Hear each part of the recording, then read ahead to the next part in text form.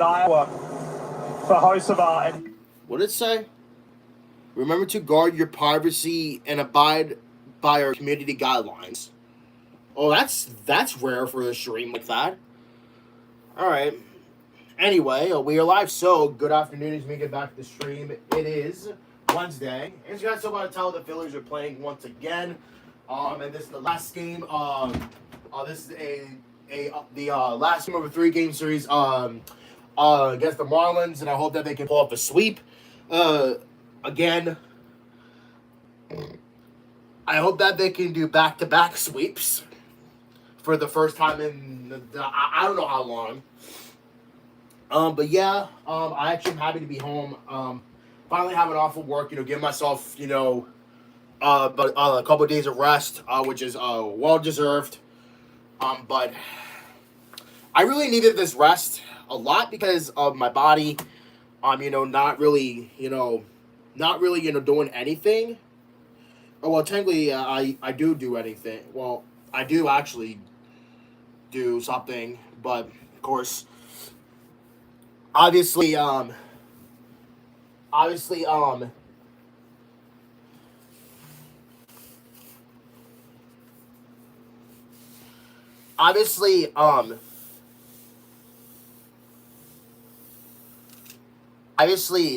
there's like an opportunity of me. I don't know. I mean, I'm just hoping the Phillies win. And speaking of the Phillies, they actually signed Nestor Cortez to the team, which I don't know if he's like a starting pitcher or like a bullpen. I don't know. I presume he's like starting pitcher. I don't know. I could be wrong. But I don't know what to say about that. I don't know how old Nestor Cortez is. I think he's like in his 30s. I don't know. I mean,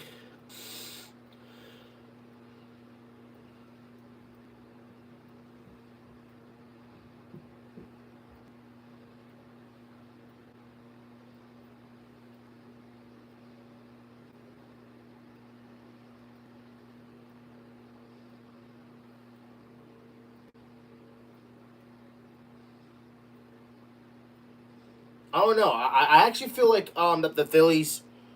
I mean, I don't know what else to say about that signing. I don't know, honestly, because the Phillies. I mean, I don't know. It just feels like something. I'm surprised they didn't even pin it either. Mm,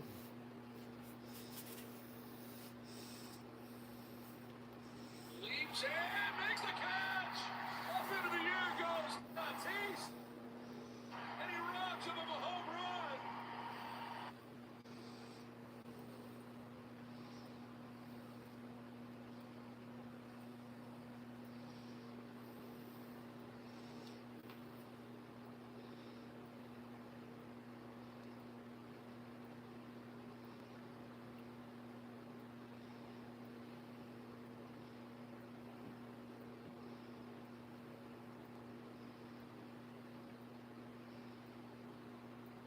But anyway, let's watch NASCAR. Because I keep waiting for too long to watch NASCAR. Makes me unnerved. But anyway, let's watch NASCAR. here he is with a very realistic potential of going a lap down as the race leader who has led 50 of the laps here tonight. Ryan Blaney is right with him. This is the test I'm waiting to see. There's no doubt Carson Hocevar is a remarkable race car driver. He can make speed. He won at Talladega. He's a flashy personality, but he's also young and he's emotional. And that's what the fans love about him. But can he harness that emotion when things aren't going right like this? This is a guy that has put himself into championship contention conversation. Is it me but or you will does have my challenges like this in the chase. I think it's out of the 77 kind of keep the ship going in the right direction on a night where they don't have their best stuff.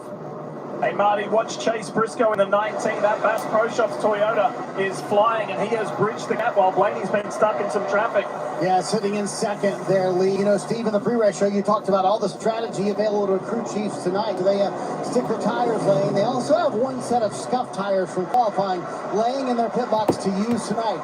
James Small made the call for Chase Briscoe to use that qualifying set of scuff tires 7 laps right to now. go. So what advantage does that give James Small for the rest of this race now that he's gotten rid of those scuff tires here in the stage 1? Well, if we have enough yellows that you use all of your tires, that last set you put on going to be fresh Goodyear stickers. You don't even want one lap of those tires. Just using them up early kind of protects them for that potential Is this a short issue track? down the road. That's what it looks like. Extra set of tyres at Goodyear tyres, by the way, for 6 tonight's laps. Cookout 400 in comparison to last year. Race Control just thought that got kind of a little bit Yeah, close it for just comfort feels like they don't with the load amount it. of tyre wear and It's threw like an extra it's set the weight for the that my stomach competitors is. with 9 plus a set of scuffs out of after But I am qualifying. losing weight though, so that's actually a pretty good A sign. few now. laps ago, Ryan Blaney caught the 34, Todd Dillon.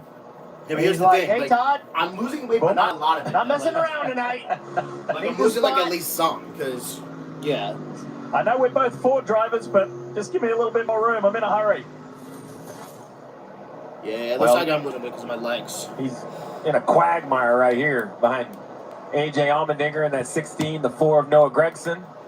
A bit of news in the Noah Gragson camp. Extension. He'll be back in front row next year, trying to put a good run on the same week where that news came out, trying to stem this lead lap here with 4 laps to go. That'll be a bit frustrating too for the 16 from Corlick Racing of AJ Allmendinger after he had a fine top 10 result last weekend in Iowa. He's just gone a lap down, qualified 15th here yesterday as well, so just going the wrong way.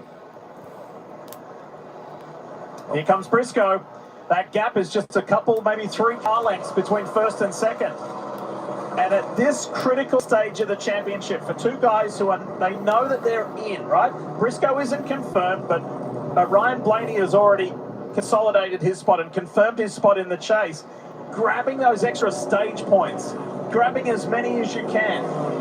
2 cars behind the leader. We see the 19 of Briscoe for the lead, but don't overlook the 47 of Stenhouse, one of the last cars on pit road. He has a couple lap pressure tires. Will it be enough to save this lap? Currently in the free pass position, his lap times have been impressive. Will he get close enough to the leaders, or will the leaders get by the 4 of Noah Gragson? Here comes Chase Briscoe. He may have difficulty here because Gragson's there.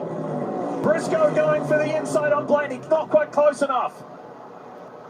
Coming to the end of stage 1. There's 1 lap to go, presented by Credit One Bank. And let's see who's going to get the maximum points. Oh my For god. sure, the last 10, 15 laps, Briscoe has been super racy. For Blaney, he's dominated this stage. He's led 59 laps so far.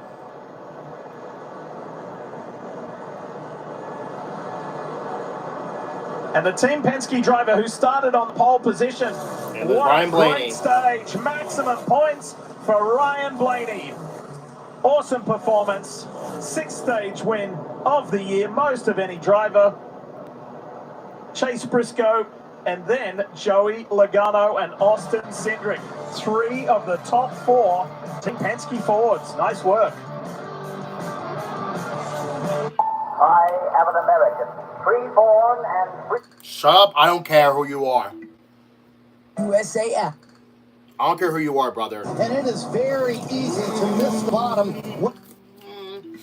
All right, time to pit. For a longer run, Marty. Chase Briscoe said it's definitely turning better after that first stop of the night. Time He to said, I pit. feel like we have better forward drive than all of those around us. State win for Ryan Blaney. He said, I'm still too On the tight pit. in the middle, and it is very easy. I'm to surprised miss they the waited bottom. for this Way long to too pit, easy. too. It's a very small change from Jonathan Hassler. Let's see if the pit crew can do their job. What a drag race. What the hell? Off the end of pit road. Oh, so it's like That was full on. Ryan Blaney Blaney had the stayed. inside line, Briscoe in the middle. Great stop. Same with of Chase Briscoe. Cindric and the 2 team. Check this out. Oh shit! A 3-way! Oh shit! A three car! Oh my god, 3-way! Oh my god, like at the pit road. That's crazy. Oh my god, I've never seen anything like that before. I haven't. History or I haven't. acquired. Download the app. No, The driver of absolutely not. I don't want that As shit. you bring up Austin Dillon, very quiet. We haven't talked about That's crazy. and showed us Some great There potential goes the car. last weekend Whee! in Iowa. Here we Coming go. to one of his most productive tracks. Poet restart zone, ready to begin stage 2. Time to bring the action under the lights here in Richmond. And the same two guys that began the race, they go at it. Ryan Blaney on the low side, the 19 of Chase Briscoe. Around that top groove, Austin Cindric, then Denny Hamlin, Joey Logano, Bubba Wallace. Briscoe to the front. First time he has ever led in a cup race as Wallace goes high. Yeah, contact with the 21. I couldn't tell if there was someone into the left rear of the 21, but they definitely stacked up into the corner. Great save by Bubba Wallace. Just to go back to Briscoe, first time he's led a cup race here at Richmond.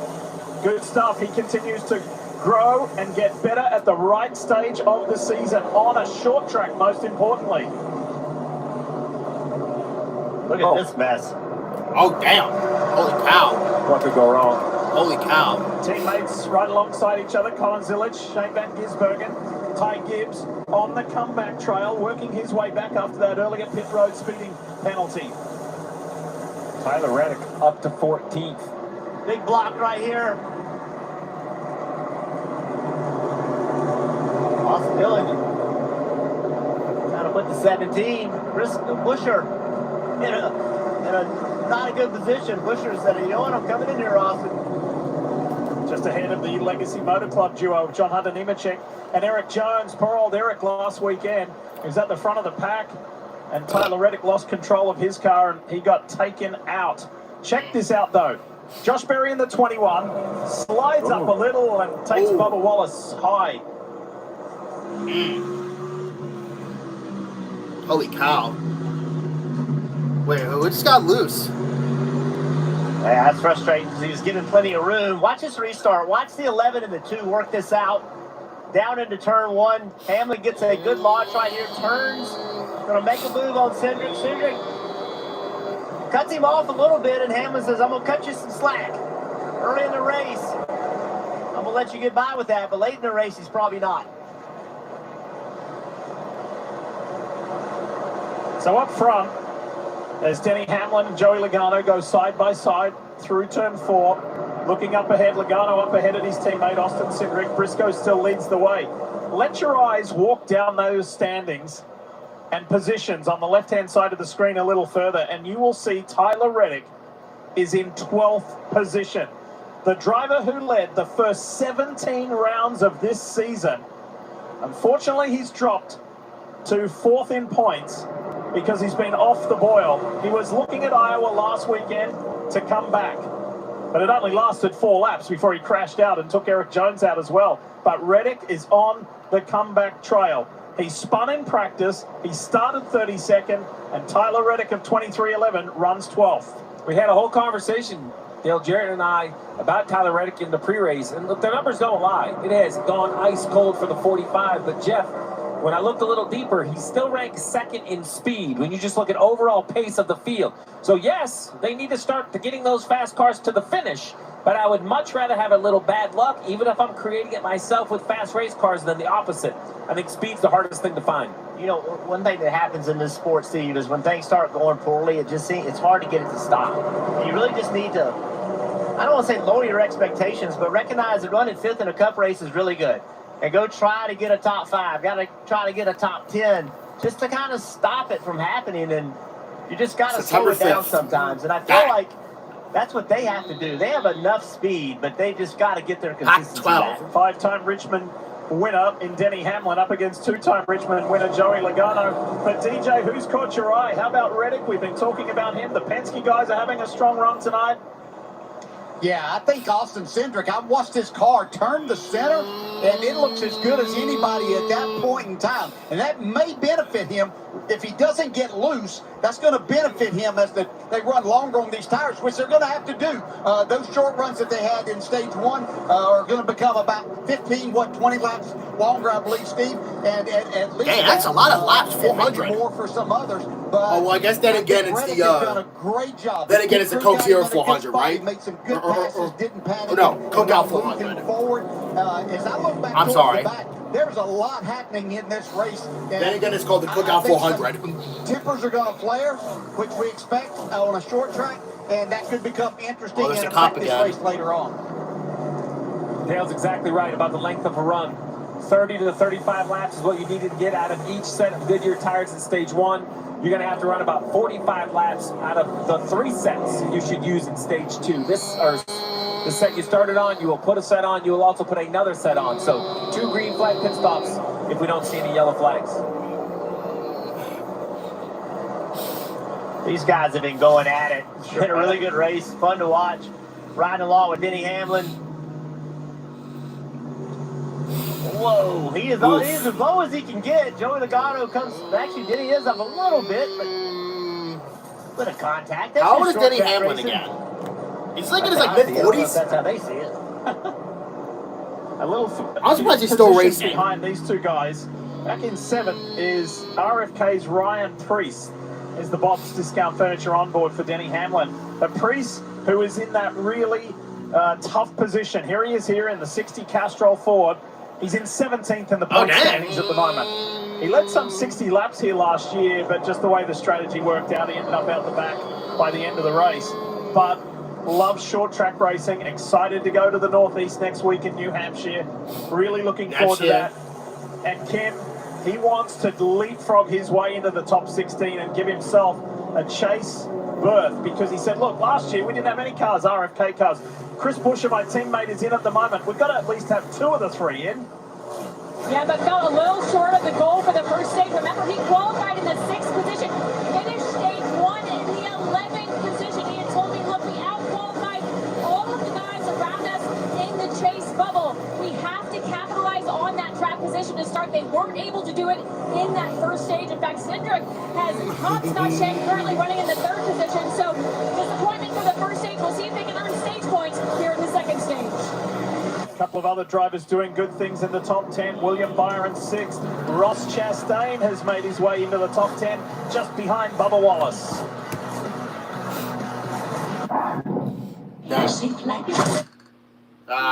Wireless for 50. You can add it to your app. Turn it up, yo! Oh, gee, do you think give me the try, you're gonna give me a pay. we talk about For the majority dominated tonight. Okay.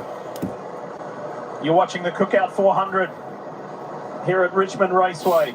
Crucial part of the season. After tonight, just 2 races until we enter the chase. And you're looking at the 2 drivers who have dominated tonight. Ryan Blaney in the 12, who sits 2nd, has led 68 laps so far. Chase Briscoe, he's led 29. These guys started on the front row, have run at the front for the majority of this evening. Jeff, you said something earlier this weekend when you, me, and Diff were out here taking laps of the pace cars. You're nice enough to take us each week. We talk about the track, and you said that you remember races here where you were more physically exhausted than Bristol.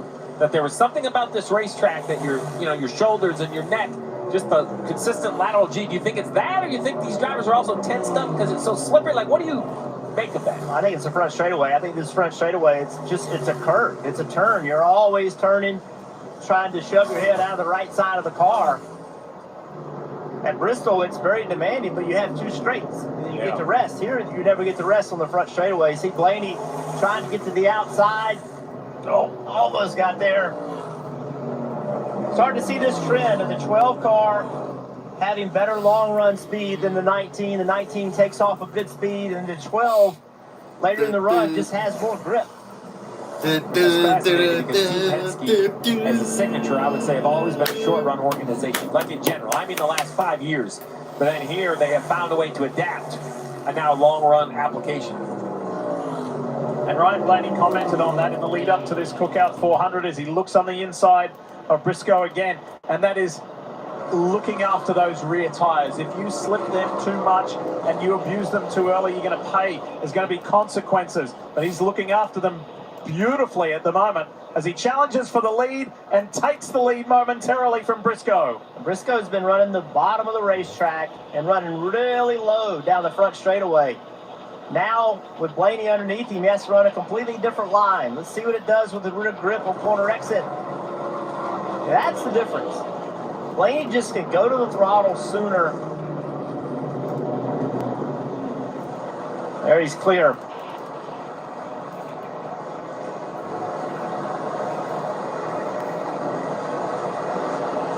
Well, let's talk more about that 19 Bass Pro Shops Toyota for Joe Gibbs Racing with Marty. That long run pace for Ryan Blaney showing up. Chase Briscoe said on the radio a moment ago to James Small, getting a little bit of brake shake. And then James Small acknowledged that and then said this. Take a listen. I would like to be running fifth gear if we can. Can here when he's just trying to run fifth. So, Steve, why does James Small care why Chase Briscoe would run fifth gear? You mentioned that earlier in the race. How does that help the car? Well, James must feel that it helps rear tire life. So drivers use fourth and fifth gear for multiple reasons. One is very obvious. You downshift, it helps acceleration if you have enough grip. But it also affects the grip of the car. Downshifting into the corner kind of loads the car in a different manner. I've had drivers tell me that it helps their car turn. Other drivers say it helps secure it up. I think it's really different depending on the setup, but it is a tool drivers use. James Small wants his driver to stay in fifth. We'll see if it makes a difference for the 19. And maybe James is thinking help this long run, Jeff, that you just pointed out is the weakness to the 19. Yeah, Steve, but with 31 laps into this run, they're running 2 seconds of a lap slower now than they were when they dropped the green flag on this run. So you as a driver, you have to adjust the way you drive the car. You're not driving the car the way now you did when they dropped the green flag. Way less throttle, more brake input, trying to get the car slowed down. You may want to shift later in the run. You may not want to shift later in the run. Some of it is driver preference. It really is. I actually, crazy enough, I'd rather be in a lower gear because I could feel the rear tires. Lower being fourth. Correct. I would want to turn more RPMs because I could feel the rear tires when they were going to spin better than if I had it in a high gear and it wasn't turning as many RPMs. Kevin Harvick, he was a little bit different. He wanted to be in a higher gear. He thought that was better. Chase Briscoe finds himself looking ahead at a Team Penske Ford, behind at two Team Penske Fords, with Cindric looming larger in his rear-view mirror.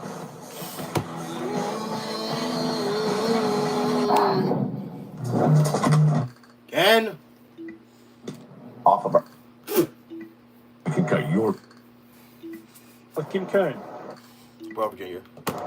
Ryan Blaney, stage one winner, continues to lead. And we've got some takers on pit road. Speaking of pit road, let's head down that now with Kim Coon.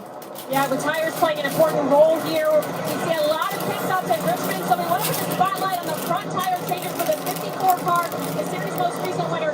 Jackson Gibbs is in his fifth year on pit road. Before that, he played quarterback for App State. Now, coming into this race, the 54 team had made a total of 123 stops this season, and out of all of those stops, Jackson has only made one single mistake. When I mentioned that stat to him, he said, "Oh yeah, I remember exactly what you're talking about. It was the very first stop of the very first race of the year at Daytona. He has been smooth ever since, and he's just a small part of why the 54 car ranked second overall, line to line on pit road this season." As the 60 makes a stop here on pit road, finishing up service, Ryan is asking for a little bit more grip on the longer run. And hitting from inside the top 10 should bring the intensity up. I would imagine in the next handful of laps, it's going to be a full wave. A longer stage, still 110 laps to go in the stage. Pretty clean, to be honest. We had the 54 speeding. We had the 33 lose the wheel in the first cycle. But other than that, Jeff, it seemed like the new pit entry line was pretty straightforward to the field. They had a pretty good feeling on how to do it. There it is once again. A great shot right there. Ty's going to give it another shot. Hopefully just a smidge slower there in section one. That's where he was speeding the first time around. Yeah, you can't make that mistake twice, Dave. God. Nope, and they had warned him about that before he came to pit road. So now Ty Gibbs. Hey, that's why I hate rolling on even country. You're going way too much. As he hits his marks perfectly.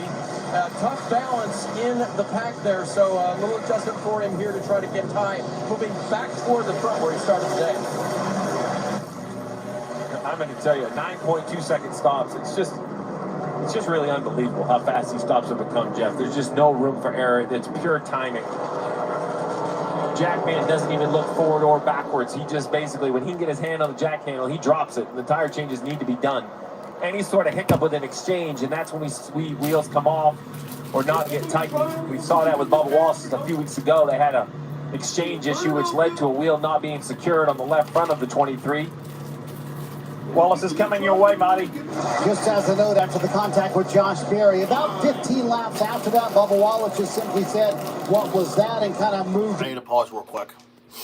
I need to bring this down, and then I need to bring this down. Bring my clothes down.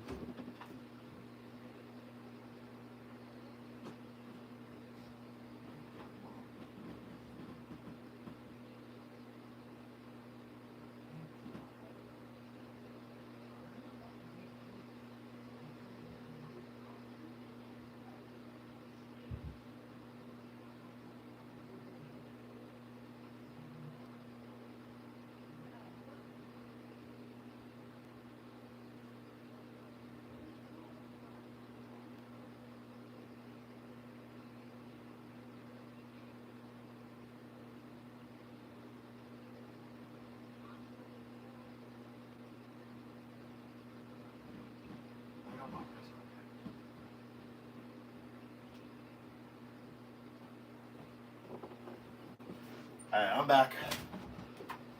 I just had to put my clothes basket downstairs. From that, they just asked him a moment ago, what big changes would you like to make? He said, I don't want to make any big changes.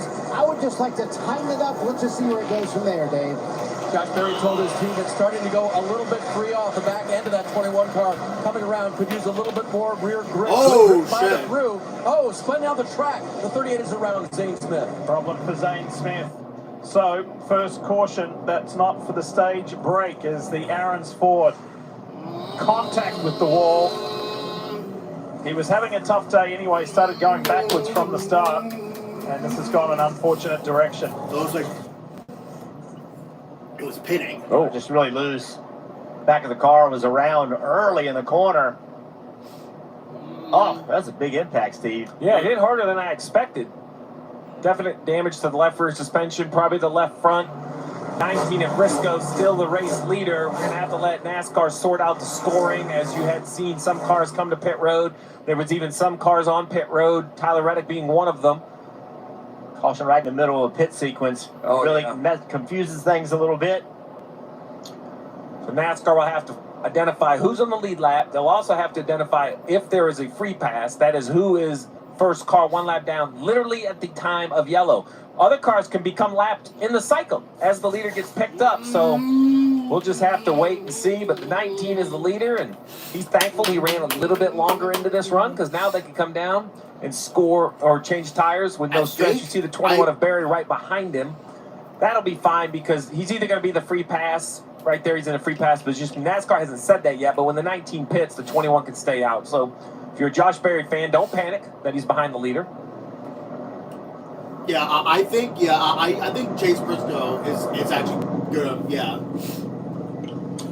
45 is the one I really want to see, because currently riding around, he is 4 or 5 cars behind the leader. You're on board with Reddick right here. He pitted from the 10th position, but remember, this is just where he's blended. He's going to be scored in a different situation. He's going to be scored basically at start, finish line, or pit out, depending on where he's pitting and when the yellow came out. So NASCAR's going to have to sort this all out. See, we've seen so few cautions at this racetrack. Crew chiefs have become almost, they're not even afraid to pit early. The negative of pitting early is if you get on pit road and the caution comes out, you get trapped a lap down.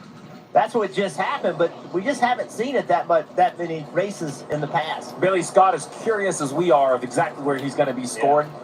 But to your point, Jeff, I thought that they would be a little bit scared because of what happened in North Wilkesboro. The majority of the field got caught. Pit road now open. Kim Logano in front of you. Yeah, and he's telling his team, I burned up my rear too much. Long run, I still need more right rear grip. Same problem as the first run, so they will make a right rear air pressure adjustment, Marty. Chase Briscoe said, I actually felt like we got better the longer we ran. I might have figured out a couple of things. James Small agreed that he was pretty good on the long run. How about Ryan Blaney giving a heads up and a attaboy to Tim Fee to his spotter. Blaney was actually coming to pit road when that happened. He quickly got on the radio feed within, told his driver to stay out. That could have been disastrous for the 12 team. Blaney pretty happy with the handling of the 12. Before they made that decision, the 19 was certainly closing the gap to that point made a little earlier. Check this out. Coming to pit lane, and then a caution came out and a quick Reactionary flexibility decision. It was Chase Yeah, Briscoe. Spotter That must was have the saw end. that car backwards on the backstretch. It was That's a Chase wide Briscoe. view from the spotter stand. It was Chase Briscoe. 7. Ooh, what's this? What's that? What's that? Arby's. $7.99 meat and 3 box. What's that? Arby's, we have the meat. What's that? So it looks like it's a crispy chicken or what is that? Crispy chicken or ham and Swiss. Oh, it has buffalo chicken on top of it. Oh, okay. That doesn't look too bad. That doesn't look too bad.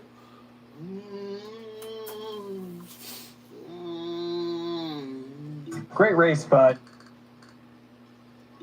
Side by side. I want to have that though. Back to race. Poet restart zone awaits. Here we go. Chase Briscoe, Joey Logano, here they go. Back to racing, stage 2. Less than 100 laps to go in this stage. Look at Ross Chastain in the 1. All the way around the outside, up high, got himself into the top 10 a little earlier, and he's on the surge as he goes side by side with Austin press Cindric B, down brother. into turn 3.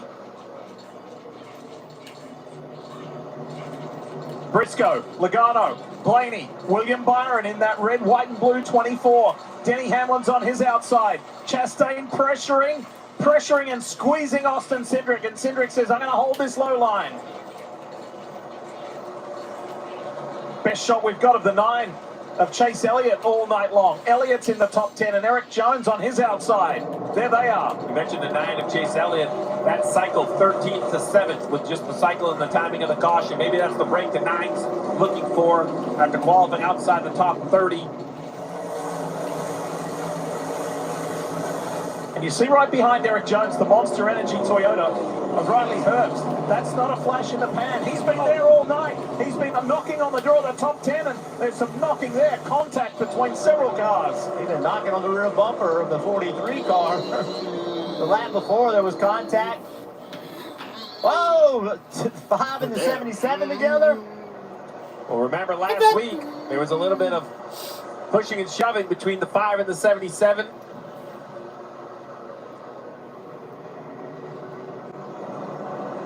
The 5 car just does not have the pace that we would expect him to have. It's just not been a good night. Battle right here between teammates. If you're Roger Penske, Walt Zarnicki, or any of the executives at Team Penske, you have to feel really good because now it's not just Joey Logano. Joey Logano was outstanding at North Wilkesboro, but here you are, Logano, Blaney, 2nd, 3rd, Cindric 6th. As an organization, you have got it figured out. The 21 of Barry has been outstanding. He's down in 17th because of that pit cycle. But all 4 Fords prepared at Team Penske really showing up here at Richmond. Give a shout out to Daniel Suarez, doing a nice job in 13th. He started the weekend really nicely and in practice, showed some good speed, so he's in that 7th for Spire. We'll see his progress. Runs 13th. Reddick's made up several positions too. He's jumped up from 18th to 15th in this since the restart. Really interesting to me right now, relatively new tires. Look at the line they're running. Right on the bottom in the corner. Hamlin's not, but look, they're using a lot of the racetrack on the front straightaway. Using all the racetrack, there's enough grip to do it. As this run goes on, watch them. They'll get lower and lower and lower as they're searching for grip. Probably never wide open on the front straightaway after 30, 35 laps on tires. Jeff, do you think this line by the 11, we saw it in practice, so he turns in, and right here he just lets it leave the yellow line, not as much right there, but you think he's just trying not to abuse the front tires? Is he letting them just track up the track? Or, I mean, it's by design. This man doesn't miss his groove by 3 or 4 feet consistently. Let's see if he does it down here. Yeah, see, like right there, he just kind of lets it track off the yellow line. But over in 4, he really lets the car come up the racetrack. This time to the bottom, right there. Now he's running the bottom. Yeah. You start talking about it. Come on, Hamlin, work with him. When you won here, Jeff, what was the magic line for you then?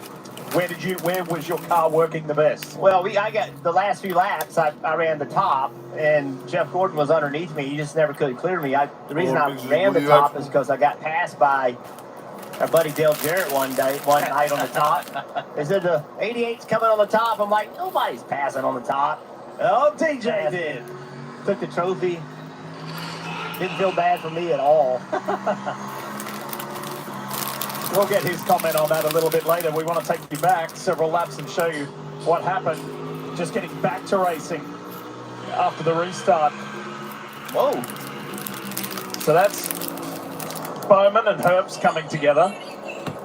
There's that big lockup. Christopher Bell had a good view of that. So did Daniel Suarez. I think that's where the 77 got shoved up or shoved into the 5, and then down here in the next corner, the 5 gave him a whole, hey man, no thanks. It's no fun back there. I'm telling you. It isn't. It is, Gosh, Larson back there in 17th, not happy, mad because he's running bad. In the middle of all that chaos.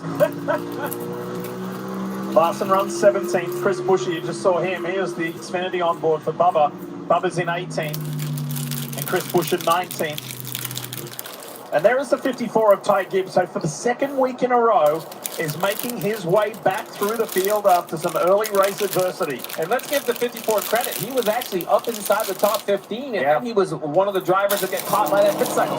So far, we've had 2 pit cycles. Speeding on the first, and on pit road when the caution come out, Tyler Hallen, his crew chief, looking on. An amazing job last week. They got behind early. He put on bright side tires 3 separate times, most notably the last time to leapfrog the 20, and then which his young driver did a miraculous job of holding off Bell. But I'm really impressed with Tyler Allen's leadership of this organization and kind of throwing a little bit of a Hail Mary to get his driver back in. Goes back to those races earlier in the year where he kind of scooped up the points. Sonoma comes to mind where his driver was frustrated, but all those points are really paying off as he's climbed now all the way up in the standings. Watch that black, blue, and white 45, the pinnacle Toyota Camry. That is the man who dominated the early part of this season, Tyler Reddick. He's on the comeback. He's climbed to 14th. From the moment you took your first breath, you had something to prove. And boy, did you ever. Roads worn, sweat mopped, up and down, back and... The Sonic Smasher lineup just got hotter with the new Tropical Heat Smasher. 2 hand smash patties. Between Hamlin and Blaney. 100 in his Toyota for Joe Gibbs Racing, and it's time we take a look at the Toyota driver update on who is where. And behind him, Denny Hamlin, his teammate. Whoa! Contact between Hamlin and Blaney. All good here. Great catch from Ryan. That could have been ugly.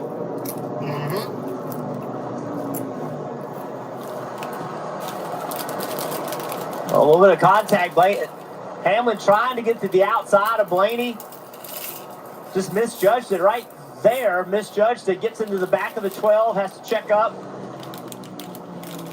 It's kind of one of those that Hamlin makes a mistake right there. Just misjudges it. And then they both just like, all right, let's work this out, right? No more racing for now. Then Blaney's probably not forgiving a lot of room. Now Hamlin comes around the outside of the 12. There's still 75 laps to go in this stage. Bang! 12 car is not as good this run as he has been. Well, I would say sunshine's completely gone now. Lights are up. I'm sure the track has made a little shift. Other people have had a couple chances to adjust on their car. The 11's been a constant. Splitter's fine. Splitter's fine after that contact. All the teams have an opportunity. There's photographers all around the racetrack. They send those pictures to the teams. They can pull them up on the pit box, review those pictures, look and see if there's any damage.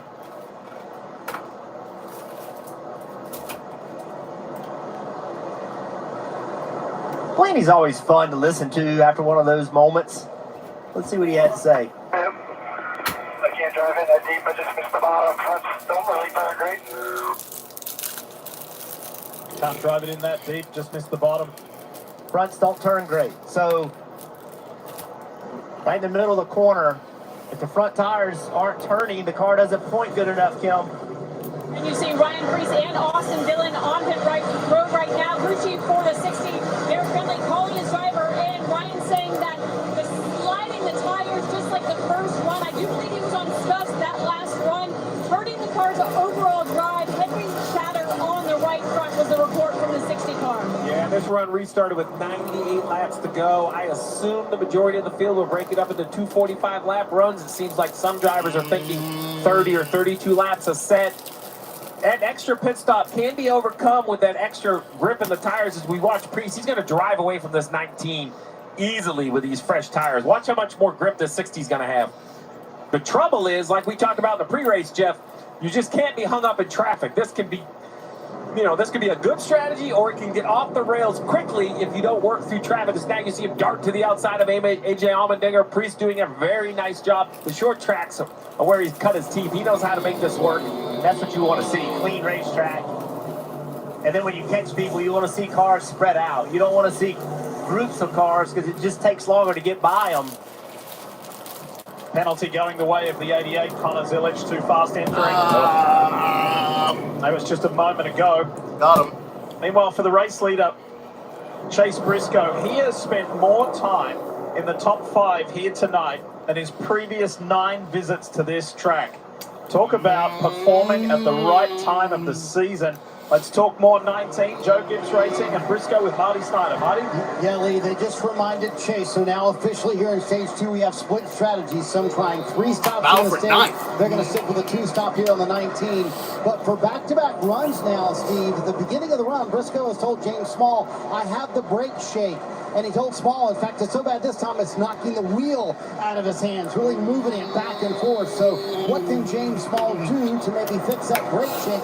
For 9th. For Chase Briscoe. Well, the first question is, what can he do and does he want to do it? I would imagine if you have brake shake, normally it means you need a little bit more brake temperature. Whatever pad compound you're using is just not operating very cleanly. It's kind of knocking the pads back as they run. The concern is, how much brake do you need late in a run? When pace slows down, you use more brake. And it can be irritating, and you can empathize with your driver, but if it's not costing you speed, you don't want to take it away if you need the brakes later in the run. Yeah, it's very frustrating for a driver to see Josh Berry trying to make a move on the 48. Very frustrating for a driver to have that brake shake, but it does hurt the drivability of the car. The front tires don't work as well. I've been really impressed with the 19, but I got to tell you, this 21 car, he is, I would be willing to bet he has passed as many cars as anybody. They have a really fast car. They're going to have a few brakes to get the track position back. Give some love to the 48, the Ally Chevy. Alex Bowman just got bounced out of the top 10, but he's been in the top 10 for a good chunk of time. Nothing. Virgin Savings. It's car insurance that feels great. Exactly what you want? It's yours. Turning it on under the lights. Check this out. The 22 Pennzoil Ford of Joey Logano, a 2-time winner here at Richmond, going for the lead of the race with Chase Briscoe. Cole Custer just ahead. That's not going to be to Joey's advantage. Once again, we see the 19 car start falling off on long runs. Logano going to make it 3 wide. It is to his advantage now. Logano slides up in front of Briscoe. What the hell? Here comes McDowell on a different strategy, fresher tires, and there's the difference. Remember we talked about a little bit ago, here's Larson on pit road. A little bit ago we talked about the line that drivers were running on new tires. They were using the entire racetrack on the front straightaway. Watch the 22. There goes Kyle Larson. Watch Joey Logano now that the tires are old. No grip. Look how low he is. There goes Kyle Larson. Not only leaving the corner, but on the front straightaway. You just have to drive the car completely different. You got to leave perfectly straight. If you're turning the car on corner exit, it unloads the rear tires. It spins the rear tires. You want being low allows you to keep the car straighter longer. Hey, DJ, we just saw the 5 of Kyle Larson pit there. During that stint, he restarted in 13th and dropped to 20th. What did you see? Just uncharacteristic of Kyle Larson and this 5 team over the years that we've seen them together. He literally a half a second off the pace here of the leaders, and that's just unheard of for that group. I assume that it's only handling. I know that they wanted to try to just be easy and not make a mistake early tonight, but they've got a lot of work to do to try to catch up and even to try to salvage something here tonight. And, he doesn't have to look far in his mirror. Joey Logano's leading this race, and he's also can gain a lot of points towards that 10th spot. Yeah, I think that's what's surprising to me, not just tonight, but Kyle Larson's 10th in points. We've talked a lot about this point system. You probably need to be the top 6, 7, 8 to have a really good chance to win the championship. Their regular season, has it been bad enough to where they put themselves in a situation where it's going to be very, very difficult to win a championship?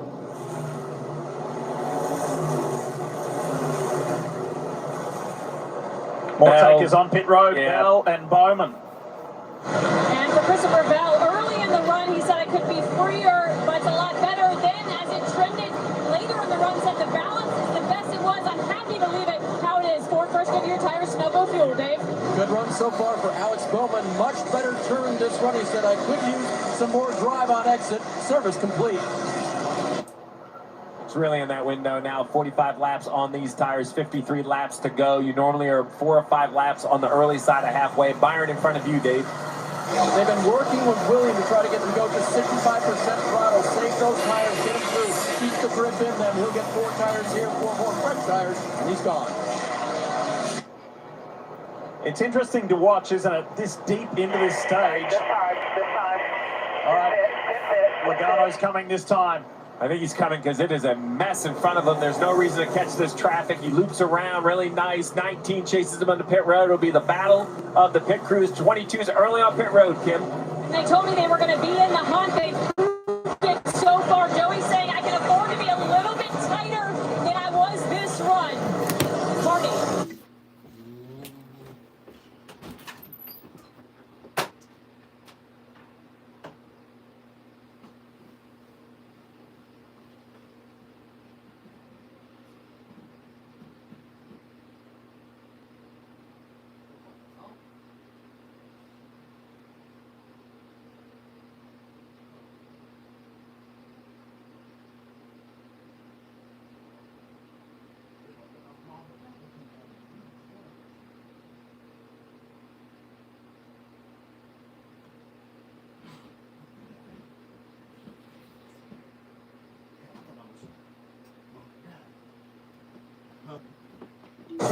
Chase go on pit road, said he needs a little bit more right rear grip on corner exit.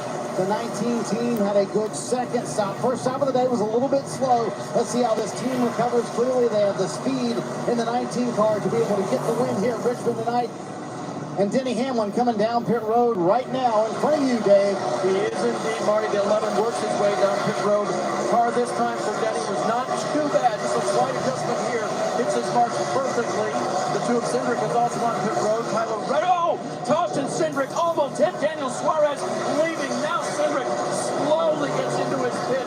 The crew is able to go to work. Cindric was pretty happy with the balance of his car that time, but that's going to cost him time. Here's what happened. 2 turning in, the 7 leaving. 7 really, by definition, the 7 has to allow the 2 into the pits. That's kind of how it would go. But I think Suarez had some chance there. I'm just not sure that the 2 had, the idea he was leaving so quickly, they could have done a better job of blending. Now Blaney in. Steve, it seems like the track has kind of changed for everybody else, but Ryan Blaney still has the same complaint he's had really since the start of the race. Way too easy to miss the bottom. You guys talked about that earlier. Just needs the fronts to work better for Blaney. Yeah, and you're going to see that Joey Logano and Chase Briscoe are going to cycle back to first and second. Preece on older tires using that sprint strategy as third. A caution right now would be a really good break for Ryan Preece. Austin Dillon as well inside the top 10 because he pitted. You see laps on tires, single digits for the top 3. Preece at 25, Dillon 25, Busher at 19. The best part of that strategy now is a caution. You're trying to put yourself in a position where a caution will save you. Briscoe turning the heat up early here. Yeah, this is good. By the way, just going back to that awkward moment on pit road, did you see the reaction from the pit crew as Suarez was coming out with the hose and the gloves? And those guys were so fast in their reaction to that really tricky situation. Have a look at this. Yeah, you're going to watch this 7 leave, and I think that's what happened to the 2, is I think the 2, watch this, so now the tire change is going to flip the hose, so the 7 go under. If we can see that one more time, what we didn't see the first time is the 45 was also in his stall. So if I'm the crew chief of the 2 car, right, if I'm Brian Wilson, I am probably focused on the 45 who is in his stall. So we roll it back and freeze it right here.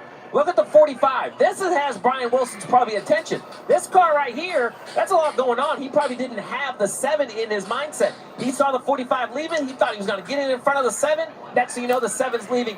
Disaster averted. I know a little time cost, but you mentioned it. Pit crew did a great job. Everyone really avoided a bigger issue, Jeff. Back again. I got a pee now. Tire changer getting that air hose over top of the car was spectacular, because if that air hose goes underneath the car, it drags that air hose, might rip the air gun completely out of the changer's hands. That was an incredible job. Yeah, Justin Armwood, front tire changer on the 2, heads up, slinging that hose up in the air. So now Cindric is on the attack, and he spoke about this very situation before this race began.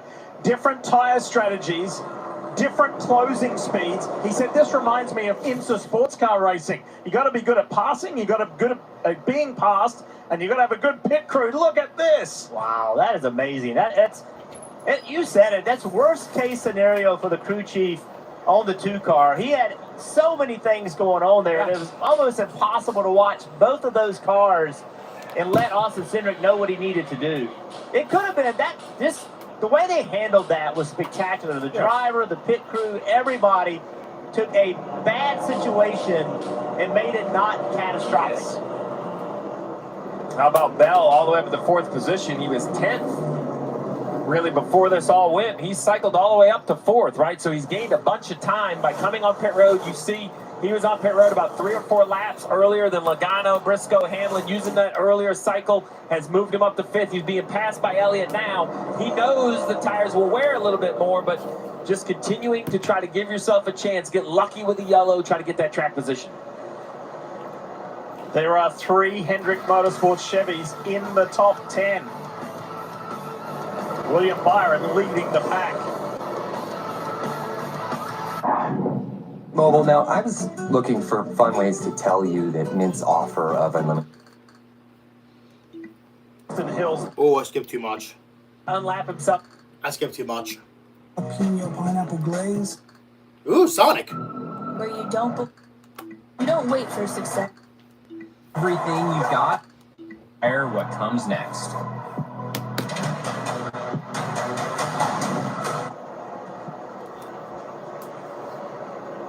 Looking at Joey Logano in the Pennzoil Ford for Team Penske, leading the way.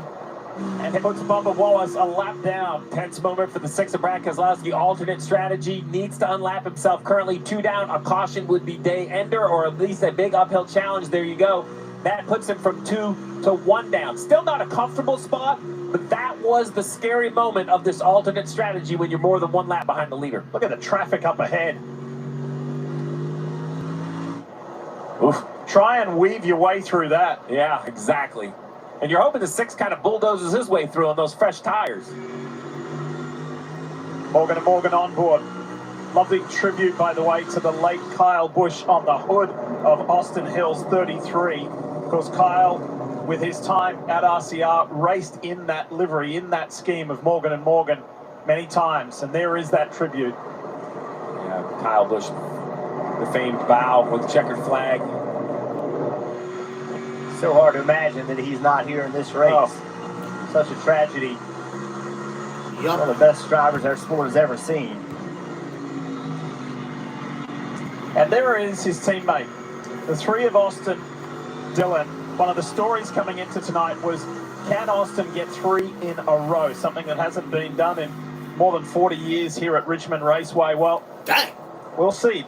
Does it remain a story? It hasn't been going his way. I think we're starting to see why it's so hard, right? The rules change a little bit. The tires change a little bit. There's more power, different left side tire. And in today's world of data, the entire field studies everything you do. If you dominate a race, you are the point of focus for engineering staffs up and down pit road to try to figure out what advantage, either what you're doing behind the wheel or just where your car operates better. The data has certainly changed the game in that, but that's some of that's never changed. Whenever you've got a driver or a team that is really good at a racetrack, they just raise the bar. They just make everybody have to go to work, and then that team gets afraid to change anything because it works. So why don't you want to change it? And then people get better, and now all of a sudden you find yourself trying to catch up. Right along there with the BuildSubmarines.com forward of Brad Keselowski. How would he feel if two of his drivers got in, but he misses out on the chase? Well, under his owner hat, he would feel pleased. Under his driver's helmet, he'd be a little bit frustrated. Two-time winner here at Richmond. It's not over yet, but the task for the driver of the 6 is getting more and more difficult, with just 2 races left after tonight before we enter the chase. New Hampshire next week, Daytona International Speedway after that. Heard a conversation about shifting or not shifting. You can see riding along that Brad navigating himself, 5-car hitting pit road. A scheduled stop for Larson, who's going to break up this 100 laps in this stage with 2 pit stops. Kim. And it has not been a good night balance-wise for Larson. Started early in the race. Tight center was the biggest thing. He got a little bit better, but then it went tight again. In fact, so tight in the center that he couldn't set up his angles correctly. Just reported tighter again. Crew chief McDaniels trying to cheerlead his drivers, saying, I know it's not good. You've got to tough it out. We will get the car there. Yeah, finished from 13th. He's going to fall outside the top 25. 27 to go in the stage. This is going to be an all-out sprint on this set of tires right here. For this strategy to work, you got to go and go the best you can. You see the leader right there, Joey Logano. He'll easily accelerate off the front fenders off the 43 and the 22. That will put him nearly 2 laps down, only 1 down. And I will tell you, it would not shock me if the 5 unlaps himself on this fresh set of tires in only 26 laps. He should have huge, I mean, look at the gap already. It's been a bad night so far, but this will be the most fun he's had all night. He has way better tires than everybody else. He is going to be ripping through the field. It's so perplexing when you have a multi-car team like Hendrick Motorsports. You've got Chase Elliott leading the charge in 5th, William Byron in 9th, Alex Bowman in 10th, and then Larson distant. Like, it's so perplexing for everybody involved. Kim? Yeah, and as we talk about Chase Elliott, came into this weekend with 9 consecutive finishes outside the top 10. That's the longest streak of his Cup career. Crew chief Alan Gustafson told me the challenges might continue tonight. While we are optimistic, our short track driver program has not been there this season. We've made small improvements. We're hoping they show up today. Right now, Chase Elliott maintaining that 5th position. Spotter Trey Poole coming on the radio, encouraging his driver, saying, you're good on the short run, but Chase, you are really good on the long run. It has been a tough year for Hendrick Motorsports, and if I'm the competition, I better take advantage of it because I know this organization. They are not going to stay down for long. They're going to figure it out. You get a team like that in a vulnerable situation, you can't let them off the ground. You got to keep your foot on them. Give this team a hint of speed, and they will make you pay for it. Let's have a listen to some of the drivers about what they think, how they feel about racing under the lights here in Richmond. There's nothing like being here on Saturday night, short track racing. It certainly is something that I think is exciting for the fans, obviously more comfortable for the fans, but anytime you can see sparks at night, the paint schemes just pop a little neater under the lights, and it's a little bit easier on everybody when we're not getting blasted by the sun as well. It's nice to be home on a Sunday, but it's really cool to be home celebrating on a Sunday, so hopefully we make Saturday night really good. There is nothing like being here on a Saturday night under the lights. It's one of those special places. If you haven't been, put it on your bucket list, your to-do list, just to sit in the stands. The afternoon, the build-up to race night is so great, and when the sun goes down and the lights take full effect, this place is fantastic. At 3/4 of a mile, it's not that big, but it packs a punch. The racing, the history, the legends who have won here, it's an incredible place. Dave Burns, tell us more. One of my favorites too, Lou, and it's got to be a favorite right now for Austin Cindric, who remember came in on the playoff cut line, 16th position, just 29 ahead of the Chase cut line. And so I talked to his crew chief, Brian Wilson. He said, I don't even think we can get Chase points, bonus points, stage points in the first stage because we're starting 23rd. Guess what? They got 7, so that's a big move for them. then that save on pit road. Ryan also told me, you know what, we were 31st earlier in the year. So when we look at gaining points, we're happy to be here. What a year it's been so far, and what a night so far of recovery and fast racing for the two. Ever since that hiccup on pit road, well, ever since stage one, he made up so many positions to Austin Cindric, but then great work by the crew on pit road with that tricky situation, and then he has been storming ever since. Austin Cindric in 6th at the moment. His teammate Joey Logano still leads. For the small, the short, and the tall, peacemakers, risk takers, for the optimists, pessimists, exhibitionists, for long distance love, for the far-sighted, nearsighted, for introverts and extroverts, for the thinkers and the doers, for old friends. Coca-Cola, for everyone. Your truck was made to work hard, and Valvoline heavy-duty diesel engine oil keeps it that way. With up to 35% better wear protection, it's specially formulated to protect when engines are pushed to the limit. Make the switch to Valvoline heavy-duty diesel today. What does a $7 big deal meal get you at Sonic? The real question is, what doesn't it get you? Enjoy a full meal plus premium chicken bites for just $7. It's the $7 Sonic Big Deal Meal. At Chevy, racing's in our blood. It's the standard we live by. More than 100 years of precision, discipline, and excellence. Built and tested and proven on the track. And upheld in everything that comes off the line. That's what Chevy's all about. That's why we race. What defines the Premier League on USA? It's 5 fantastic fixtures on opening weekend. Here we go again. It's the reigning champs going for a first week win. More big-time Big Six bangers. Absolute perfection. That is a beauty. And to cap it all off, Fulham go toe-to-toe with Chelsea. Brilliant! So, what defines the Premier League on USA? It's every single match on opening weekend. The Premier League returns with Arsenal Coventry City. Next Friday, 3 Eastern, only on USA. 12 to go in stage 2 in the Cookout 400. Let's check out the Xfinity fastest laps. Ryan Blaney, who has led 88 laps, which is still the most in this race, with the quickest over Chase Briscoe, who's led 80 laps, and then AJ Allmendinger. All right, 11 to go. There's race leader Joey Logano. Meanwhile, the 5 of Kyle Larson is ripping through the field to try and get his lap back. Yeah, at the start of the stage, Joey Logano was running it second. Kyle Larson was in 13th. Kyle currently in 17th, working in an alternate strategy, pitting in extra time, right? So he came on track basically 48 seconds behind the leader, a lap, almost 2 laps. And now the question is, will he get all the way back to the tail end of the lead lap? I don't know. He's passing Briscoe right here, the second place car. Yeah. He's only 7 seconds back. Let's just take a look at what this looks like data-wise. There's a lot going on, but make it really simple. The blue stops, right? There's one there, there's one there. 2 stops for Kyle Larson compared to only 1 stop for Joey Logano. Lower is better. All the area down you see this pit stop and then speed. See this pit stop and speed. Remind you, it takes about, call it 28, 29 seconds to make the extra pit stop. The question is, do you make it up on new tires? Well, here's the 22 car. Joey Logano leaving turn 2. And Larson is leaving turn 2 now. So almost within the same straight. And there are 8 laps to go as soon as Joey crosses the line here.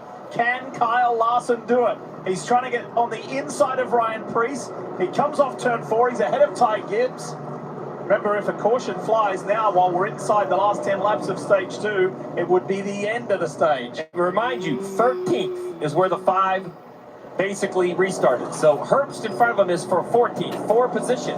I know he would love to get to the 22. The 7 car, just 2 cars up, is the first car 1 lap down. So that would be back to where Larson is basically started the stage, just to give you an idea how this strategy is going to work.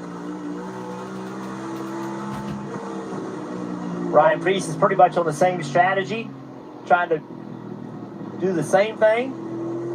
He is right behind the 5 of Larson. You said it. New tires are fun. On board with Denny Hamlin right here, working on the 19 of Chase Briscoe. 6 laps to go. I don't know if he can get there. This is a great battle. Larson is in the same straight as him. He's entering turn 1. Logano's coming off turn 2. Here is that race. We enjoy the teammates in the lower box. Briscoe and Hamlin going at it. Top box is Kyle Larson, the defending series champion, trying to catch that Shell Pennzoil Ford and get his lap back. And mission accomplished. He's in the free pass position right now. So that's going to already help that 5 car as long as the 22 of Logano doesn't lap anyone else along the way. I don't think he will with the big gap that he has in front of him. This battle between Hamlin and Briscoe continues to wage. It's so much fun watching these guys. You see this 19 car again, takes off really fast. A longer run, starts to fall off a little bit. Well, on this short track, Jeff, they're in the lower downforce, higher horsepower configuration.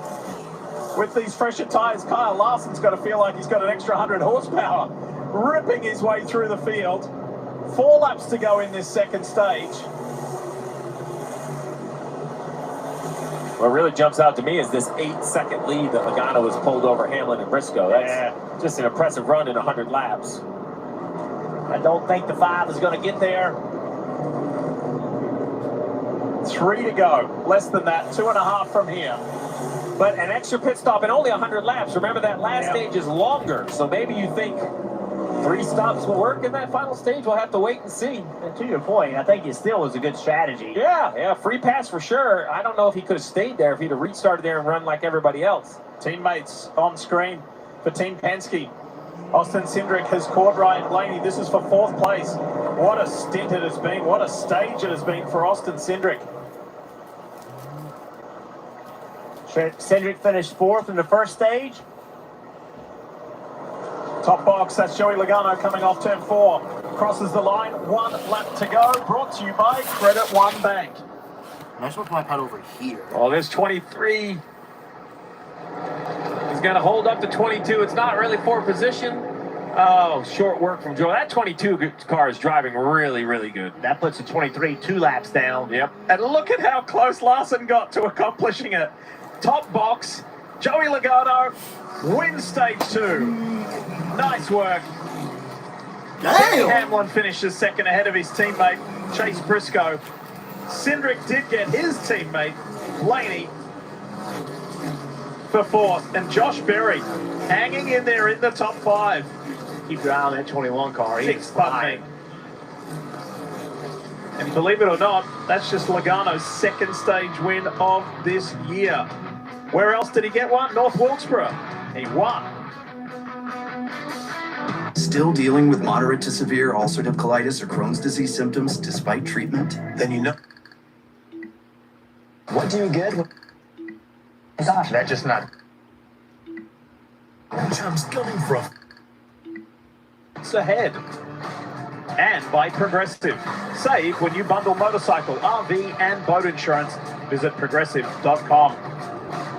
What a sight. Richmond Raceway under the lights, and here is the race leader into the pits. Kim Coon's there. Yeah, bad news for the competition. Joey Logano saying really good. The rears hung on longer, but I did lose my rear grip there at the very end. We're pretty close now, though. So Paul Wolf, the crew chief, making a slight air pressure adjustment, Dave. Denny Hamlin gives up second, slides to a stop. The car has been improving. He said no adjustments to that right front damage there. None apparent, Marty. 4 tires. Fantastic view of Chase Briscoe's pit stop. He says he loses the right rear on entry and just has to pedal it all the way through the corner on that run. And a terrific stop by the 19 bunch. We'll see where they cycle out. Going to be a drag race for the teammate Denny Hamlin. I believe Hamlin barely won it.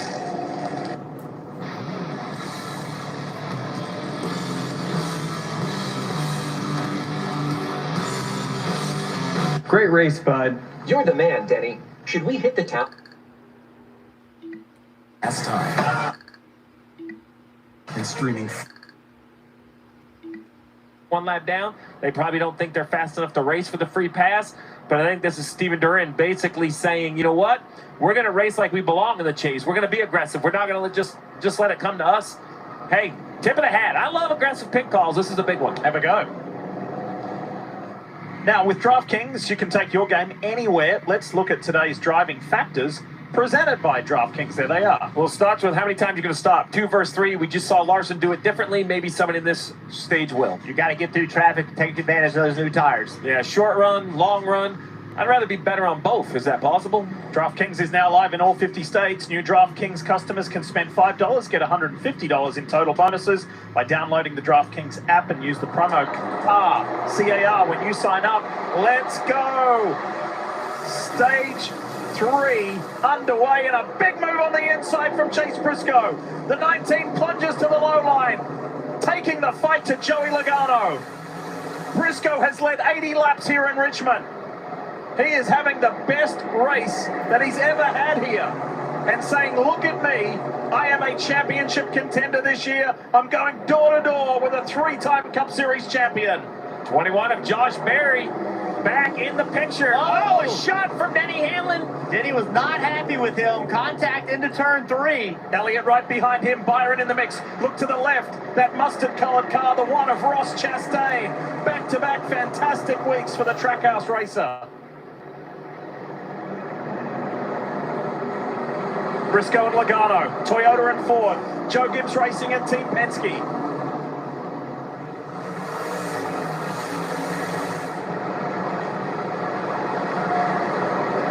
Josh Berry tucks in behind Austin Cindric. These two are glued together. What a battle. Just like the start of the field, the only difference is it's a different Penske car. Briscoe and Blaney to start the race. Now it's Briscoe and Logano. Oh, 19 with a good run to the middle of the corner that time. Let's see if he can carry enough speed into turn 3 to clear the 22. Briscoe's never even had a top 10 here at Richmond. This is an outstanding performance here tonight. Look at that universe number 9 for Chase Elliott. Oh, Briscoe, he just sailed it into turn 1 to clear Logano. Back further in the pack, the 45 of Reddick. He had to pit twice. Had a problem, felt like a wheel might be loose. He lost all that track position. He was in the top 10 at the end of stage 2. It was a fantastic performance by the 5-time winner this season. How about Ross Chastain? Don't count me out. Don't tell me I can't make the chase. And look who else is there. Ty Gibbs is putting himself in the conversation. The 54 Victory Junction Toyota, there he is, on the inside of Alex Bowman. Yeah, Gibbs racing for that free pass with SVG taking a wave around and made Ty Gibbs the first car 1 lap down. He's racing the 7 of Daniel Suarez, whose position on the racetrack is behind him a few cars.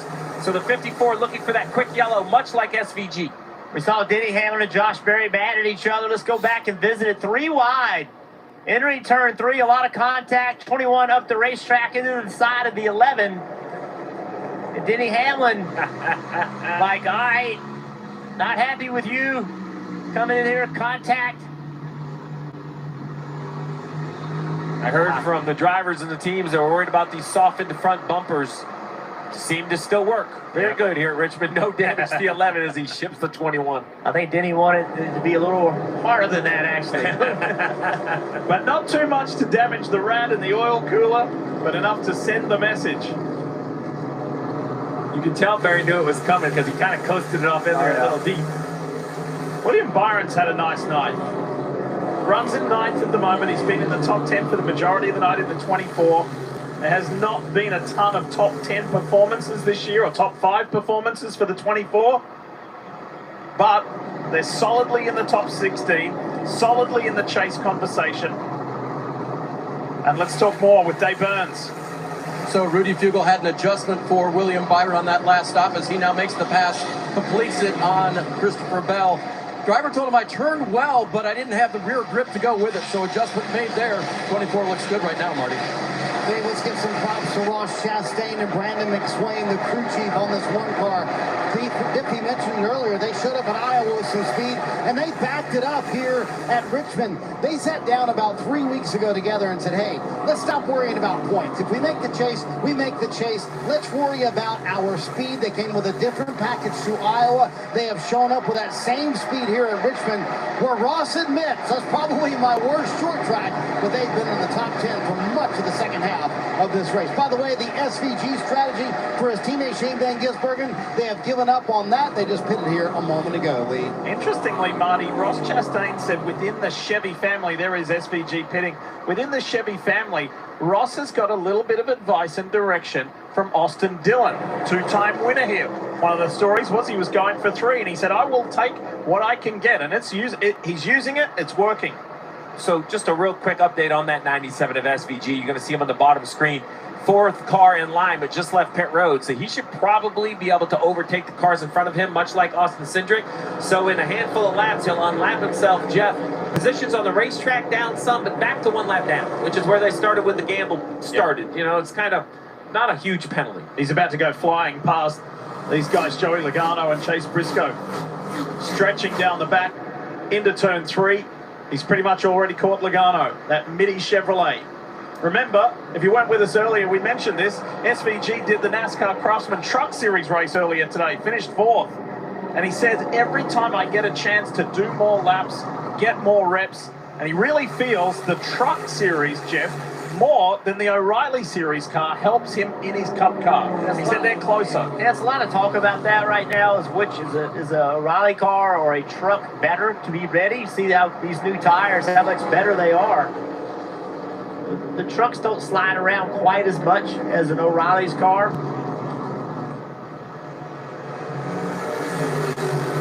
Just to go back to that 2 versus 3 strategies, let's just talk real quick what the math looks like. If you got to pit 3 times, 40, 40, 40, 40. 3 pit stops, 4 runs, 40 laps, you run 160. If you're going to run only 2 pit stops, you got to run 53 to 54 laps. So you're going to run about 13 or 14 more laps on each set, but you'll come down pit road 1 fewer times. And I'll be honest, math says pit an extra time, but there's a lot of assumption in that equation. There's an assumption on traffic. There's an assumption you won't get a caution. You are at risk more often coming down pit road.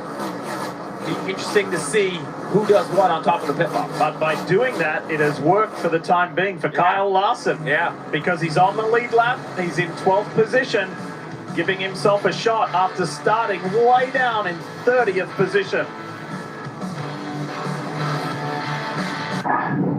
It's because there's big news in the sports world. No, it's not a Get out of here. Ain't a good deal.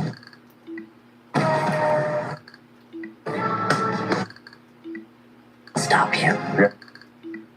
It's Fridays at 10 on USA.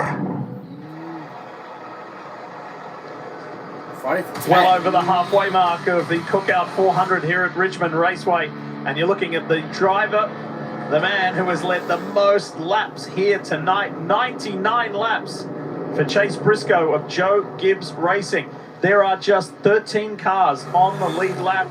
And Dale Jarrett, the last 2 cars on the lead lap are Kyle Larson, Tyler Reddick. What do you make of these 2 guys needing a good result here tonight? Yeah, Reddick had a really good run going until they had to make that second pit stop, with putting him at the end of the field, but he's rebounding nicely. Car much better. Larson's car is the best that it's been this entire race. And you have to give Hendrick Motorsports a few props here. They've got their 4 cars in the top 12. Now, they're not battling for the lead or a top 5 position at this point in time, even though Chase Elliott looks really good. But their cars are better as the nighttime has set in. So does that tell us that they're still struggling when things are hot and slick? Yeah, you mentioned this 5-car Larson. You know, he was in the lead lap, but essentially he started in 33rd. That's essentially how, you know, he was in 13th position, but he restarted in 13th position on the 33rd on the racetrack because of where he had to line up. He now is like he's in 13th. So he has passed way more cars than he was able to do, to DJ's point early in the race. He just got stuck with the same cars that he was able to pass this time. Cliff Daniels, crew chief for many races now, has been saying, we will not stop fighting. We will not give up. We will not back down. We know that as the defending champions and just simply this famous car and team, our backs are up against the wall, but we will not stop swinging. We will not stop fighting. And they're proving that here tonight. Time to take a trip through the field. Let's kick things off with Marty Snyder. Marty? Lee, earlier you mentioned best ever Richmond race for Chase Briscoe. One stat that glaringly points that out. In his entire career, he had 3 stage points at Richmond. Tonight, he has 17 alone in these first 2 stages here this evening.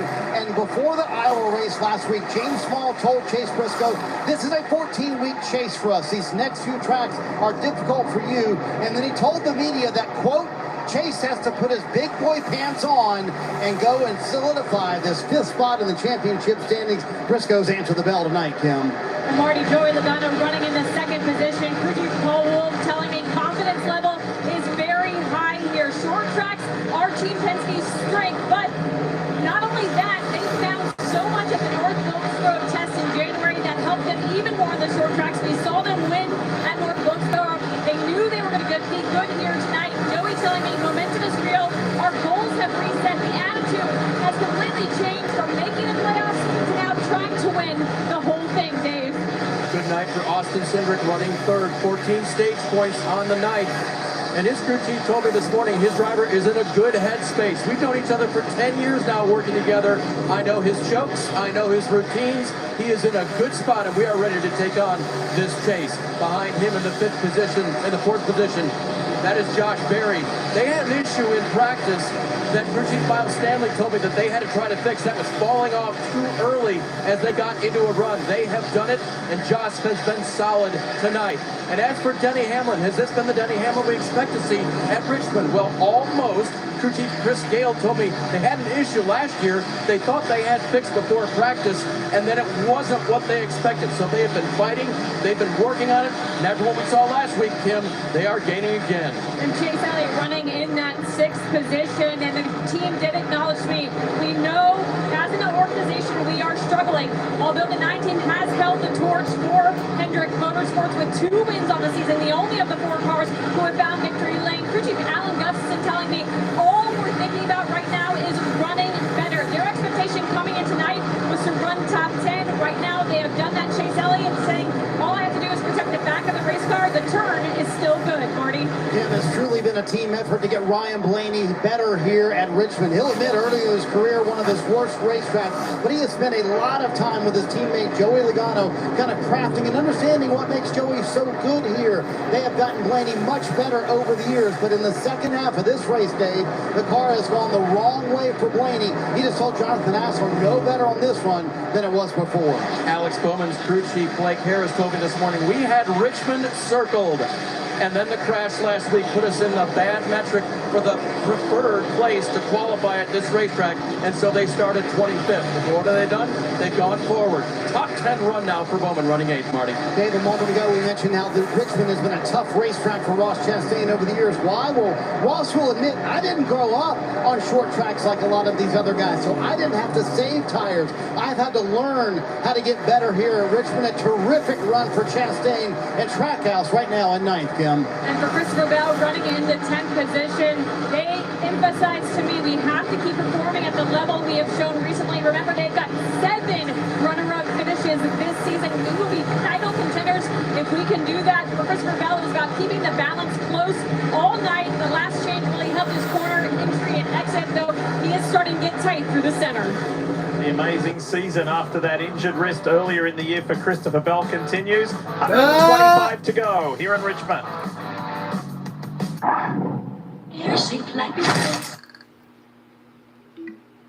Cindric also on pit road. Cindric ranks 1st on speed tonight, even though he's only led, or has yet to lead, great speed out of that 2 car. Consistency, Steve, it's been all about that. You see Chase Briscoe down there on the bottom. Austin Cindric hits his marks, Marty. 19 on pit road, Dave. 121 to go here at Richmond. They have had such a quick car for Chase Briscoe. No complaints about the handling. Chastain has to work his way into his stall around the 19, Kim. Chase Elliott has that very first box upon pit entry. You see him there in the 9 car. Said didn't feel different balance-wise this run, similar to last run. Remember, he was protecting the back of their race car. Still feels like the turn's pretty good. A little slow there, though, it looked like on the left rear. Yeah, issue on the left rear, Kim, I couldn't tell. It looked like the new tire was on, or maybe they had trouble with the exchange. But 11.8 seconds you see on the bottom left compared to, say, a 9-second of Stenhouse or a 10-second for McDowell. So you see that time. His teammate Bowman had an 8.9. So you just instantly see the penalty of having that slow stop, nearly 2 seconds, 3 seconds to his teammate. Through this cycle, the 5 of Larson has gone to the top, but we wait and watch to see what he does. Let's show you the 9 of Chase Elliott and what went down. Look to the left rear. Yeah, let's see if it comes off slow. Comes off okay. Maybe a little bit of an exchange. Yeah. Oh, no, a gun. Can't put it on the tire carrier. Gun. He basically, you could see the tire changer trying to get the gun to go from reverse to drive. Larson's in, Kim. Yes, and Coach Daniel's telling me what defines this team is, can you keep fighting even when you're struggling? This team has been struggling tonight. You see that chassis break from the back of the race car. Kyle Larson just complaining of a tight condition all race long. Also looking a little bit slow on the right side, or excuse me, the left side for them. Oh. Left rear. Get a green flag pit stop, 13 seconds. Oh. Hocevar up against the wall. Oh, and a yellow would be huge for Reddick, who is yet to come to pit road. You hear the radio on the 77. NASCAR, I believe, is going to have to put the caution out. He stopped in turn 3. There it is. Is this it? Is this the yellow that Tyler Reddick has? Is this going to be the change of fortune for Tyler Reddick? Is this going to flip the pendulum back to the positive? Well, he has been grinding all night, got himself back on the lead lap, fighting hard. This is 2 weeks in a row. Nightmare for the 77 of Hocevar. Oh, wow. That sounded like it sounds like a misshift. Like it's he like almost like he downshifted it. Or a mechanical issue. Oh, sorry. Let's listen to that one more time. Really focus, Jeff. I wasn't sure what we were going to hear. Maybe we can hear that one more time a little bit earlier on the straightaway, because I guess he just was already in 4th. Maybe thought he was in 5th, and he was really in 4th, and he downshifted to 3rd. How long?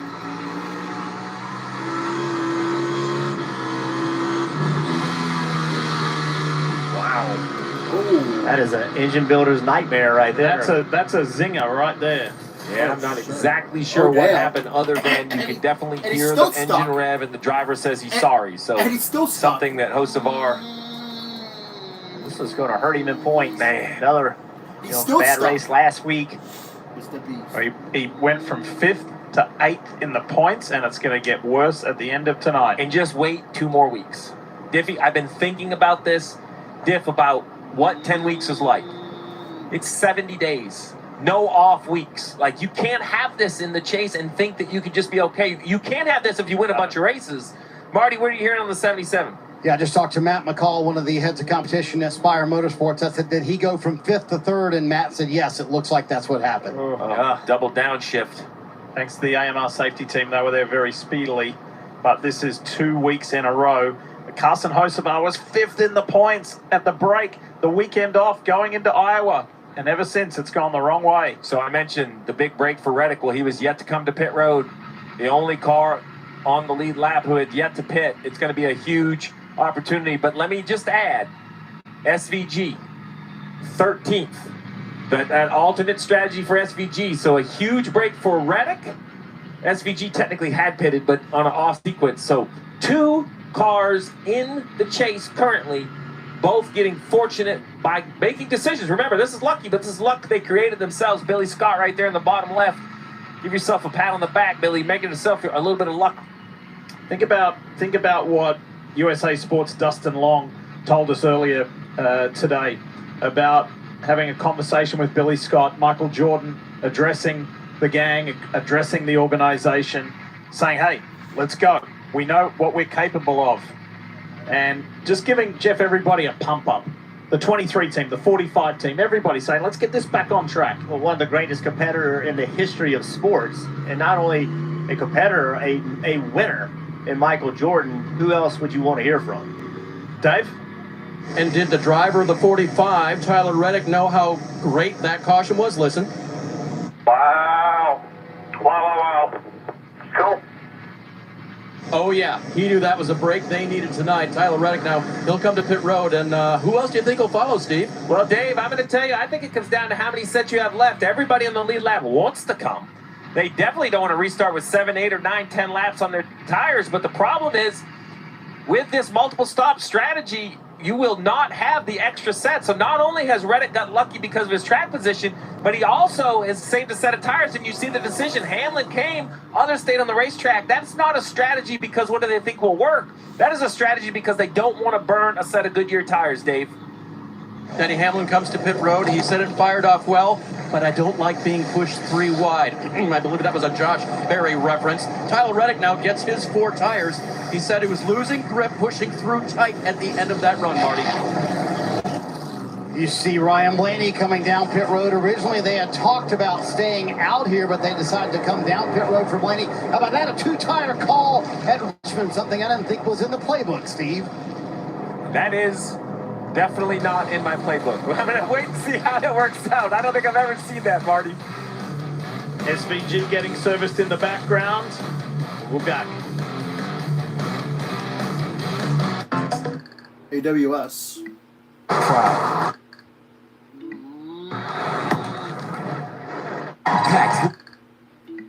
At Bank of America are proud to be the title sponsor of the chase race this October at Charlotte, which will return to the Oval this year from the Roval in previous years for the Bank of America 400. Look forward to seeing you all there. Several hours down the road from where we are here in Richmond, Virginia. See, we're going to the choose. Everybody's picking inside lane, outside lane. Let's go back to the 5 car because this is the second time this has happened to him tonight. Kyle Larson, first car a lap down when the caution came out. So that puts him back in the lead lap. However, let's see where they line him up. He is running in 14th place, the last car in the lead lap, but he has essentially 29 cars in front of him, 28 cars in front of him. So he's got to go through all these lap cars because you line up behind all the lap down cars. In the lead lap, a ton of work to do. He's seen it multiple times tonight. It's not much, but 4 or 5 lap pressure tires on Blaney, Reddick, Hamlin. They should have a huge advantage once traffic strings out. Ready to go again. And it's the same 2 again. Briscoe, Logano bring this field back to green. Austin Cindric is having a fabulous night. Look at that 21 Wood Brothers Ford of Josh Berry. And here around the outside comes Bowman. They're 4 wide. Oh, what the heck? Reddick rebounded off Chastain on the inside and past 3 cars. What a save by Berry right here. Oh, he shit. was wrecked getting into turn 3, and he saved it. Blaney goes by. Here comes the 24 of William Byron. Hamlin is down on the low side. Shane Van Gisbergen in that 97. Right on the back of his Trackhouse teammate. What a restart lap that was as Briscoe is scooted away, clearly ahead of Joey Logano. Let's watch that. That was crazy. 3 wide. We've seen multiple times. Oh, shit. Oh, contact right there, actually 4 wide. And then they get in the corner. That was Berry like a just 4 drives wide. down across the 1 car. That was a 4 wide. Not sure how he kept from wrecking right there. Yikes. That's big contact. Yikes. This is listen to this from Reddick's point of view. Watch and listen. Oh, that was close. Just a little scuff and a rebound, a ricochet, and kept going. And now here he is scrapping with Austin Cindric. Let's remind you that Tyler Reddick started 32nd in this race. And the Toyota And now he's Racing in Entourage third. shows us, yes, he got a little fortunate with that last caution, but he has been racing well tonight. Fortunate, but you have to sometimes make your luck, and I'm impressed by the aggression of this 45. It is so easy to become a little bit sheepish when luck is not on your way and just stick with the mold, but running long right there is so difficult to do. Billy Scott pulled it off and got fortunate, and you mentioned SVG back there in 11th. He is saving points left and right with their aggression tonight. After what went down in Iowa last weekend, Jeff, Reddick had a little bit of sense of humor coming into this weekend. He said, well, look, first of all, I'd like to see more than 4 laps, but the weekend got off to a bad start. And he wasn't laughing about it right here. I mean, just seems like nothing could go wrong for them early in the year, and then they got into a stretch where nothing could go right. A few breaks tonight, Steve. Maybe this is what will get them going back in the right direction. So Briscoe, Logano, Reddick on screen, and then Bell. Christopher is giving himself another shot at it 7 times this year. Runner-up. Can he get that elusive win here tonight? 100 laps to go. How are you going to consume it from what we've seen tonight? I'm thinking it's a couple green flag pit stops. That leaves you an opportunity to change tires. If we get a late yellow, I mentioned that strategy was a lot about how many tires you have left. So look in the left side. 3 for the top 3 cars. Bell a set behind. Blaney half a set behind. Byron, Hamlin a set behind. If it runs green, not a story. If we get another yellow, though, tire sets will become a story. And remember, this is one more than we had a year ago, and it yet is still a story. I love that we have a soft tire. I love that it wears out. And I want to see this if this 22 in a long run can run this 19 down. I feel like early in the race, the 19 was not as good on long runs, but the last run, Steve, he seemed like he was holding on really well. Maybe made some changes to the car. Maybe the 22 is not as good. Once again, on pit road, they all made changes. All right, Jeff, let's do a lap. Let's lay out. Let's listen to Reddick, and then give us your evaluation when we come back. Have a listen.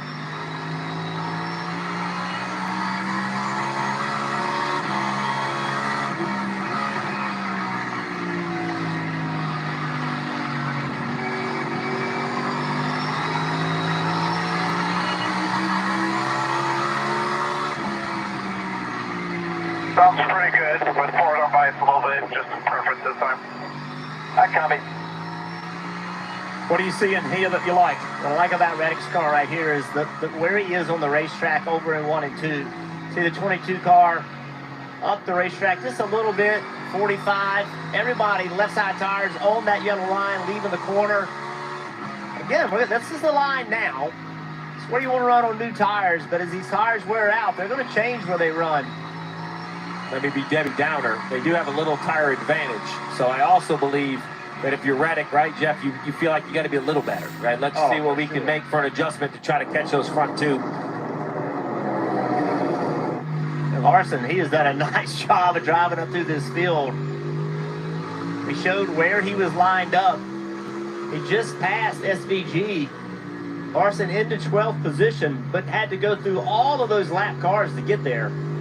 Well, they have made this car, Dale Jarrett mentioned it earlier, they have made this car much better. Well, you guys have talked about a tip of the hat to Hendrick. So if we just take off our Hendrick expectation glasses for a minute, the 9 is 6th, the 24 8th, the 48 10th, the 5 12th. They're not going to hang banners for that sort of run, but a much better one. Yes, and all there, right? Not a standout, not one car. This is not normally their signature. They just beat everybody with raw speed. They are finding a different way to compete.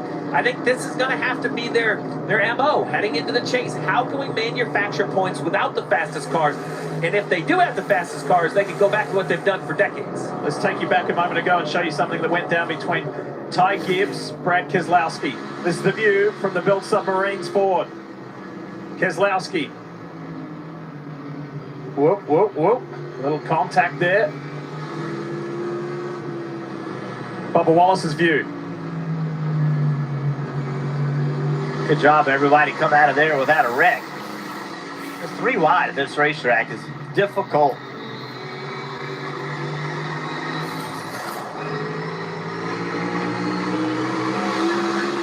Back to live pictures. Brad Keselowski runs 28th at the moment. We saw a few laps ago a lot of contact with Josh Berry. And I think it hurt this race car. He is back here in 11th position. It's the slowest I've seen this car all night long. The last lap he ran was nowhere near the top 10 on speed. I think somehow they got some damage. Here's the interesting thing.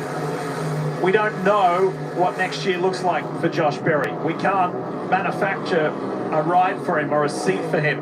But Stevie sure is reminding people what he's capable of. And that's all he can do at this point, right? He can work on the business side, have partners that want to support him, and just remind owners how he ended up in the Cup Series. And it was short track racing like this. Now, I know he won at Las Vegas, but when I think of Josh Berry, I think of these very rhythmic short tracks. He's got a little worse tire than some people around him, so that may be contributing to it as much as potential damage. This is the fight for third. Christopher Bell in that DeWalt Toyota. He holds third at the moment. over fellow Toyota driver Tyler Reddick.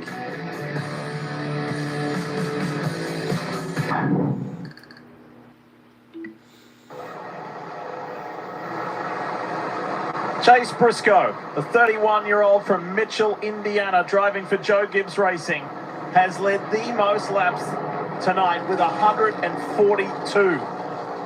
What a night. He has never had an event at Richmond in the Cup Series like this. Started on the front row alongside Ryan Blaney and has found his groove at this 3/4 of a mile racetrack.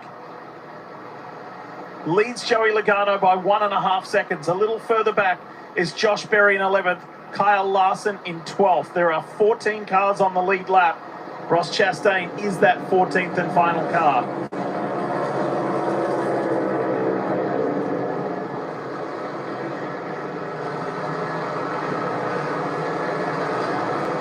With 84 to go in this race, the Cookout 400, it's time for Ones to Watch, presented by Credit One Bank. I'm going to go with Christopher Bell. He is running in 3rd position right now. This is the best he's been all night long. He just ran the fastest lap on the racetrack. The pay window is open, and Christopher Bell standing there with his hand out wants to check. Well, if anybody knows about the pay window, how about Tyler Reddick? Hot start to the year that's cooled off recently. Well, he started 32nd tonight after a spin in practice. He had to pit an extra time for a loose tire, but then stayed on the racetrack, caught the yellow, and here he is in the 4th position.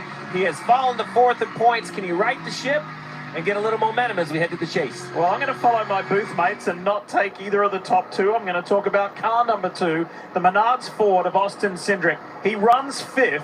He has only had one top 5 this year, and that was all the way back at the beginning of the season in Darlington.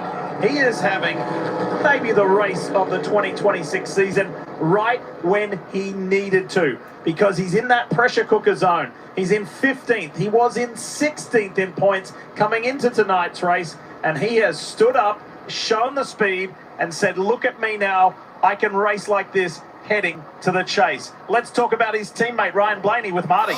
Sitting in 7th. Boy, this night started so promising for Ryan Blaney in the 12 team, leading 88 laps. But on this run, when they took right side tires, here's what Blaney said just a moment ago. Brake pedal soft as for some reason. So the brake pedal very soft on this run for Ryan Blaney. Just a moment ago, Jonathan Hassler's crew chief said, we're going to pit in about 5 laps. So this cycle with 80 to go going to start very soon here at Richmond. It's going to be a busy cycle, too. It's one thing in the first or the second stage because you know you're going to have a rinse and a reset, but this could be the run all the way to the checkered. 79 to go, 29 laps on this run. Some cars have a few more laps on their tires than that.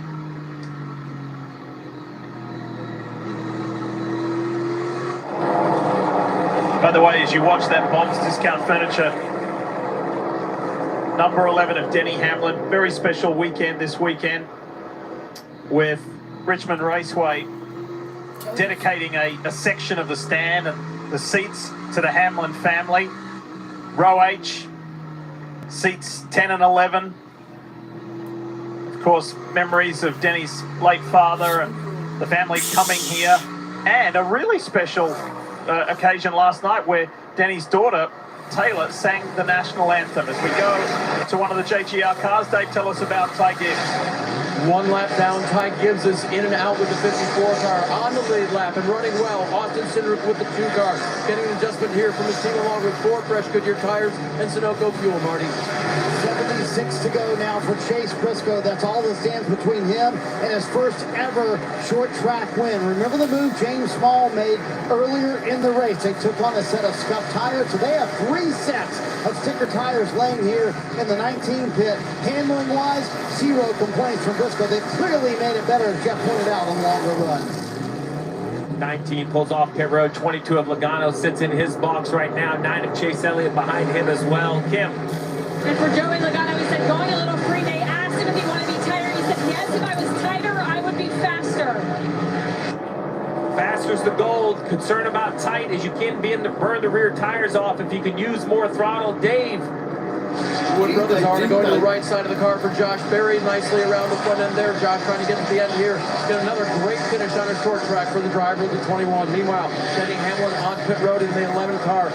Really loose in was the report from the driver. So they'll try to get an adjustment here as he hits his marks. Can his team give him the service he's had all night? It's been quick. They've gained spots on pit road. You see the tear up there. So the driver can clearly see what he's doing. Joey Logano running up front there and chasing down Tyler Reddick. Logano doing a nice job. Reddick yet to come to pit, running long as well. I thought the 2 of Cindric was going to make up more time. He's about 10 car lengths behind the 22 because he came a lap sooner. But I'll admit the 22 of Joey Logano, efficient. 45 continuing to run long. They're going to try to play the other side of this strategy. The question is, are they only going to pit twice? Or are they only going to pit once? What's the 45 thinking? Are they hoping to get another yellow as they run long, losing time? It's what benefited him the last time around at that last caution when Carson Hocevar had to stop. Brought out the yellow, and that was a big win to the 45 team. Now check this out.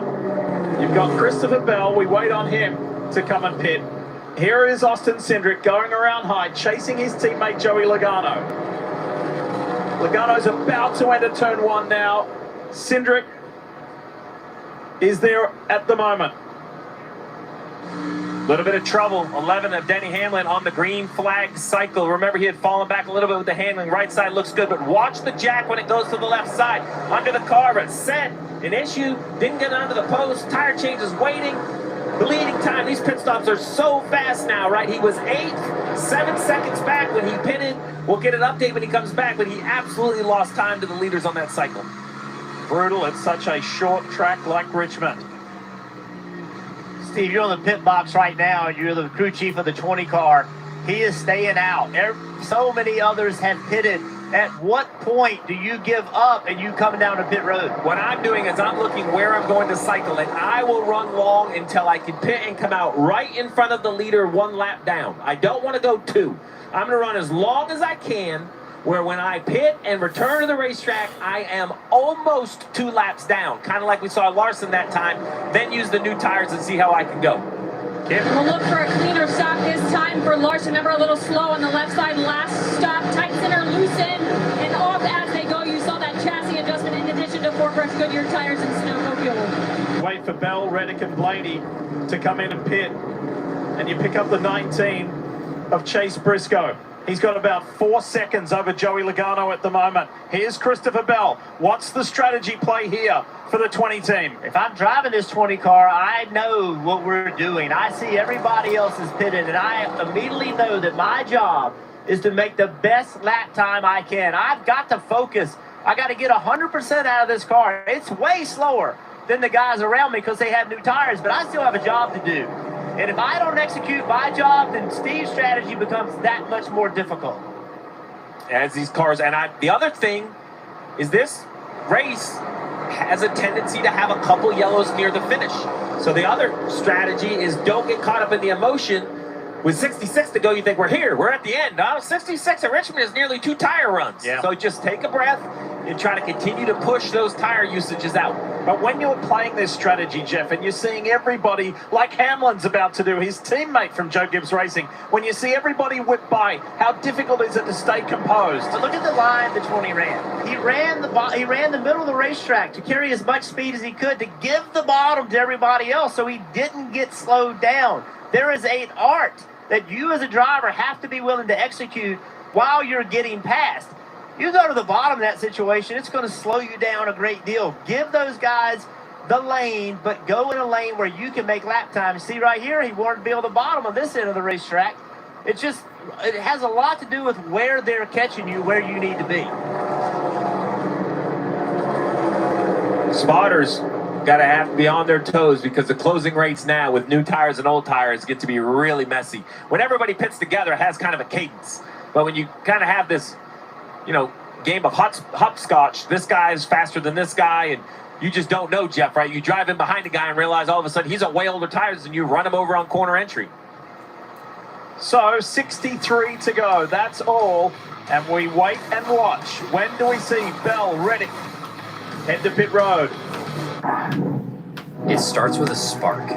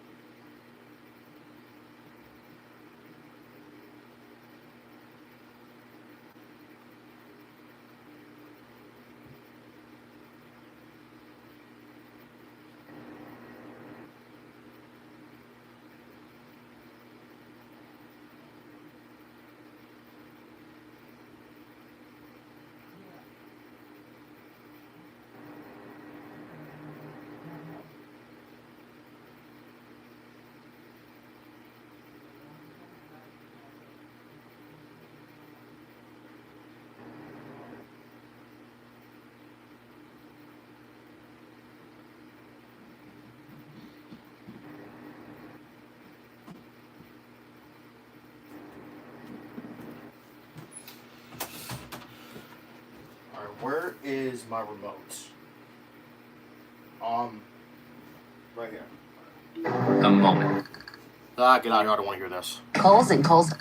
I don't want to hear this. You can always feel a storm coming. I'll turn the volume down to like 24. On that one. I'm here for. The heck? You're not going to last. Tyler Reddick's. All right, Paul. We've been asked the question, Dave Burns, waiting, watching, wondering when Tyler Reddick's coming in. Here he is. The time is now, and think what they've been through so far tonight. Started 32nd on the day, had a loose wheel on one pit stop, had to pit again. They were the beneficiary of the Carson Hocevar pardon. What a break for them. 4 tires here, get the car a little bit freer in the center, Kim. Dave, Christopher Bell in that 20 car is going to answer that call from Tyler Reddick. Also bring down his Toyota onto pit road. He said he was tight to fire off, and the longer the run went, going loose laterally, they put on those 4 fresh Goodyear tires. The race goes green. I believe this is going to be the last pit stop for the 45 and the 20. A yellow would change it, but I really believe that this right here is their plan. They just ran over 50 laps on this set of tires, 56 laps to go. If you're asking which strategy is going to win, so is everyone in the grandstands and on top of the pit box. And I truly believe math isn't going to tell you the answer. It's going to be traffic. Who operates through traffic cleanly? You see Bell back on the racetrack. He needs to just continue to work through traffic as efficiently as possible. That is the variable in this pit stop equation. It's really interesting to me because the 45 pitted, then the next lap the 20 pitted. They have the same program, like essentially the same math. We have to pit now for this to work out. The 45 was 2 or 3 seconds behind. The 20, 45 pitted, made sense. The 20 it looks pitted like it was Christopher Bell. Yeah, so he's going to be first. The rest. And you see Blaney still with the red tires. I really believe that he feels he's behind on tire sets. So he's just running a long time, put the last set on, and hope he still has a set for a late yellow. I think they got a little behind. It's probably that 2-tire stop they could probably want to take back. Plus, he now has this long brake pedal, so this race has definitely got away from the 12 car a little bit here in the light stage. Hitting this stage for the 12 car. This will be interesting to watch because if he does have a long paddle, Jeff, that is difficult enough to make lap time. You just got to really pump it up now to get to pit road. Slow down really early. And he did. Some guys carried much more speed into the corner than the 12 did. The pole position winner and stage 1 winner was running right at the time of pitting. 53 to go from here. He's coming your way, Marty. Yeah, Lee, you could just see those brake rotors glow for Ryan Blaney in 3 and 4 as he was coming to pit road. And this is an example how quickly the strategy can change here at Richmond. They initially thought about pitting early in this cycle, but they decided to go very long, a little bit long there on the right side, trying to get the jack underneath the car for Ryan Blaney. As you mentioned, Lee, had fallen back tonight. Now going to be 4 tires for Blaney with 52 to go. Top of the screen, the 20th foul, closing in on the leader of the 19. Jeff, we talk about this in pre-race. This is where you're holding your breath. You're a lap down if you're Adam Stevens. Once you pass the 19, your playbook opens dramatically on a yellow. Bell's going to turn left. Briscoe really has no chance to fight him. The 20 is going to go through. That's really well done. Not a lot of tire usage. So the 20 back on the lead lap. Cole Custer did nice there. Stayed out of the way, gave room to Briscoe. Teammate zipped by on the inside. He was basically 6.5, 7 seconds behind the 19 when he left pit road. And he's now within a second, or now past him. So he's made up 7 seconds in about 6 laps. So really, it just gives you an idea of just how fast this 20 car is. Fastest car on the racetrack by a mile because of the new tires. Now, if I'm driving this 20 and I think I'm going to have to go 49 more laps, I'm going to have to be a little bit smart here. I can't just rip it. I just can't just go 100%. I'm going to have to save a little bit of tire.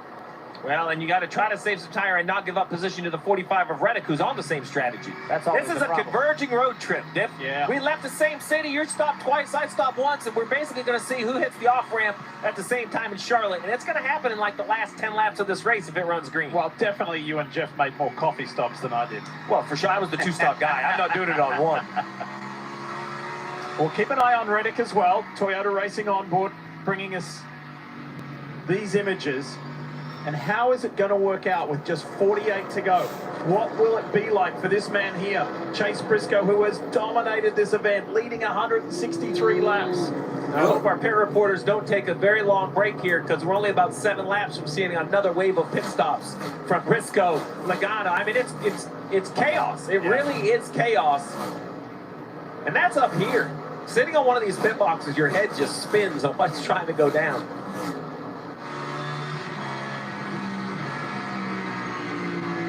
Watch the difference here with these fresh tyres versus cars like Austin Hill who have been out there for a while.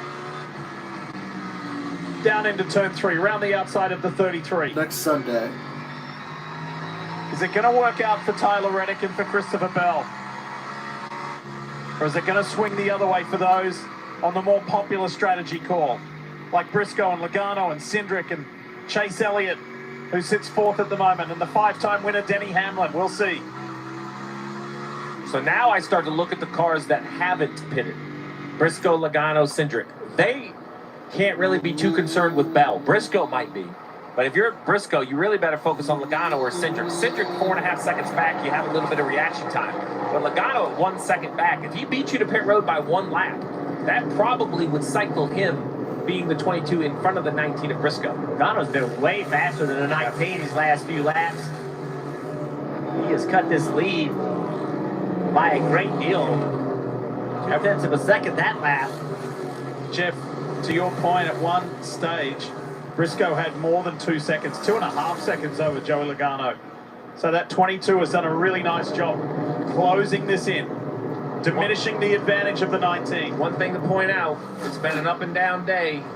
But right there, Larson, 0 sets of fresh tires left. Runs green, not a big deal.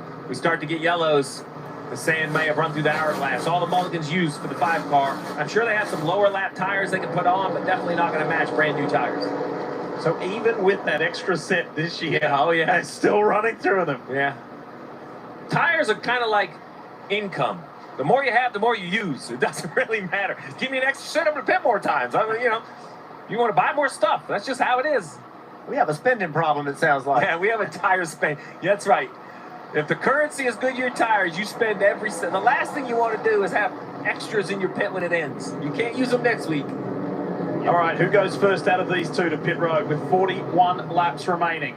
Does the race leader make the decision first, or does the 22 make the 19 a little more nervous and he goes first? I'm just interested in how much better the 22 is right now than the 19. The 22 has made a really good change, or the 19 has made the wrong change.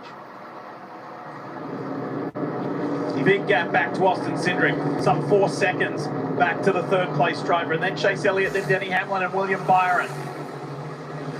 Look at this. Outside. This is for the lead of the race. And maybe for the win. 19 is nowhere near as good as he was. If I'm James Small, I'm coming this lap. I'm going to pit from the rear bumper of the 22. Try to pit a lap earlier and jump the 22 car. Try to give my driver an advantage. You see some action on top of the 19 box. I'm coming this lap to give my driver an advantage because Bell, there you go, radio on the 19. James knows what he's going to do. I guarantee Paul Wolf comes too. Lock the front brakes up. These guys know each other so well. It's like playing chess. Logano in his box first. Kim. As soon as Logano took the lead from the 19 of Chase Briscoe, they said, pit. This will be the last set of sticker tires that are going on this Ford for Joey, and he is down and away, Marty. Boy, move, counter move. James Small said, come to pit road, and Paul Wolf answered that bell pretty quickly. For the 19, he said, I was way too free on that run. They've dueled it out on the racetrack. Now the pit crews will duel it out here on pit road. Briscoe and Logano, it's a drag race. Logano looks like he's going to hold the lead of those who just pitted right here. Super close, but advantage the 22, advantage Team Penske. Now where do they come back out in the mix in relation to Christopher Bell and Tyler Reddick? The race is on from here with 37 to go. Bottom left of your screen, you see the 11 of Hamlin, who's coming to pit road. The 20 of Bell going into turn 3 on the bottom left. I'm talking down in this location right here. Bell is the leader. The 19 is a half a lap or a little more behind Bell. 36 laps, fresher tires. The 22 and the 19. The 22 has to stay in front of the 19 while trying to run Bell down. That's basically the stage has been set with 36 to go. Let's see right here, Logano, his lap time, a 22.98. Bell ran a 24.48. So a big speed difference with the 22 car. For Christopher Bell fans, you know the story all too well. 7 times this year, he has finished second. as recently as last weekend in Iowa, where it was a 2-tire call versus a 4-tire call up against his teammate. He is sick of finishing second. Bell wants to go to victory lane. Moving in storage until August. Big deal meal. August 15th was passed. And after that is NASCAR Americana, the new 3-part series, and it's episode number 2. That's following our progressive post-race show. Bell leads, Reddick second. Older tires, Logano fresh off pit road, just in front of Briscoe. Logano has pace, but man, there is some traffic. Logano right here. Whoa! Excuse me, coming through, pardon me. Passing Reddick for second. Christopher Bell 3.5 seconds ahead. I think Bell is easily going to be taken, overpassed by the 22, but, what's he going to fall to? 5th, 4th, 5th? I mean, it's good. Plus, has a set of tires left. As the caution comes out, he has track position right now.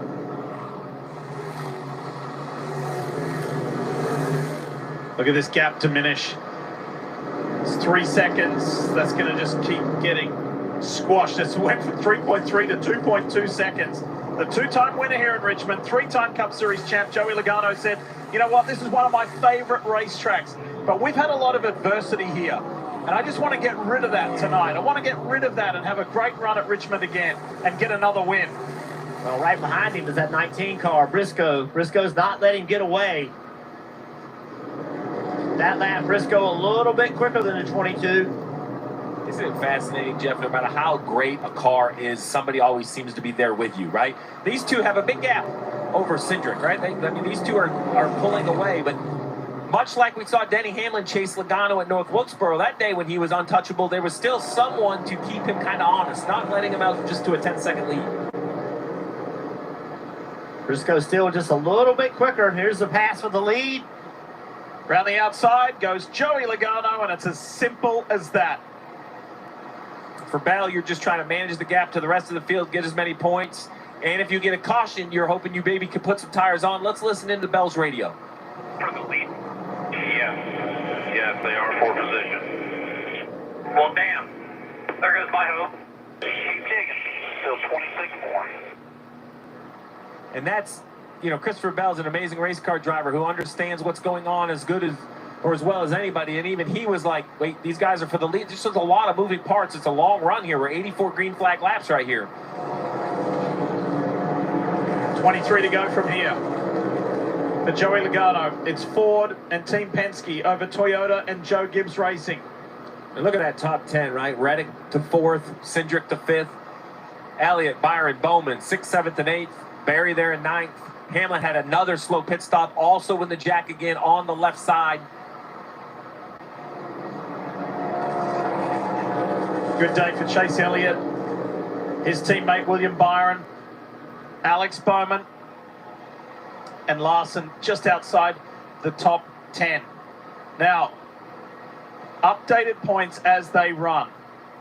Logano solidly in 8th. And I will tell you, as Joey has climbed the standings, I've really watched the gap to the leader. And I was a little unimpressed because it was about 340 points 10 weeks ago, and it was still 340 points, even though he's entered kind of the chat, right? Well, now he's 300.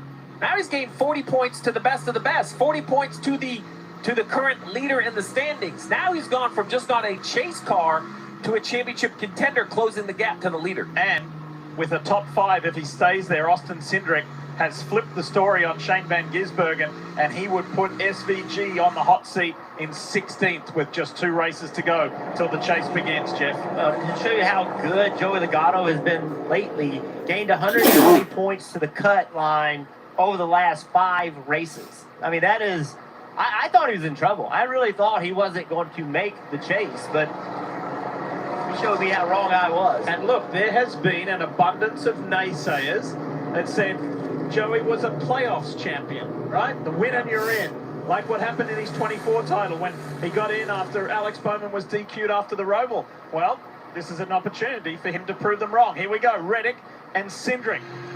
This is for 4th place, and Austin rounds up the 45. I will tell you, we keep talking about Joey Logano, and Chase Briscoe is not so fast. He's closing it down to a half a second. And traffic up ahead. We've seen traffic come into play so many times at this racetrack. All day long, I thought the 22 was better on the long run. As James Small and Chase Briscoe finally unlock something on this 19 car. I'll tell you what Chase Briscoe has is a lot of corner entry speed. We've seen this a few times this year.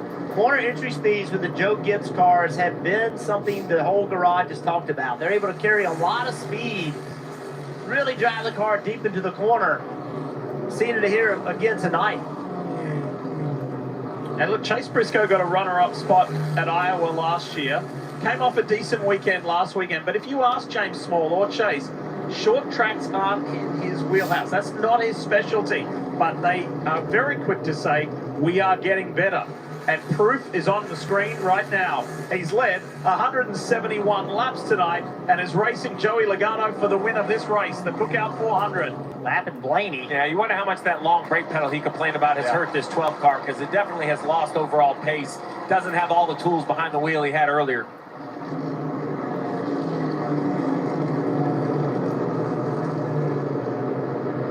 Briscoe just trying to squeeze by the race leader's teammate. Guy he started on the front row with and finally does get by Ryan Blaney. Blaney raced Briscoe really hard in 1 and 2.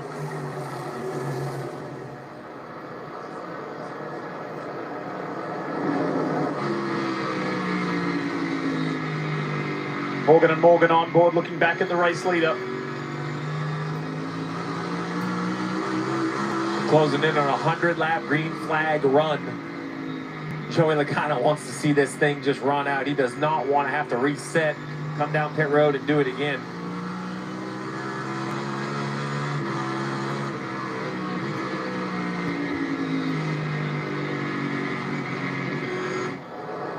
Oh, look at this. Well, that's about a half a straightaway in front of the leader. And he can see it. About 25% of the time, we see a yellow in the final 10 laps of this race. We'll see if this follows that trend. Daniel Suarez there, by the way, in the 7 is sitting in 16th place. The last car just 1 lap down before you get into the cars multiple laps down. Watch the 19 car and the 22 car. Briscoe, a lot of speed on corner entry, but right there, the car doesn't rotate as good as the 22 car. Briscoe trying to find something with only 11 laps left to go. Battle just now being overtaken for the the third position for Cindric. Another great run for Cindric. And again, it's been a drought as far as top 5 finishes. Even though it's been good, consistent finishes across the season for Austin Cindric to put him in the chase in the top 16. This will be his first top 5 since Darlington way back at the beginning of the year. The fight's not over, though, for the win of this race. Chase Briscoe is not letting Joey Logano get away. Wait, did the Braves lose again? They did, and we didn't even play yet. Or we're going to play soon. Okay, so we're about to play soon. Oh my god, oh look, the Cubs lost. Good. 3-0. Well, that's what we get for walking off twice. Oh dang. Was this a shutout win? Wait, so who pitched? Wait, so how many innings did the White Sox pitcher win? What? How? Brother. Oh, Sean Newcomb? What? It was a bullpen game?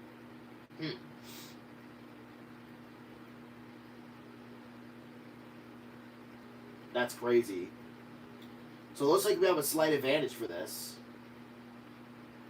Oh wait, so did the Padres lose again? Oh, they did.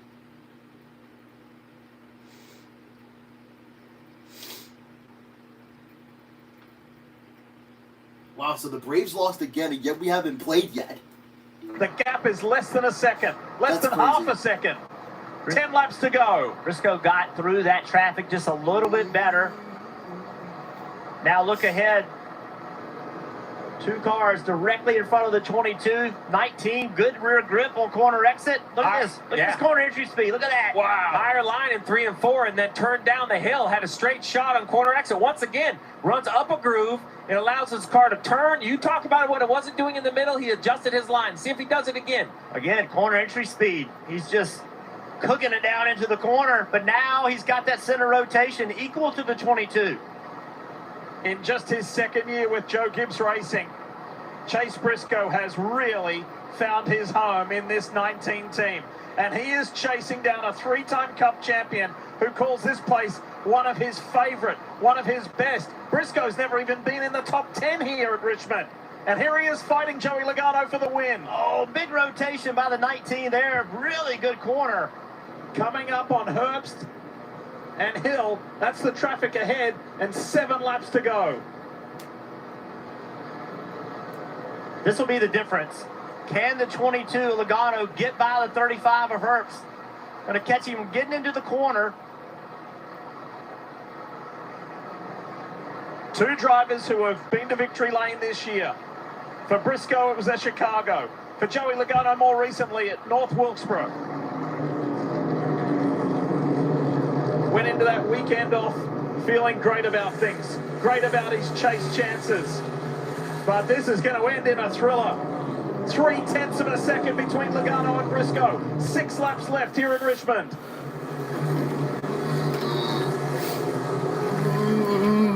Oh, that was a high exit, too. A completely different look for the 19. Going to try the second lane all the way through 1 and 2. Worked pretty good. Going to have to try that again. Nope. Look at him gain on corner entry over and over. I think he found something in 1 and 2 right there. Oh, he's loose. Oh. Spinning those tires. Lighting it up. Oh. Out of turn 4, across the line. 4 laps to go. Oh, I'm surprised he went to the bottom. Oh, he's still Who do you going. like to look at home? Oh, he's Logano or Briscoe? Who do you feel is going to get this one done? I think it's going to be Logano. with the upper hand. Has Briscoe got something left over these closing 3 laps? I think it's going to be Logano. But barely. Let's see. See if it works. Let's see. I like that. I like a wide entry, low exit. You mentioned it, traffic right in front of the 22. Can the 19 catch him in a bad spot? Oh, look at Austin Hill all over Eric Jones. It's an opportunity right here. 2. This is a chance for Briscoe. Logano to the inside of Jones. Fellow Toyota driver here. He moves aside for Chase Briscoe. 1 lap to go from here. Presented by Credit One Bank.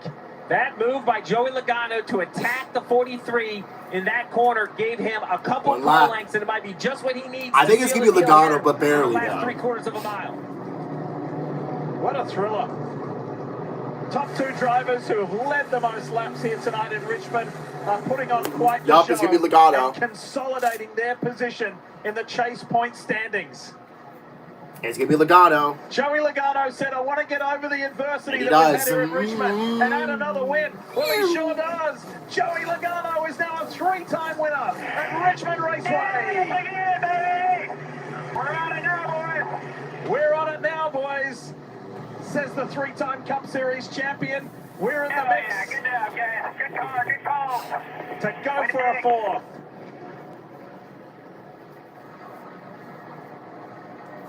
Good car, good calls, as he thanks Paul Wolf and the 22 team. That was close. 95 laps led after starting from 10th. Tonight's Joey's night under the lights in Richmond.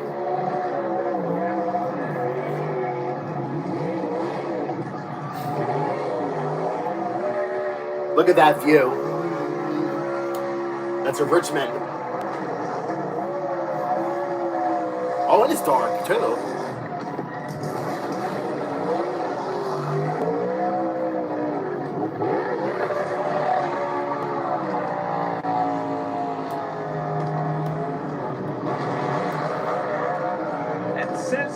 quickly. If you think I'm a three-time champ because of the playoff format, how do you like me now? We knew that the schedule would tip to the 22's direction with the short tracks, but I'm not sure anyone had this run predicted 20th to 9th in points over the last 6 races. And as I mentioned earlier, not just climbing, but also gaining to the leader, which proves that he is truly a championship contender if this momentum can continue. That's worth saying again. 20th to 9th in just 6 races. Done. Joey Logano, as he said to his team, we're on it now, boys. After we hear from Joey, the Progressive post-race show coming up here on USA Sports. Time to celebrate for the 22 team.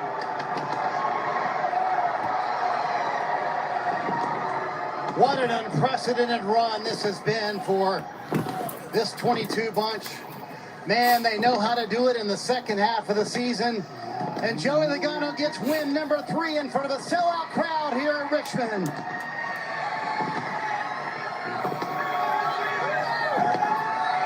It's been a while since his last one, I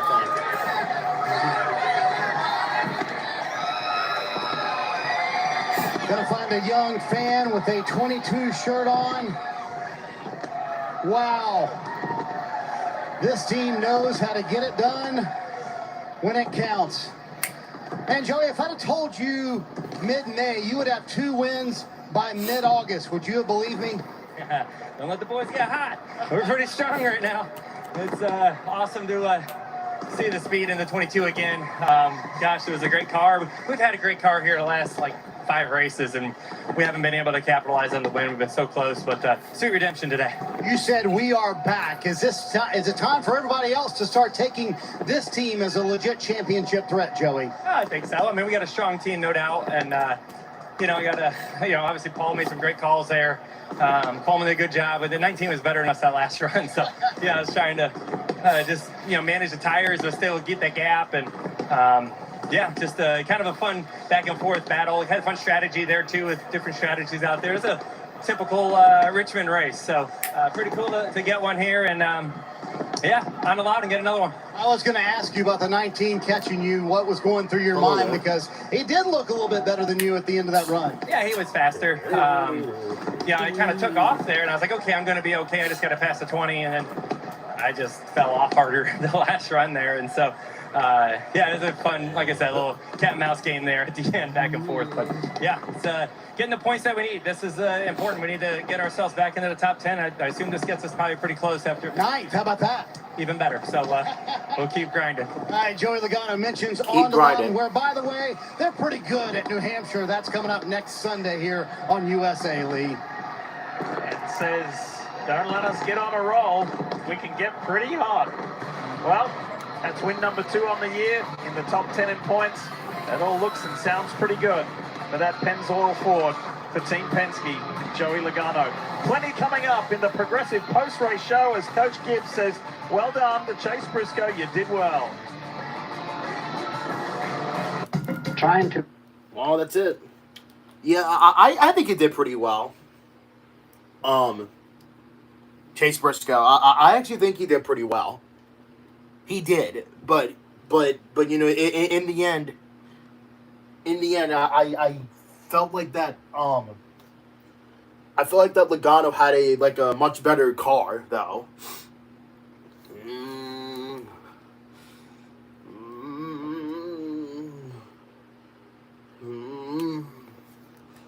Yeah, I actually say that Logano had a better car though.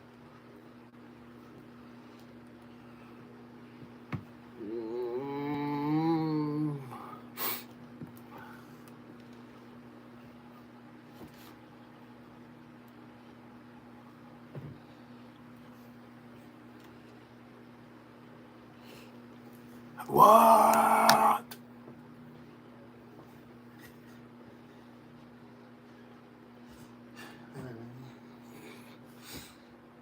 What?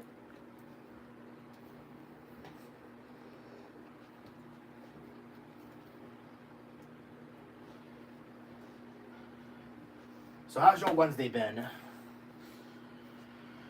Well, also, I forgot to mention that Mahali unfortunately postponed their test, which I felt a little annoyed, but I got Wakefield's.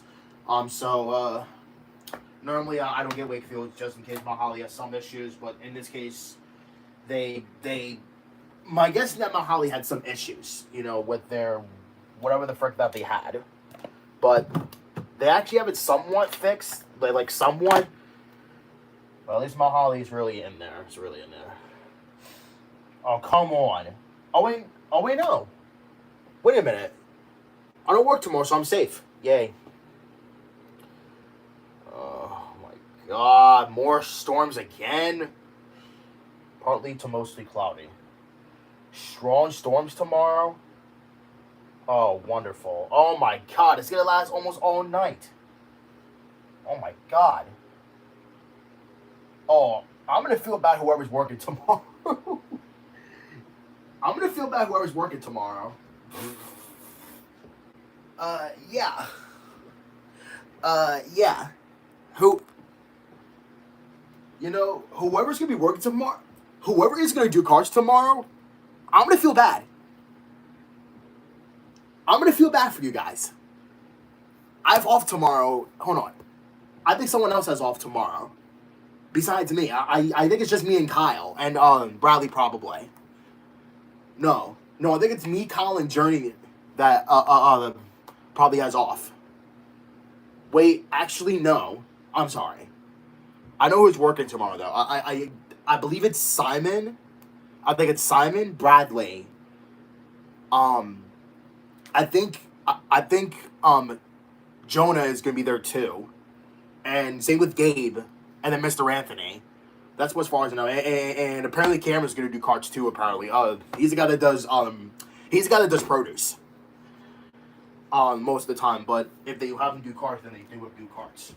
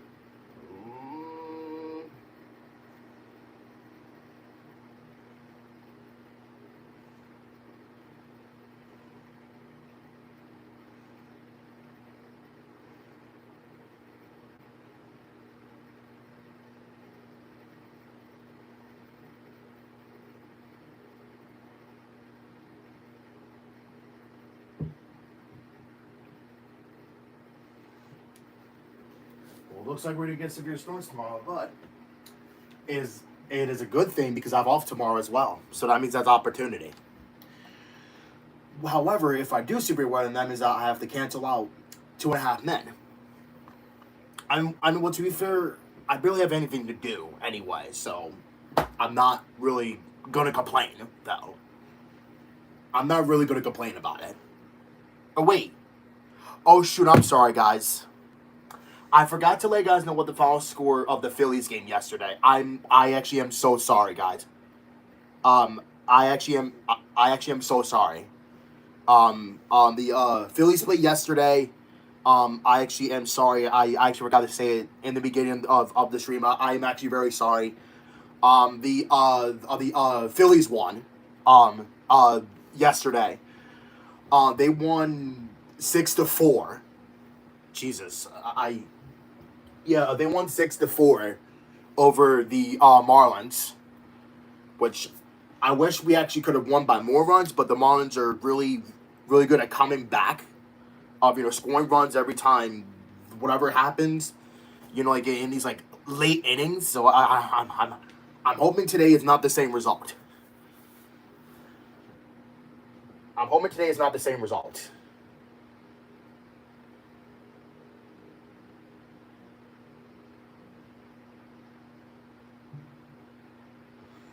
I'm actually going to put on the Phillies, actually, speaking of, because I'm going to eat right now. And it's Marcy, Lopez, Edwards, Conine, Hernandez, Casey, Ruiz, Mack, and Sanoa. And on the mound tonight, it's the veteran right-hander, Sandy Alcantara, going for his 14th win of the season, which would match his season best mark, set back in his Cy Young year of 2022. Here's the lineup that he faces for the Phillies. One slight change from last night with a change behind the plate. It'll be Kyle Schwarber leading off. He's the designated hitter, batting second at shortstop, Trey Turner. Bryce Harper plays right field. He'll bat third, and batting in the cleanup spot at second base is Luis Ariz. Alec Boehm at first base will bat fifth. Batting sixth at third base is Bryson Stott. Brandon Marsh will be the left fielder and bat seventh. Batting eighth tonight, the center fielder is Justin Crawford, and Garrett Stubbs doing the catching will hit ninth. So again, it's Schwarber, Turner, Harper, Ariz, Boehm, Stott, Marsh, Crawford, and Stubbs. And on the mound, another veteran. It is the right-hander Aaron Nola, coming off his first win in quite some time, his last go in Iowa at the Field of Dreams game. We'll see if those dreams continue tonight for the Phillies, who are going for their sixth in a row. This doesn't look like Iowa here. Does not look like Iowa. Hopefully he pitches the same. Your SEPTA starting pitcher scouting report on Aaron. He's 4-9 on the year. It's 130 innings that he's pitched, 5.33. But look at the last 8 starts. The ERA sits right at 4. 27% strikeout rate's been very good. That's since the beginning of July. Now, it's a 5-pitch mix. The knuckle curveball, everybody knows, that runs the show 33% of the time, followed by the four-seam, sinker, changeup, and cutter. The knuckle curveball and changeup were just excellent the last start, down and on the glove side, and he was able to repeat that competitively. So hitters were faced with, do I swing, do I not swing? If he can do that, he can honestly last 5 or 6 innings. Now, he leads Major League Baseball in home runs given up. That's always a concern. So that way, the four-seam and the sink, they have to stay out of the middle of the plate. This is brought to you by SEPTA. SEPTA brings us all together. And, of course, Nola, his last time out, working with no ABS. That is, of course, back in play here tonight. And that was some bit of a talking point during his last start in Iowa. The plate umpire tonight is Clint Vondrak. Todd Tishner, the crew chief at first base. Tyler Jones at second. And Shane Livensparger is the third base umpire for this one tonight. And hopefully the umpires can not be a part of big controversies tonight. It seems like we've got a fair or foul every night that's been somewhat pivotal. And we'll see if we can avoid that here this evening. As the Phillies go for their 6th win in a row, it's something they've not accomplished at any point yet this season. Yeah, and I think there's a little formula to do that, and that's in the keys to the game. Offensively against Alcantara, he has swing and miss stuff, but that doesn't mean put away stuff. So make him throw a lot of pitches. And, of course, Aaron Nola, got to keep the ball in the ballpark. And if he does give one up, make it a solo shot. That's brought to you by James Hardy. Hardy Siding is America's #1 brand of siding. Nola going for his 5th win of the season here tonight. He's going for his 114th career victory. And that's a milestone number, as we'll tell you about. The first pitch on the way. Jacob Marcy takes it, and it's a called strike one. And we are underway right on time at 6:06. 85-degree night, some high wispy clouds, and a decent breeze left to right. So those flags point out towards right field. Here's Nola into his windup in the 0-1 pitch. And that one just missed away as he goes early changeup there. And with a little bit earlier start time, a little more sunshine and shadows to deal with for everybody on the playing field, especially in center and in right, most specifically. In the eyes of Bryce Harper at the moment, the 1-1, that's outside. And it's 2 balls and a strike. A little bit of sunlight cracking through the middle part of the infield, but for the most part, the entire infield in shadow, with the exception of Alec Boehm, who's casting a long shadow himself over there at first base. 2-1 pitch, fouled out of play. And it's 2-2 on Marcy, who's hitting .207 with 7 homers. Casting a long shadow at first base, that's better than casting a wide shadow. Yeah. That happens with age. 2 balls, 2 strikes. Here's the windup and Nola's pitch. Swing and a high pop-up over on the first base side. Arise backing out into shallow right. He settles under it, and he makes a 2-handed catch. And there's out number 1. Yeah, the wide shadow cast at first base is a guy next door who might have fit that bill once upon a time. They'll bring up Otto Lopez. Took Murph a minute to realize who I was talking about. Lopez, 308 hitter, stands in here against Nola. He's 5 for 12 off of Aaron, and the pitch is in there for a called strike. Nola, facing the Marlins for the 3rd time this season, was matched up head-to-head against Alcantara in Miami back on the 28th of July. It was a 1-0 Phillies loss. A first-inning home run from Kyle Stowers, and that was all of the scoring, the pitch. And that one is a strike over the outside part of the plate. The first time he faced the Marlins, back on May the 4th, was also a 1-0 ball game. But that time, Aaron was the winner, as a Bryce Harper solo home run was the only run of the night. The windup and the 0-2 pitch on the way. Ground ball, left side in the hole. Turner gloves it, throws on the run to first. Good stretch. And out at first is Otto Lopez. There's the second out. Terrific play on the backhand side. Tough play. And the nice thing with Trey there, he actually comes through it a little bit. So many times he sits back. This time he comes through, gains a little bit of a step on the runner. The old Bryson Stott glove coming through once more. It's all about comfort. You must be comfortable with that. Great play. 2 up and 2 down, and here's Edwards. Switch hitter from the left side against Nola. First pitch on the way, and that just missed outside for ball 1. Stubbs, as we mentioned, doing the catching tonight for Aaron. It's Boehm at first, Arise at second, turn to the shortstop, and Stott over at third. In the outfield, Marsh, Crawford, Harper, left, center, and right. Here's the windup and the pitch. And that one is inside. Edwards jumping back out of the way of that.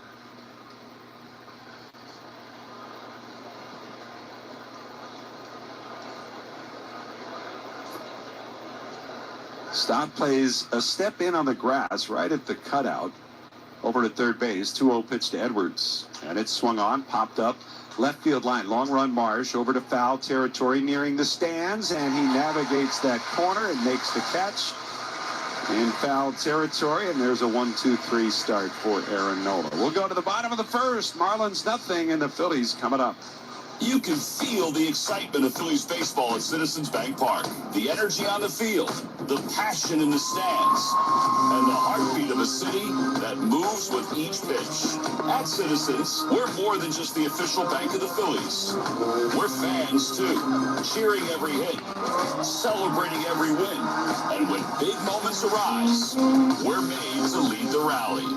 Citizens, the official bank of the Phillies. What if you could have the most reliable fiber-powered Wi-Fi at the same price for 5 years? Now through August 24th, new Xfinity customers can get our best price on gig Wi-Fi this summer before it disappears. Just $50 a month for 5 years. Plus, get online in minutes with same-day Wi-Fi. And get Peacock Premium included for 2 years. Lock in your price and unlock the possibilities. Get it now at Xfinity.com. Xfinity. Imagine that. Restrictions apply. Requires paperless billing and autopay with stored bank account. Taxes and fees extra. Speeds vary. Use of fiber coaxial cable. Learn more at Xfinity.com/same-day Wi-Fi. It's coming right at us. I got it. I got it. You don't got it. Yeah, I almost had it. You didn't almost have it. You might not be good at catching foul balls, but with SeatGeek's Deal Score, you can get the best deals on the best seats. Okay, this one's on me. SeatGeek, the official ticket marketplace of the Philadelphia Phillies. Be good at MLB seats with SeatGeek. Giants Family Day will be fun on Saturday, September 5th at 6:05 when the Phils face the Braves. And kids 14 and under take home a squeeze bottle. Secure seats at Phillies.com. The Phillies play here. Sports Radio 94 WIP. Except starting pitcher scouting report, Sandy Alcantara, 13-7, 170 innings, just over that, 3.43 ERA. A lot of pitches, 7 of them, sinker, four seam, and cut. They have some getty up, 96 to 100. Still likes the changeup. This brought to you by SEPTA. SEPTA brings us all together. First pitch right down the middle to Kyle Schwarber. It's a cutter. And it starts the bottom of the first. Schwarber, Turner, and Harper to bat here against the veteran right-hander. He's on quite a roll. The 0-1 pitch, swinging a grounder foul, first base side. A kick save and not a beauty by Paco Figueroa in the first base coach's box. He swiped at it with his right foot, but wasn't really close. Schwarber down to the count, 0-2, 247 hitter with 37 home runs on the season. And Alcantara's pitch to him, swung on, little bloop towards right. Coming on is Ruiz, and with his speed, he'll get there, and he makes the catch. There's one down. It's very interesting to me that they have Ruiz in right. They keep Marcy in center, just because of the speed, but I think Marcy is not as strong on the corners. He's much better at center, and he's very aggressive at calling for balls. That's who you want in center field. That'll bring up Trey Turner, just 1 for 8 in this series. A walk and a hit by pitch. It was pivotal last night. The first pitch to him he takes, and that is a strike on the inside corner. Says our first ABS challenge brought to you by Gusto. Hire, pay, and grow your team with Gusto. This should be overturned, and it is. Call is overturned. Philadelphia has 2 challenges remaining. If you know, you know. Well, 1-0 the count. Alcantara, feet apart, right foot, almost center of the rubber, turns into his windup, the 1-0. And a swing and a miss. Bat goes twirling out of his hands past third base and down the left field line in foul territory. It'll be retrieved by Javier Sanoa, who hands it off to Anthony Contreras, the Phillies' third base coach. And AC is jogging that one back to Trey Turner. Well, at least on the flight of his bat, it looked fairly level. Is that a good thing? Yeah. Yeah. I mean, if it's not like a big uppercut, it's helicoptering correctly. I think that's working too hard to spin things on a positive note. Oh, there's more. The pitch is down low. It's 2 balls and a strike. Turner, 246 hitter overall for the season with 17 home runs. Good lifetime numbers against Alcantara, who, of course, is no stranger to the Phillies. Here's the 2-1. And Turner swings, grounds one sharply up the middle. Diving, Edwards can't get it. It's off his glove for a base hit. That is his 18th career hit against Sandy Alcantara, the most of anybody in baseball. Bryce Harper is second on that list. He's got 16 hits. He and Ozzie Albies of the Braves. And Harper coming up right now.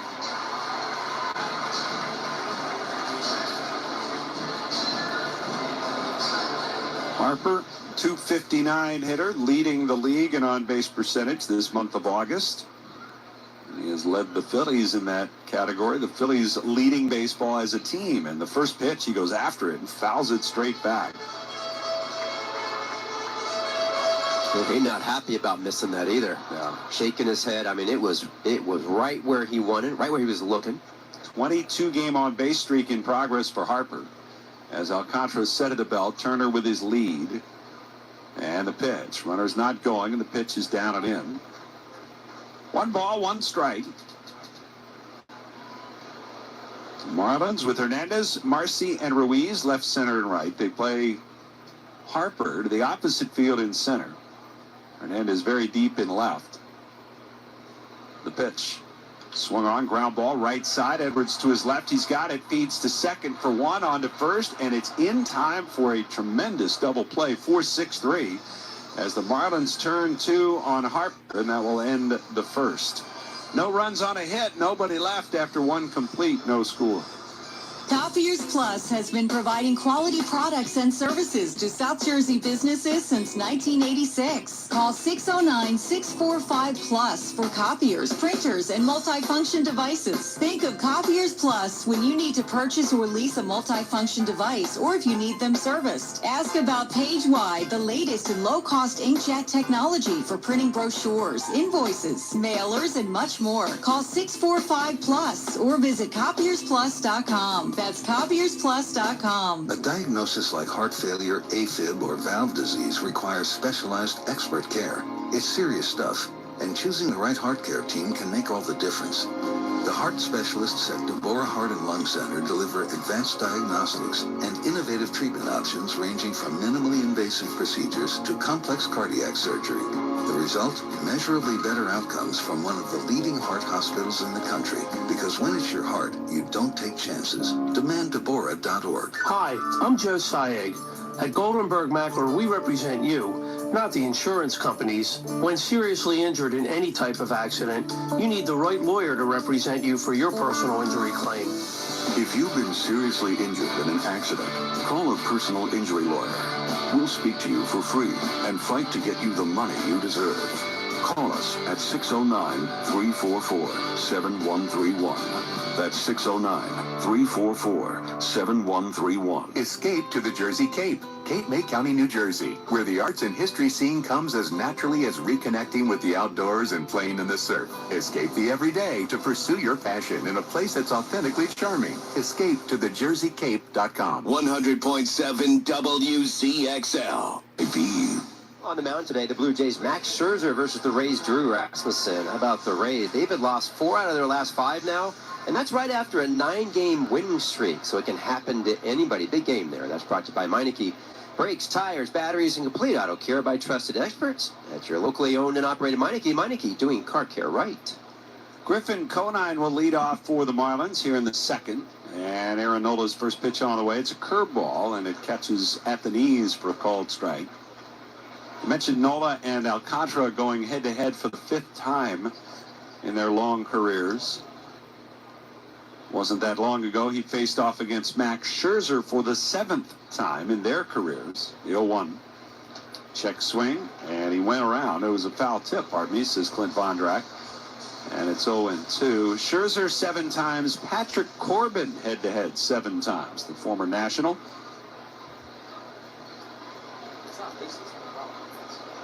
The windup, and the 0-2 on the way, and that's down and in.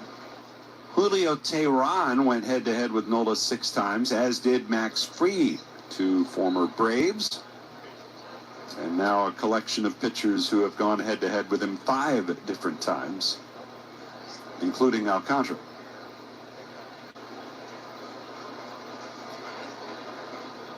Here's the 1-2 pitch on the way.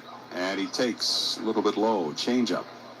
I didn't get a chance to talk to Aaron or ask him about this, but because he faced Sandy so many times and all these other pitchers, I want to ask him, and I will next time, does he remember those games? Do you remember a certain pitcher that you battled with the most?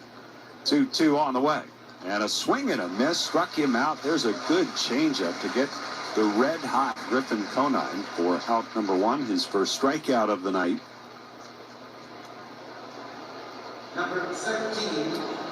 That'll bring up the left fielder, Heriberto Hernandez.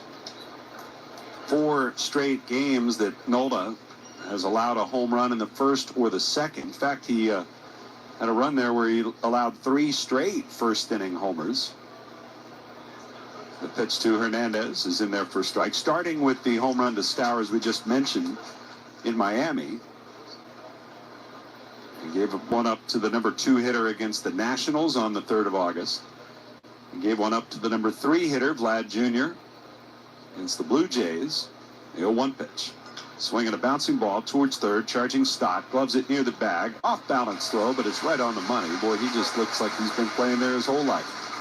He looks, he looks like a really good infielder. Yeah. I mean, he can play anywhere, and this ball was in and out of his glove so fast. And this time, and playing on the left side, he gets to showcase the strength of the arm. I love it. So 2 gone, and here's Owen Casey, the designated hitter. No score in the second. And Nola with the wind and the pitch to Casey. It's up and away for a ball.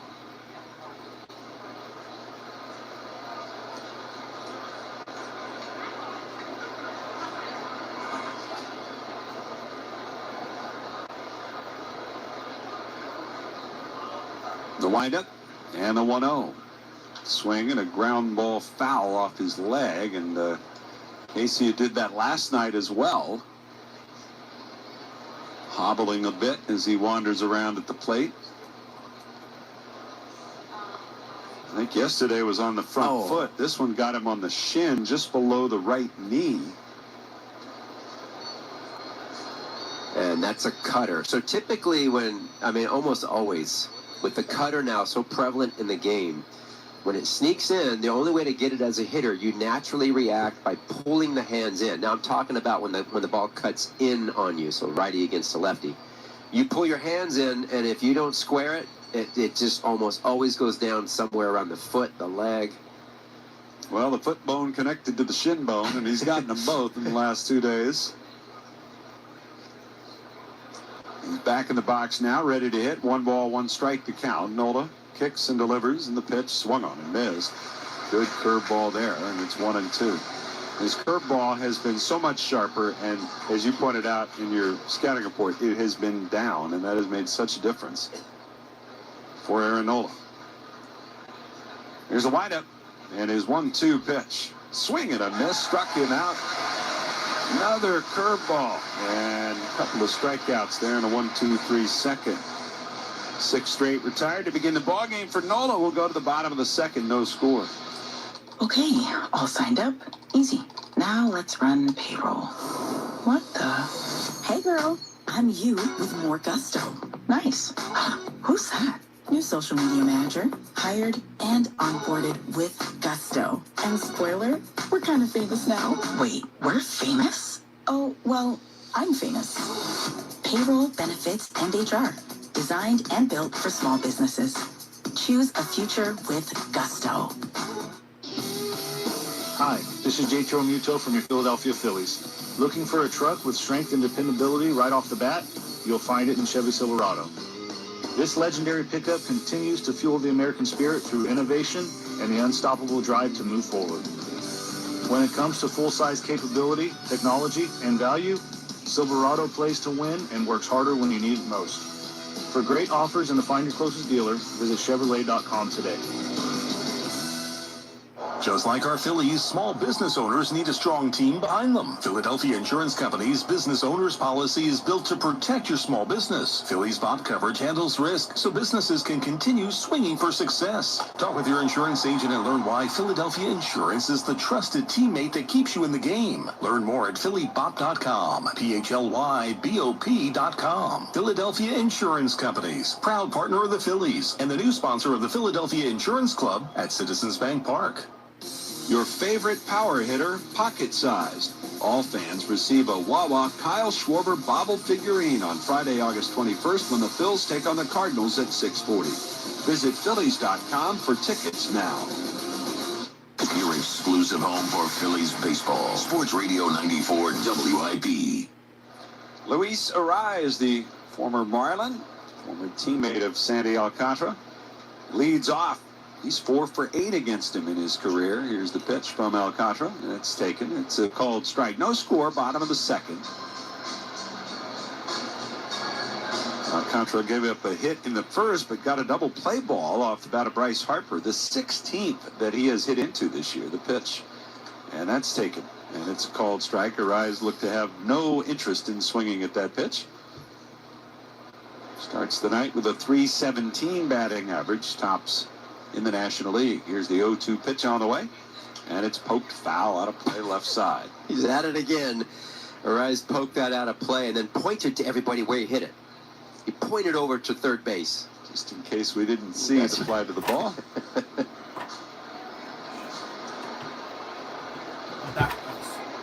Red glove on the left hand of Alcantara. The 0-2 on the way. It's fouled back over the screen. And a little high stick by Arise after fouling that one. Stepping out of the box. He's a show. He is. High energy. Another 0-2. And this one's lined into center field. That's a base hit. And Arise looks back into the dugout of the Phillies as he's running down to first base. And so he's aboard with Alec Boehm coming up. Yeah, that's one thing about Alcantara I would constitute as extremely messy. He had twice as many walks as strikeouts. Typically, he fills the zone. Well, that came from a bunch of 3-2 counts. So if you can get into the 3-2 counts, he'll usually give you something hard. He doesn't like throwing the changeup, which is a really good pitch, in those counts. Here's Alec Boehm. And the pitch to Boehm. He takes. That's a called strike. 10 days ago, Alec Boehm, who plays every day, 10 days ago, he was batting .224. And in the span of 10 days, he's raised his batting average 20 points to .244. That's hard to do at this time of year. The pitch. And it's taken right down the middle for a strike call, just above the knees. And it's 0-2. Boehm with 14 homers, 71 runs batted in. He's third on the club. Just behind Schwarber at 74, Harper at 72, the pitch. And Boehm takes low. And with the 0-2, there we see the changeup. 1 ball, 2 strikes. Boehm has done a nice job against Sandy over the years. Really? .378 hitter. Damn! 378. Here's the 1-2. Swung on, hit in the air, right center field, fairly deep. It'll push Marcy back towards the track. He's going to make the catch just shy of the warning track and fire it in quickly as Arise has to stay put at first. Well, don't miss the fun after the final out. Fans 55 and over are invited to participate in Independence Blue Cross Senior Stroll to bases after the Phils host the Astros on Thursday, September 10th at 1:05 p.m. Visit Phillies.com to secure your seats today. Brings up Bryson Stott. .266 hitter with a 10-game hitting streak. Stott now a career high, as he is second longest on base streak of his career. He takes a strike, 0-1 the count. 1 out, 1 on for the Phillies here in a scoreless game. Alcantara at the belt comes set. And the pitch. And that stays a little bit high. They've got Lopez, the shortstop, playing up the middle. Edwards watches the hole at second base. Outfield shades the other way. Stott with the big go-ahead 2-run single last night. To give the Phillies a lead, they would hold the rest of the night. The pitch. Swung on, popped up. Left side of the infield.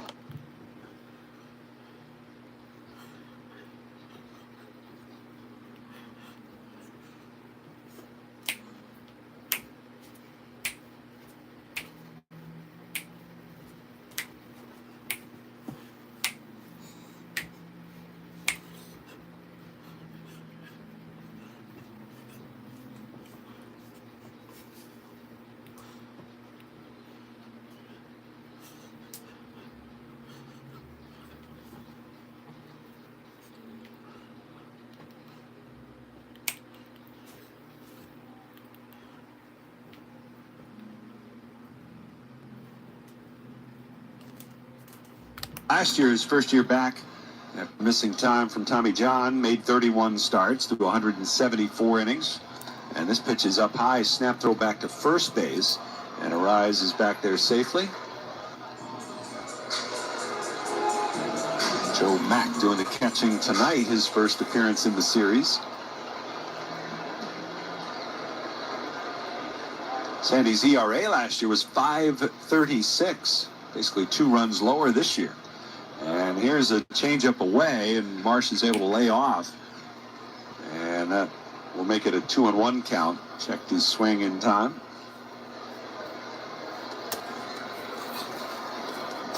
.272 average for Brandon. Ugh. The pitch swung on, fouled back. Well, the Marlins, as a team, their payroll is right in that $70 million mark. And believe it or not, out of that, Sandy Alcantara and Pete Fairbanks make up 40% of that money in their contract. So you can imagine he's out there, he's going to be a workhorse. They want him to pitch, and he does. The 2-2 on the way. Swung on, line to left center. That'll be down for a base hit. They rise into second. He'll stop there. And Brandon Marsh with a 2-out single. We'll bring up Justin Crawford with a man in scoring position. As the Phillies, their first scoring opportunity of the night. They've been really good at these here of late.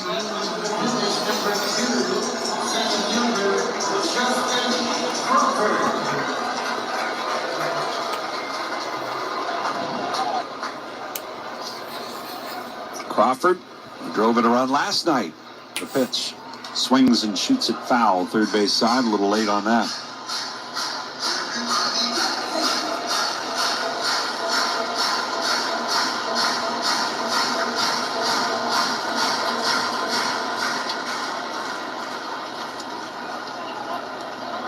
Oh, 1 the count. And the pitch. Check swing. Pitch was down and away. No swing, says Shane Leibensbarger.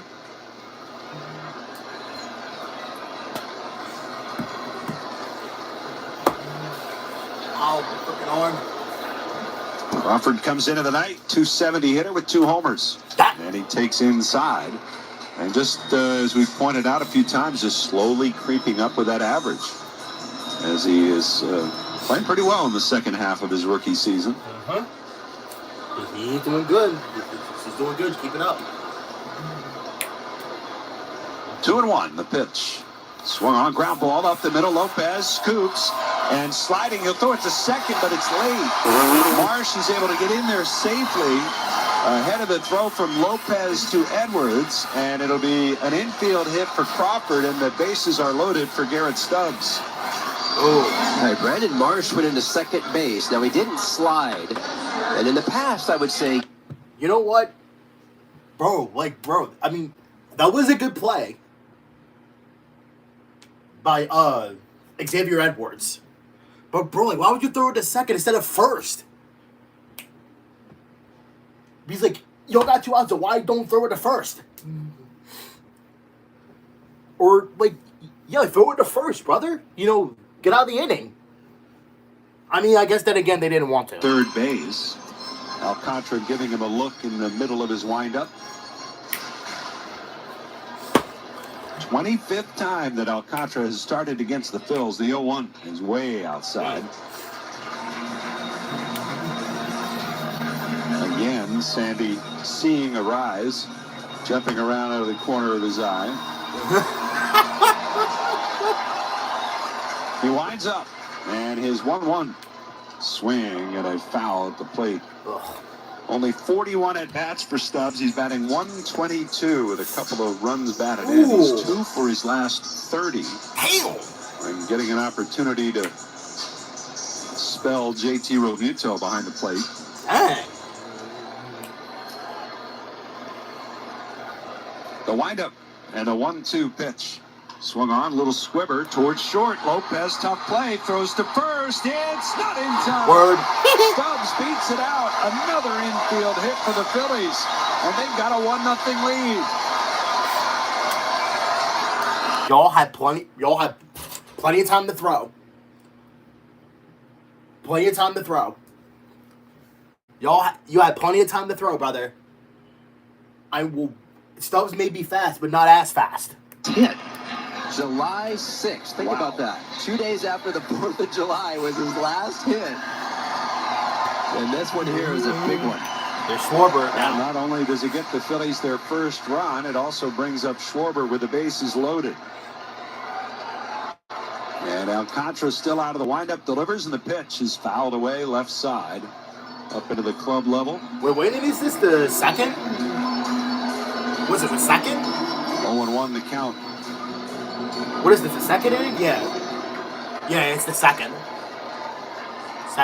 The windup and the right-hander's pitch. It's outside.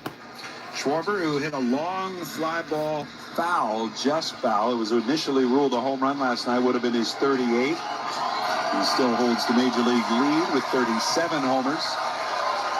Here's the windup, and Alcantara's 1-1. Broken bat floater caught at first by Conine.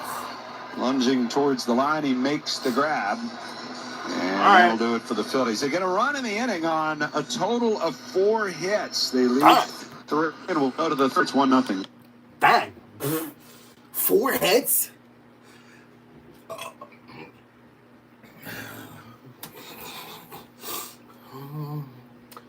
Wait, so hold on. Okay, so the teams that played before us. So I've seen the Padres lose to the Mets. Then I saw the Cubs lose to the White Sox. Good. After they walked it off twice. I mean, they gotta stop getting these walk-offs, brother. I believe they actually lead in the most walk-offs. With like 14? Like, that's too much, brother. Yeah. So as far as I know, the Cubs lost, but still that's like a huge lead for them right now, like in that first place wildcard spot, because their lead is like 6 games over us. While we have like a game and a half lead over the Diamondbacks. Which I hope that they lose their game tonight. Or well, hopefully they lose their game today against the Red Sox. Because, right now, like, if we keep winning, then they keep losing, then, that means that we'll be in, like, good... Well, now remember, we actually play them again now. But in Arizona, which that series is most definitely important. That series is definitely important. Not only because it's basically for the wild card, basically, spot. It's, like, what it is, like, right now. But the Padres, now remember, we are the tiebreaker over the Padres because we swept them in this season series. Which I was surprised. You know what? Here's the thing. I think we actually could have lost like a couple of games against the Padres. We could have lost like at least about a couple of games, against Padres. I thought we were gonna lose like at least like 2 or 3 games, like like against them. Both at home and in San Diego. We could have lost like at least 2 or 3. Maybe like tie series 3-3. Which I wouldn't mind, but the only problem is that who would get the tiebreaker if we actually tied up the series? I think it would be the Padres now, probably, because of that. That particular reason. But in the end, we won. We swept the season series, which again, not surprising enough. Because again, the Padres are doing good again, after being, surging up. But right now, I feel like, the Padres lost to the Mets, which that's kind of embarrassing. Because, the Mets are not really going to go anywhere at this point. I mean, pretty much their time is, like, running out at this point, the Mets. Because what? Like, they're like, what, like, 58 and 69? Or no, what are they, like, 58 and 70? That's like 12 games under 500. Like, they're not even going to make it, like, at all. Like, not even close. Like, they're in, like, third to, like, dead last. They're in, like, third to, like dead last. In the race. They're in, like, third to, like, dead last. Well, that's their fault. That's their fault for trading, like, a lot of good players that they had. Like, Pete Alonso, they traded him. They traded freaking Edward Diaz. They traded who else did they trade? Yeah, they traded Edwin Diaz, which he's, if not one of their best closers of the Mets. Like he's actually one of the best closers, which now he's not because he's doing terrible with the Dodgers. Which to me, I feel like the Mets should have kept him now. I feel like that they should have kept him because listen, he's like one of their best closers like of the Mets. He is, I actually hate to admit it though. He was actually one of the best closers with the Mets. But now he's with the Dodgers and now he's doing terrible. After he got hurt. Which, when we faced against the Dodgers, I thought we were gonna face him but then I realized that he was hurt. And I was like, and then I was like, how the hell did he get hurt? How the hell did he get hurt? But then I realized something happened. But yeah. But again, I feel like the Mets should have not traded their best players. They should have not done that. And now look at them. They're now doing terrible again. They actually did terrible last season too. I think. Well, actually, no, I don't think they did. Well, actually, no, because remember, when we won the division last year, we actually led by 13 games over the Mets. We led by 13 games. Oh wait, no. I think we were the only National League team to clinch the postseason because the Mets. Because what record did we finish? I think we finished 95 and something. I don't know how many wins we had. I think we had 95. But I don't know how many wins we're gonna get this season now. Well, it depends. I would say at least 90. At least around 85 between 85 to 90. And the Braves maybe around near 100 because the Braves definitely have a chance to win more games, but now they're losing again, and I feel like that's definitely not a chance of. And this could be the second season in a row that no one will reach 100 wins. Possibly, though, that could be a possibility for the second season in a row that no one is going to reach 100 wins. Which that's disappointing. That's disappointing. No, I can't say it right. That's disappointing because. Last season, it was almost the Brewers that had it. They definitely had a chance of winning, 100 games. So did us, but we kept losing games too.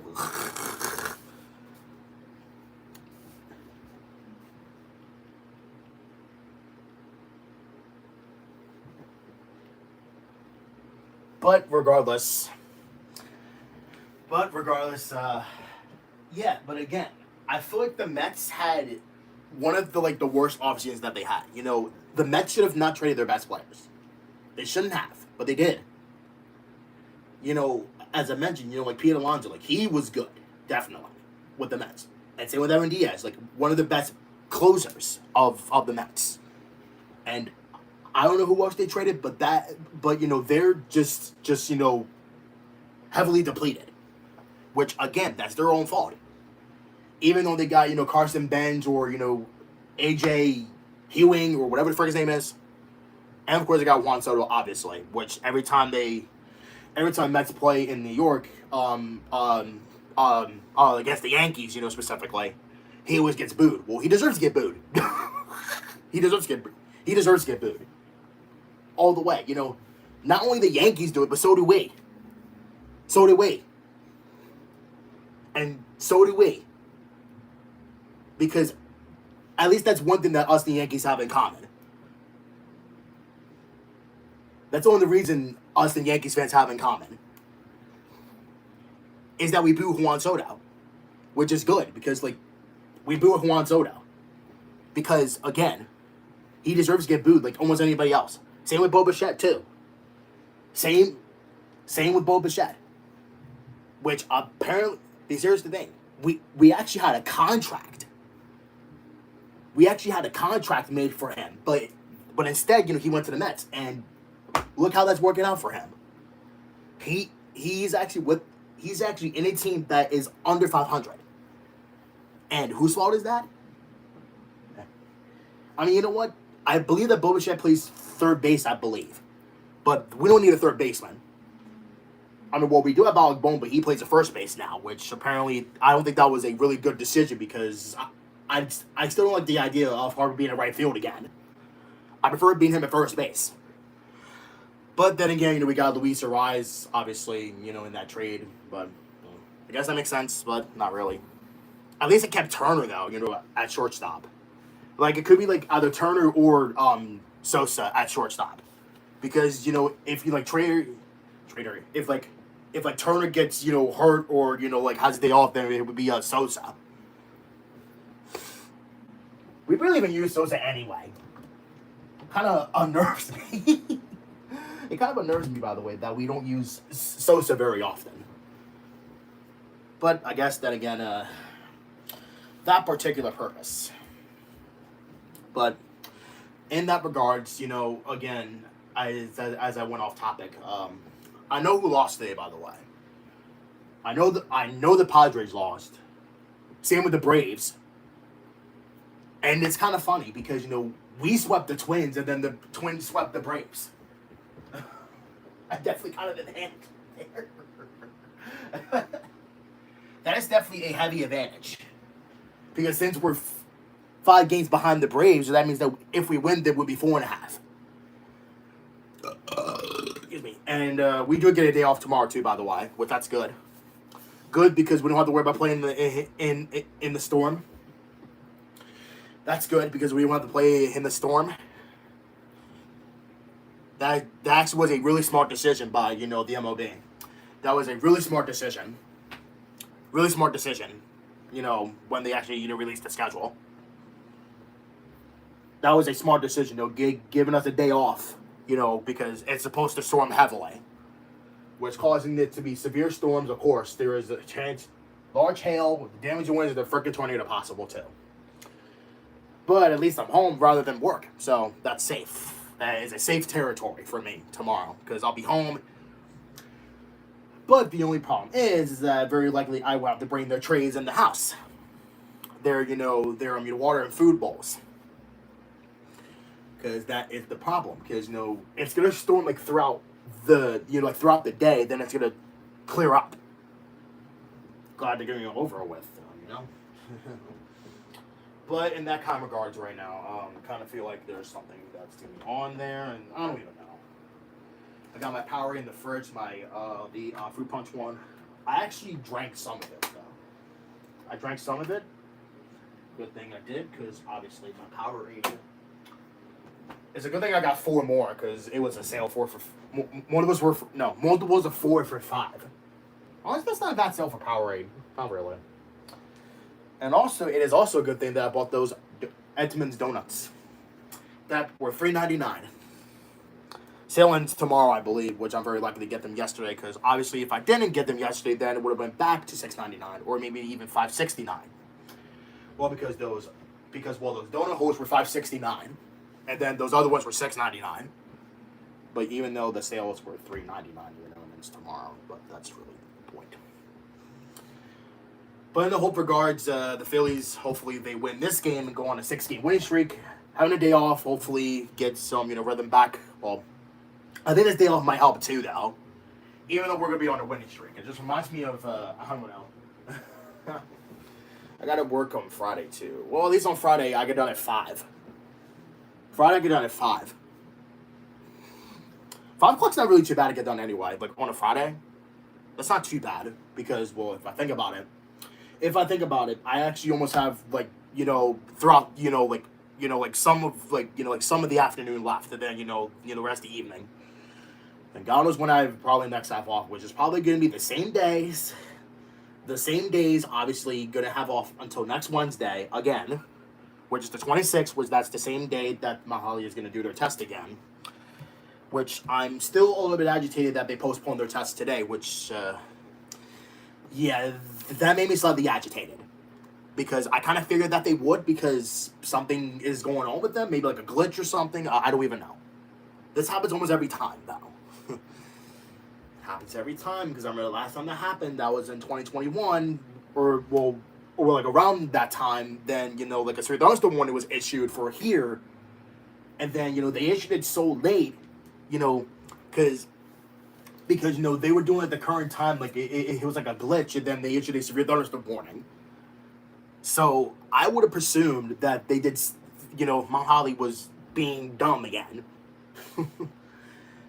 and I remember that was on KSP38. Like, it was a glitch on KSP38. So, it's kind of safe to say that, gotta pray that does not happen again. Whenever there's severe weather going on, if there is a severe thunderstorm warning. If there's a severe thunderstorm warning, hopefully that doesn't happen again. Well, let's see if it's in the bottom of the third. Harper with those 3 homers off of Alcantara. That's tied for the most anybody's hit. Ozzie Albies has 3, and Michael Conforto has 3. Eh? Michael Conforto? Listen, now what? So Harper back into the box. Now what? And Alcantara remaining on the mound. Ready to deliver the 3-2. He winds up and fires. And the pitch is fouled out of play, left side. Look out. Harper with all these walks here in the month of August. Harper has 22 walks in his last 14 games. The 3-2. Dang. And that's outside ball 4. And he's got number 23. Dang, another walk. And you go back as far as 1900. And Harper is the 3rd Philly to draw as many as 23 walks in a 15-game span. Damn. The last one to do it in 1995, Dave Hollins. Really? Yeah. And before that, you go back to 1936, Dolph Camilli. Damn. The pitch to Arise, he's taking, and he looks at a strike. Dang. 1995? Brick. In a 15-game span. 0-1 the count. And a pitch. And that's up high, which Arise lets everybody know. Back in 2016, and this might have been in that those days when Joe Madden was walking him intentionally with the bases empty when he was managing the Cubs, but he had a 15-game stretch where he walked 29 times. Dang. Next pitch is outside. So, yeah, and I was going to ask you that question on when it was and what the circumstances are, because I have never seen Harp walk like this. Right. He's never done it as a Philly. That's right. Never? And so I think he's just flat out getting pitched around then. No, he's 2-1. Here's now. the pitch. And it's swung on, fouled back over the screen. To me, this is very different. He is still up there looking to hit. He's still getting some cuts. But if you're going to have all these walks for a guy like Bryce Harper, you have to have so much belief in the guy behind you. And he's taking his walks, and I like that. I respect that. 2 balls and 2 strikes. Luis Arise, who had a 2-strike single his last time up. Here's another one. Swung on, hit deep, right field. Going back is Ruiz at the wall, looking up, it's gone. Word. And Luis Arise with a 2-run home run to straightaway right field. Number 6 on the season, his 2nd as a Philly. And the Phils now lead it 3-0 on the 2-run shot. Maybe I lied. It was not a single. And Luis Arise now has 6 hits in 10 lifetime at-bats off his former teammate. 6? Really? For a guy who's no... Dang. Wait, so he's 6 for 10? Good grief. Yikes. I guess he's that good. Boy, yeah. Wait. I forgot Luis Arise was... Oh, he was with the Marlins. But when, though? Here's Alec Boehm, and the pitch to Boehm is inside and low. And that is the first home run hit by the Phillies in this series. They don't win all that often when they don't find the seats. Here's the 1-0. And it's fouled away to the right side, especially given the number of runs they are scoring these days. It's the 6 runs or more. Well, that's what they did yesterday. They scored 6 runs again. In 5 straight games now. Here's the windup. And a 1-1. Boehm swings, hits one to left, but on his way into the gap in left center, Hernandez, he was shaded over that way to begin with. And so Bohm flies out. That was close. Would have been back-to-back. For Bohm, both of them get run down, but good to see him staying in that direction.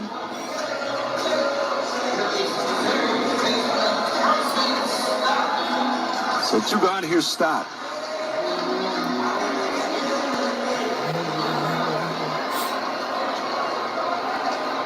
Stott popped out on the infield his first time up. The pitch, swing and a miss. And Stott, who rarely swings at the first pitch, maybe thinking, yeah, I don't want to do that again. He's setting them up. He's just setting them up. 0-1 the count. Alcantara with the pitch. And that one is outside. 18th homer he's given up this season. Bang! Oh, that's not even a lot.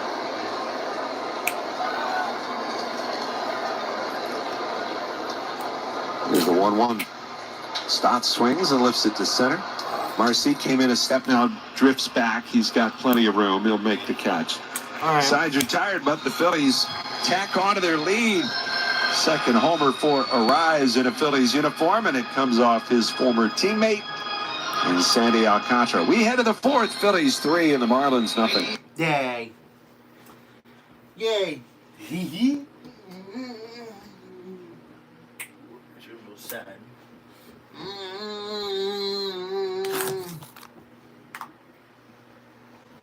Put on 2. Put on 2, or actually, no, 3. 3. Ah.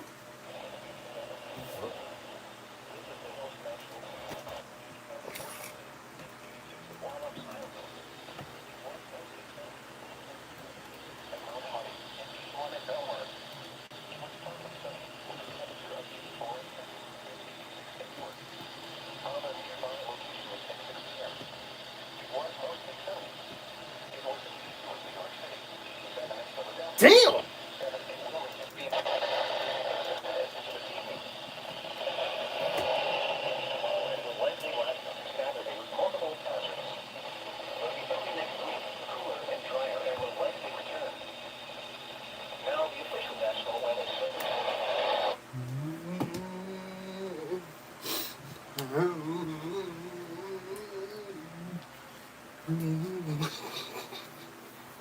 Fish never first pass.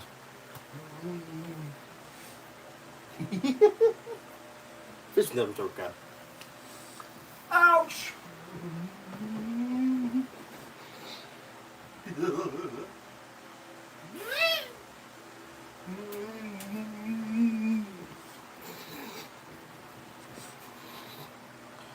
Wait, is my keyboard even on? Let me see. Oh, no, it's not. Oh, actually, yes, it is. I gotta go check my other... You know what? No. Now I'm thinking about it. I think... No. Should I wait for another week to wash my sheets and blankets? Well, I still want to do it tomorrow, but I have to ask Jawan to turn on the washer and dryer so I can wash my sheets and blankets. Oh, excuse me.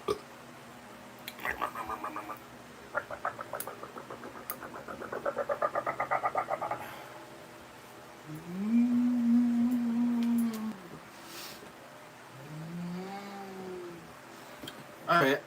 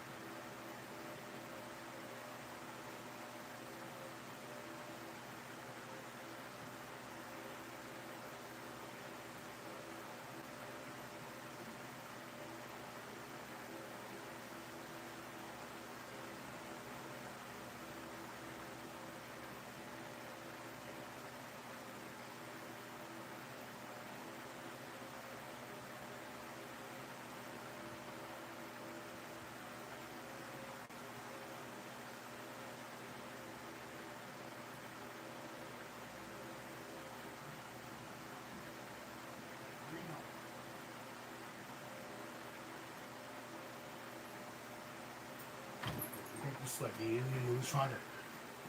was trying to go in mom and dad's room instead of mine.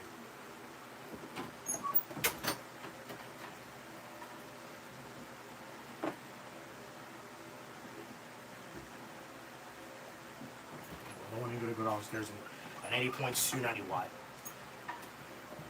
And again, you need to start drinking your water. Because if you don't drink your water, then you're gonna die. Because I give you guys water for a reason. And if it's hot, you know, hiding under the shade ain't gonna do anything. You know, hiding under the balcony is not gonna do anything for you.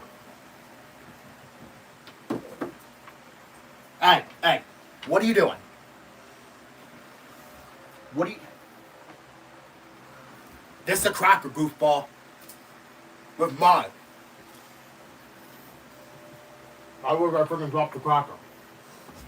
Get out of there.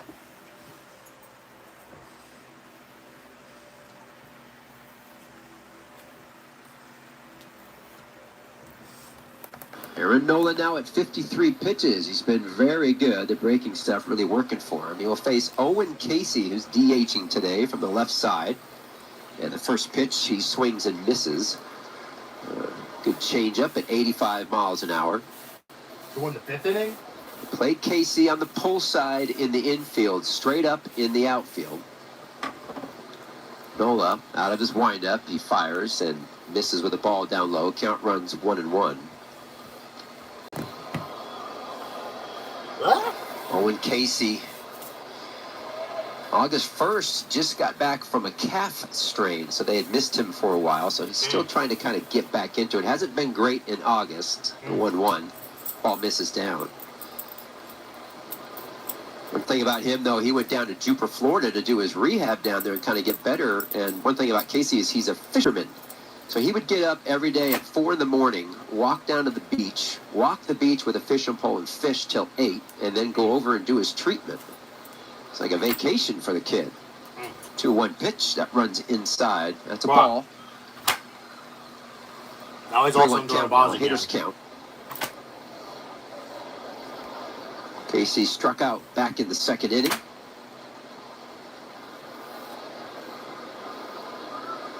Nola's 3-1. Hard hit towards center field on a line drive right at Crawford. He dances a little bit, but able to judge it and make the catch on a back pedal. Hit that ball pretty hard, but right at Justin. 1 out.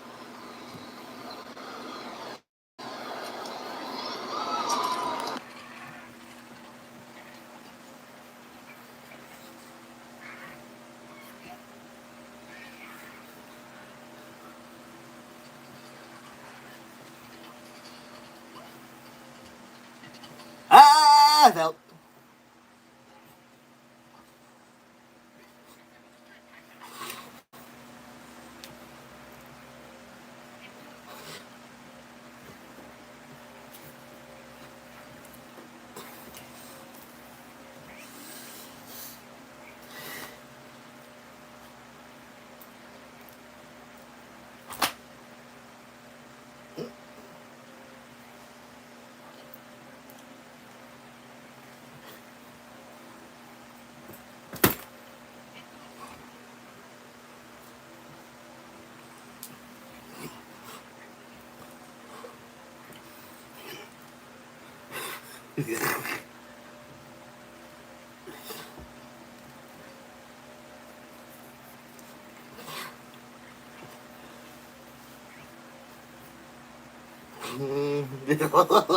I love it. This word Norbit.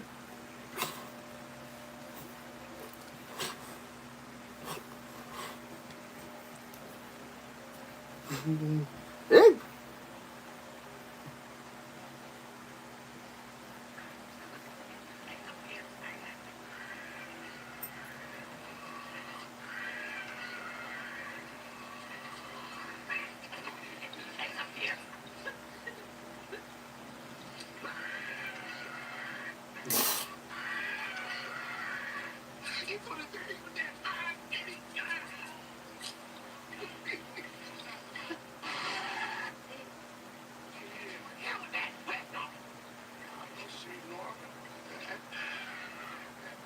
Yeah. That turkey ass.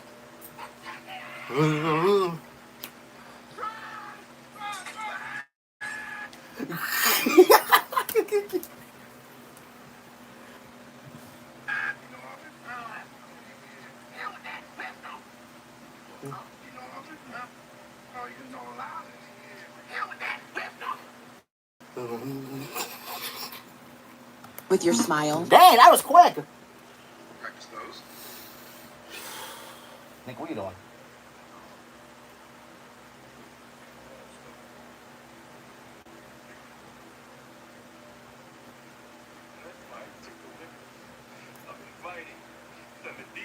Ex-wives down so maybe they can tell you for themselves. Ladies! Ladies! Hello, Antoine. I've been looking for you. Antoine? He told me his name was Luca. He told me he Now what the?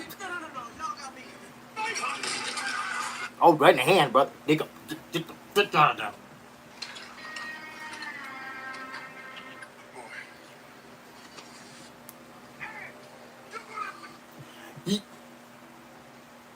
Hey, you're gonna have to kill me as well. Yeah, and me too. That random guy out of nowhere. You're gonna have to kill me as well. Horrible Italian accent. Horrible Italian accent that I made, but whatever. Yes, that is Italian, by the way. Yes, it is.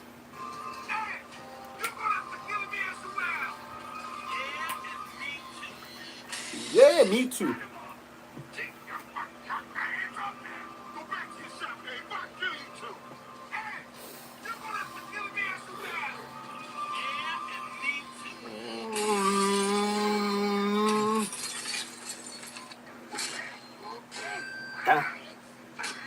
Find the butt. Oh no, it's not Nog.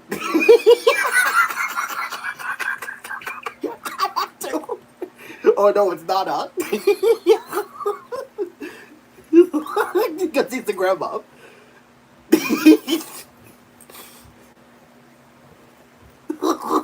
I'm not wrong though.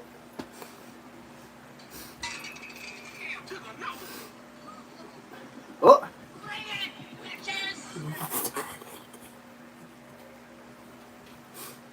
And Nico farted again. Sadly, I have no more spray. Gosh. Wheel hole! Wheel hole! Mr. Wong also played as Eddie Murphy. Surprisingly. Kyle, count runs 1-2. He's thrown the sinker the most. That's at 31%. Cutter, changeup, four-seamer on down the line. Fling! Fling! Schwarber, I think, might have got that off the toe. He's kind of walking around a little bit, but looks Right like the he's nuts. good to go. Or no, run the butt.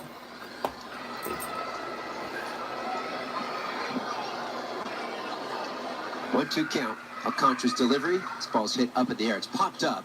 Right. It's going to get just outside the infield on the left side. Sanoa calls off his shortstop Lopez and makes the catch. It's the first out of the inning.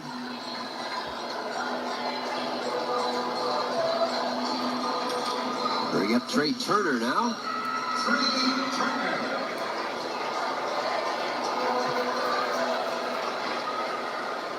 Where's that guy's head? Turner singled in the first. The one that's doing this. Like, in the third. Where's that guy's head? And the first pitch. That is a strike on the outer half. I had a chance to talk to Trey. This was some time ago. Where's that guy's head? Found out that at North Carolina State this offseason. I mean, we'll do the horrible quality in this video, I guess. North Carolina State Ring of Honor. The next pitch runs inside for a ball. That was in November of last year, actually with Dan Plesac. So he was invited, the two of them, I think a few other players. They go to a football game. At the halftime of a football game, they get inducted into this Ring of Honor. Next pitch, he takes that for a strike. Count goes 1-2. So now they have his number. Number 8 is displayed on the outfield fence. That's at, I think it's called Doak Field, D-O-A-K. So that's where they put his number. Next pitch to Trey. That's off the...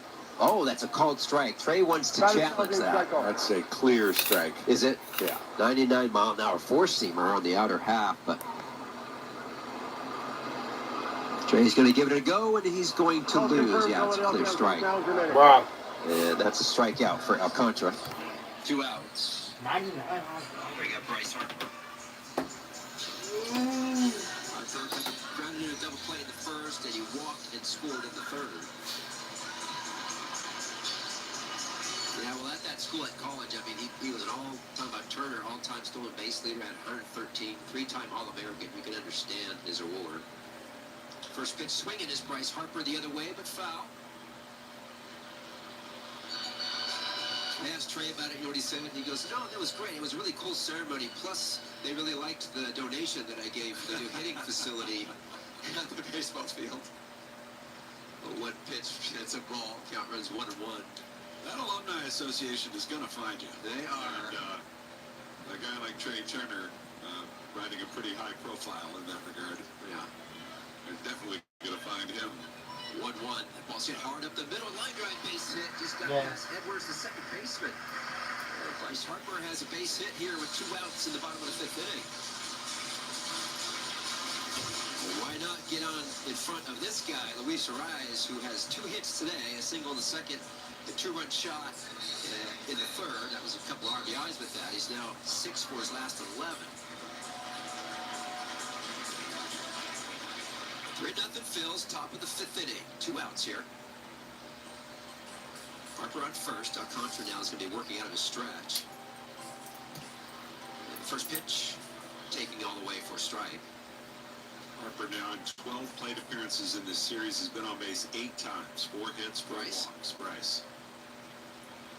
That's great. 0-1. Hart takes his lead at first. Not a big one.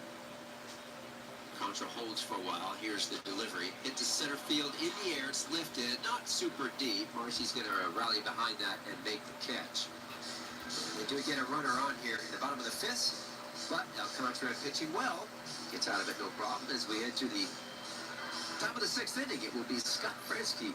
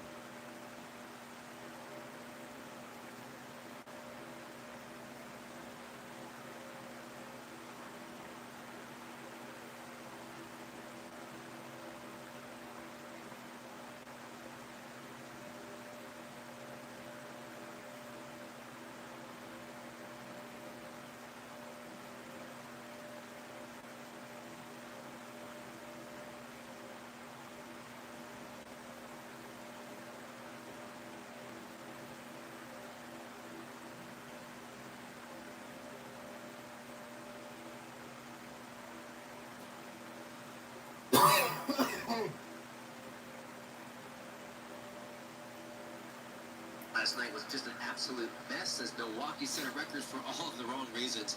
It was a disaster for the Mariners. They lost 22-0. 21 of those runs came in the last 4 innings.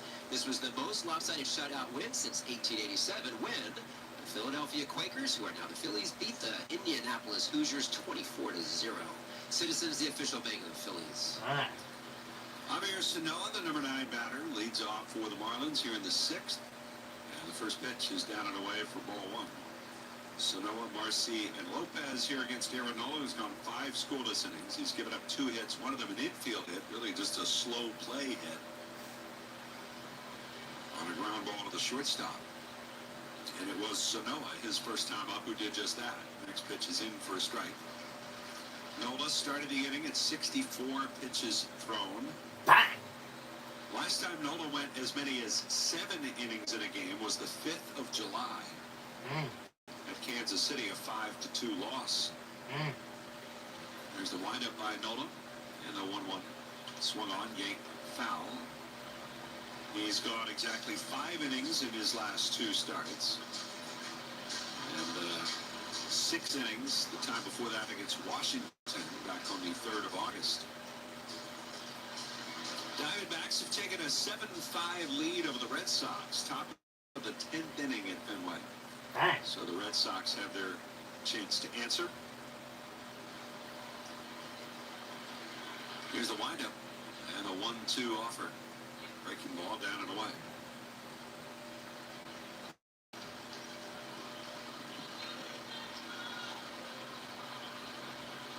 Nola has had only 6 starts this season in which he's not given up at least 1 homer. The 2-2 to Sanoa, and he fouls it twice. Fouled it down at the plate, and then following through on the swing, hit it on the bounce.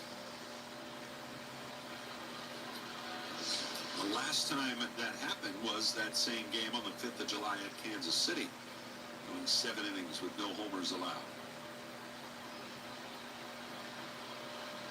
Here's the 2-2. Swung on, hit well to left, going back is Marsh to the wall, and that is gone. Wow.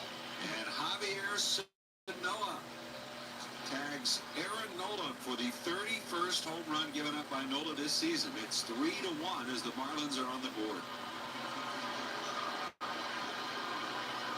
A low line drive by Sanoa, his 6th homer of the year.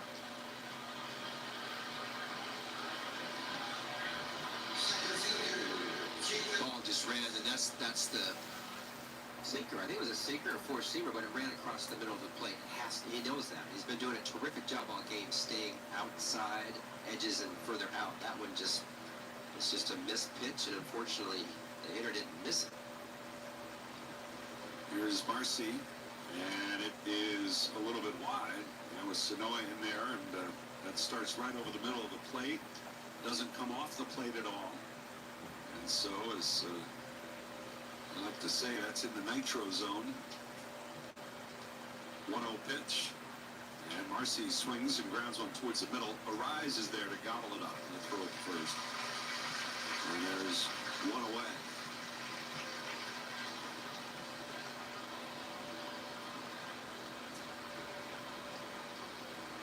Brings up Otto Lopez. Otto Lopez, who's 0 for 2 tonight against Nola. Braves lost today 6-4 to the Twins. And the Padres suffer a 4-2 defeat in New York against the Mets. Here's a ball hit off the end of the bat. That's going to be a bloop into right center for a base hit. And Lopez is on with a 1-out single. Otto Lopez, this guy, he's a gamer. Now he's on first base, and he's hit 1 in the lineup, 2 in the lineup, 3 in the lineup, 4 and 5, and 8.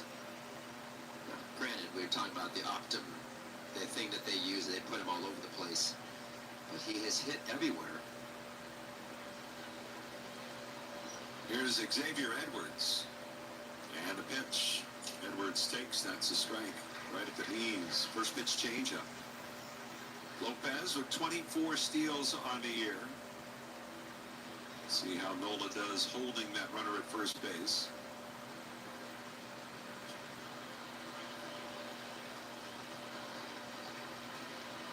The stretch and a pitch.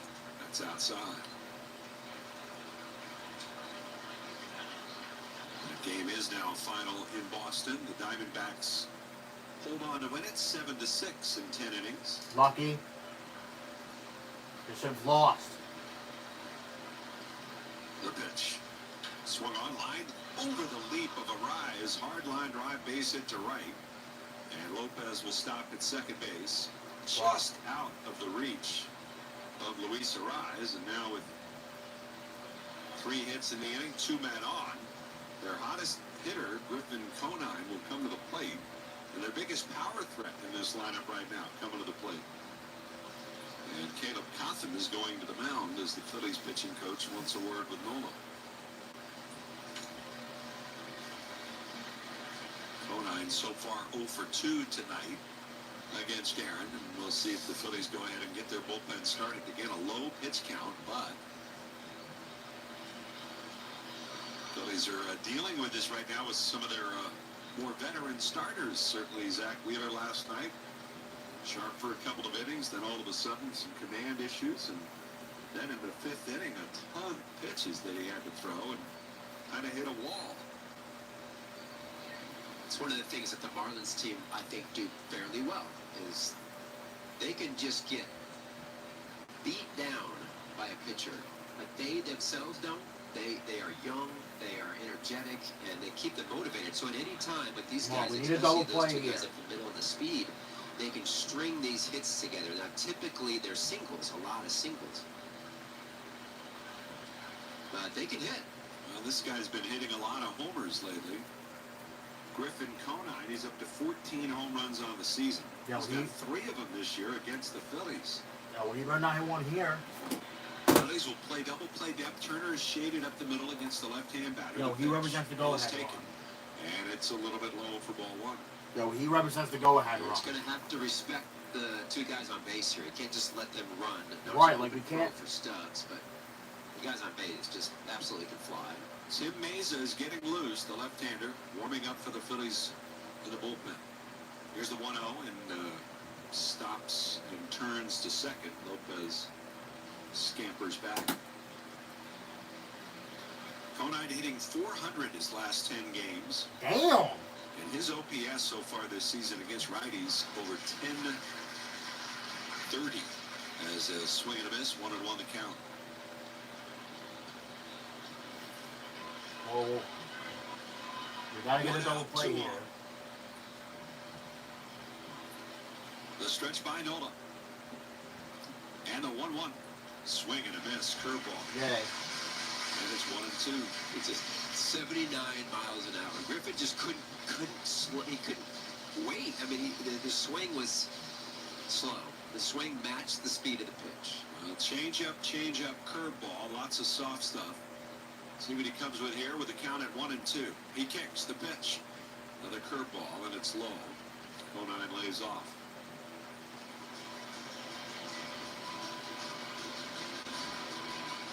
Two balls and 2 strikes.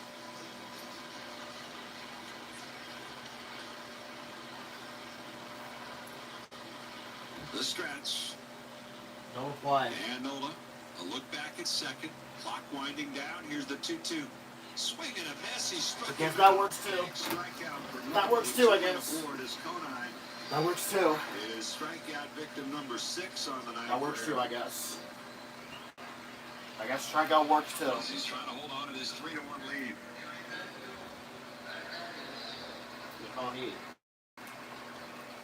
Not giving in at any point there. All changeups and curveballs.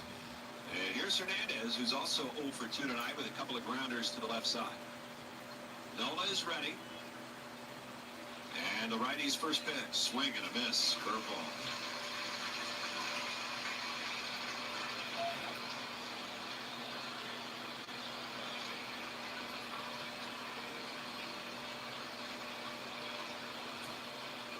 The 1-1 the count. The stretch. The pitch. Fastball just missed away. And it's 1-1. Nola sitting at 113 wins. One shy of tying Cole Hamels for 6th most in franchise history. Damn. 1-1 the count. Here's the pitch. Check swing, strike call. Change up. Changeups been good. Well, since Caleb left the mound, it's been mostly curveballs and changeups. One fastball, which was basically a show for Hernandez.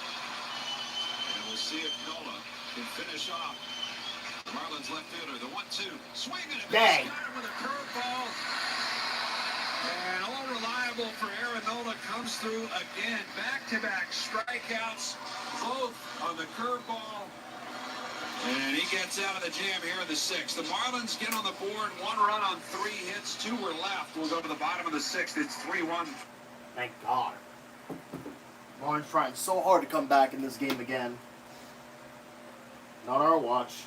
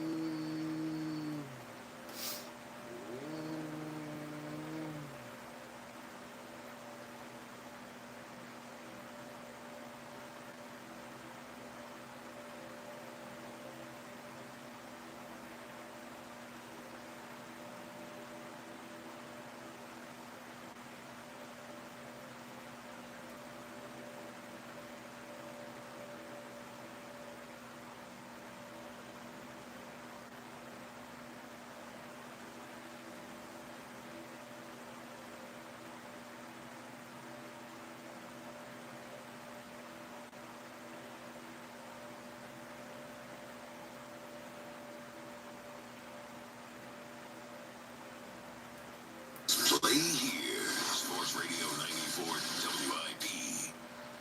Alec Bohm leading it off for the Phillies, last of the 6th. It's 3-1 Phils, and the first pitch from Sandy Alcantara misses outside for ball 1. 1-0 in the count. Bohm is 0 for 2 tonight.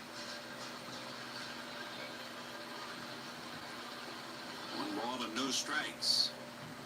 The windup and the righty's pitch. Bohm takes. That's a little low. So Nola getting into the jam, but getting out of it, using primarily just change-ups and curveballs. Through 1 fastball in that sequence to Conine and Hernandez. They're 2-0, and it swung on, hit in the air to right, but right at Ruiz, now drifts in a step. He'll make the catch. There's 1 away. Hey, Chick-fil-A nugget of the game, August 19th, 1909. Going back a little bit here, the Philadelphia Phillies experience a Major League Baseball record, 10 straight rainouts in a row. Hang with them. 10. Oh, they called him early.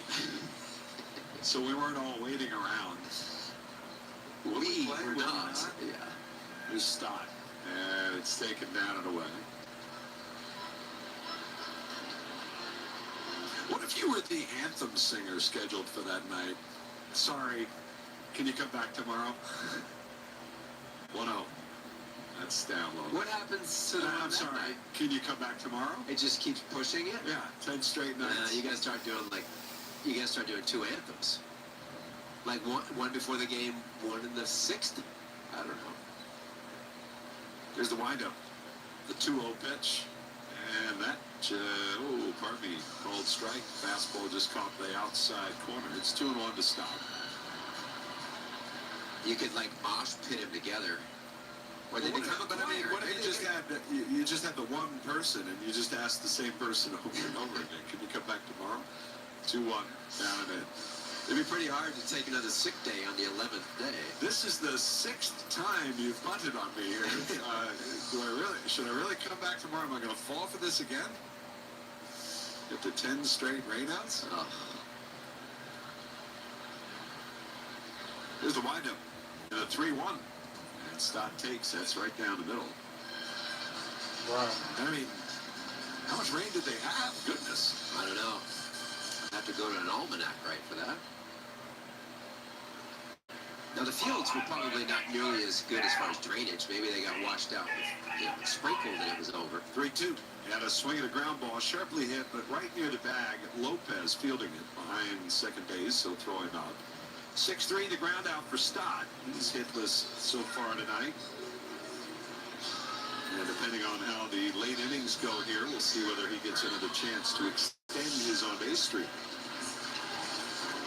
2 gone. It'll bring up Brandon Marsh. Marsh 1 for 2 with a single to center. His first time up. And the pitch. And that is down and in, ball 1.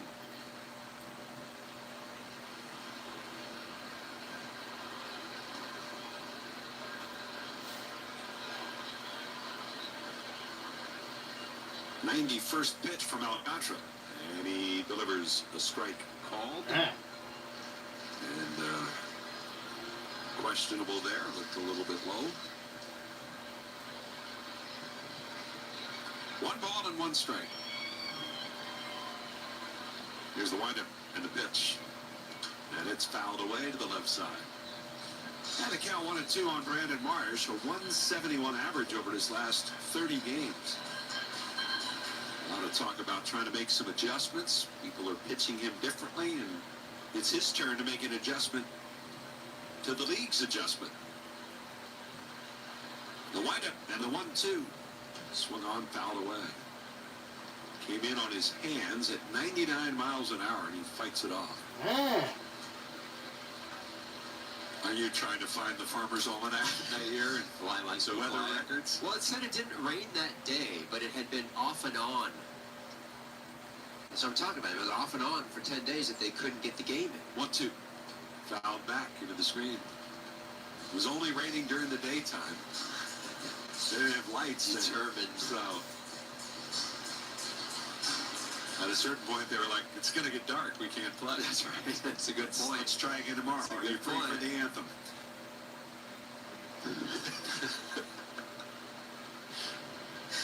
Here's the 1-2. And a swing and a ground ball right side. He pulls it through. There's a base hit. Got a fastball there. Marsh, who has feasted on fastballs for the better part of this season, gets what he can handle there. And it's a 2-out single. It's a good fight. Good battle. Tim Mesa, by the way, Tim Mesa took a seat and hasn't gotten back up again. So Nola will go back out for the 7th. He'll have at least a 3-1 lead. Here's Justin Crawford.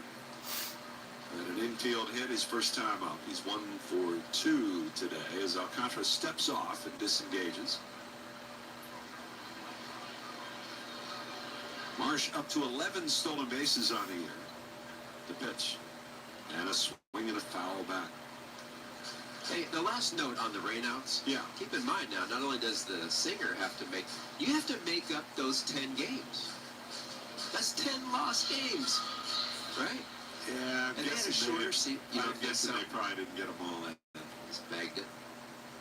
The runner does go. The 0-1 hit in the air to left. Hernandez going back into his left, reaches out, makes the snow cone catch on the run as he crosses onto the warning track. Hit well, but that is out number 3. No runs on a hit. 1 left. After 6. You suck. You suck. Hey, Nico.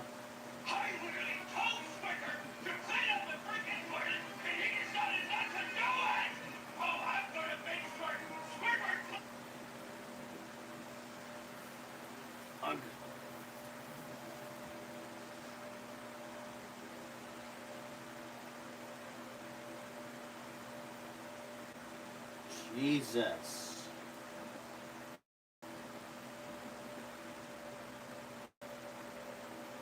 Dang.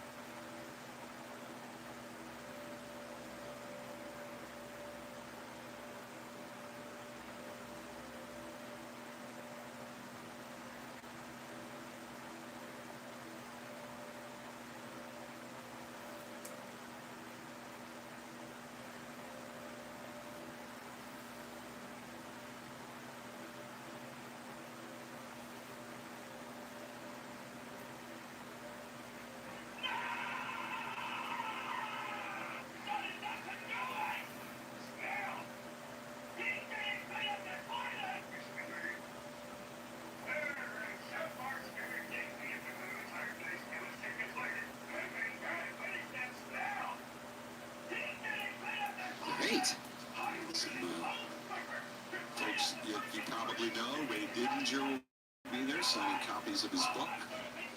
Even Jack Fritz apparently will be there signing copies of his book. I don't want that to stop you from going, but the pitch is in there. Buying. Swinging a best by Ruiz.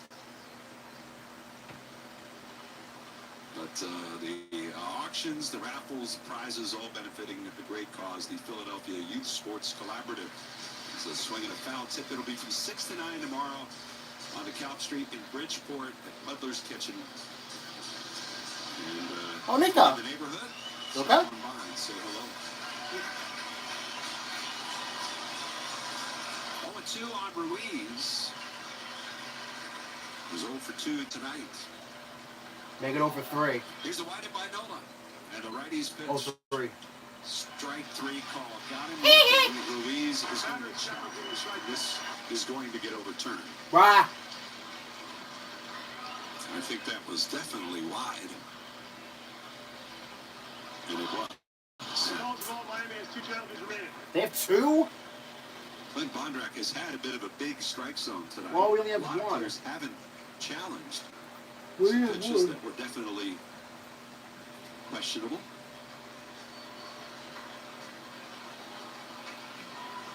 The windup in the 1-2 pitch. Breaking ball. Down and away. Wow. 2-2. So when people show up tomorrow, can they get an autograph from you? Absolutely. What do you like to sign? Strike out. Strike. Anything? I mean, like you sign your paycheck over to me. No, you sign. Oh, the 2-2. Swinging a foul off the foot. He's got to go to the paycheck. Whatever. You'll sign anything. Yeah? I mean, I guess. What's the weirdest thing you ever got asked to sign? Oh, easy now. Let me just turn the spotlight around here for a moment, folks. Wait, how do I sign that paycheck? Here's the windup and the 2-2. Breaking ball hammered into left. Marsh coming in, slides and makes Yes, the sir. catch. That ball was smoked, but a great grab by Brandon Marsh in left field, and that's out number 2. Yes, sir. Yes, Well, sir. that's a big out, too, because Ruiz is a guy you want to keep off base. You don't want that speed, those wheels. Terrific play.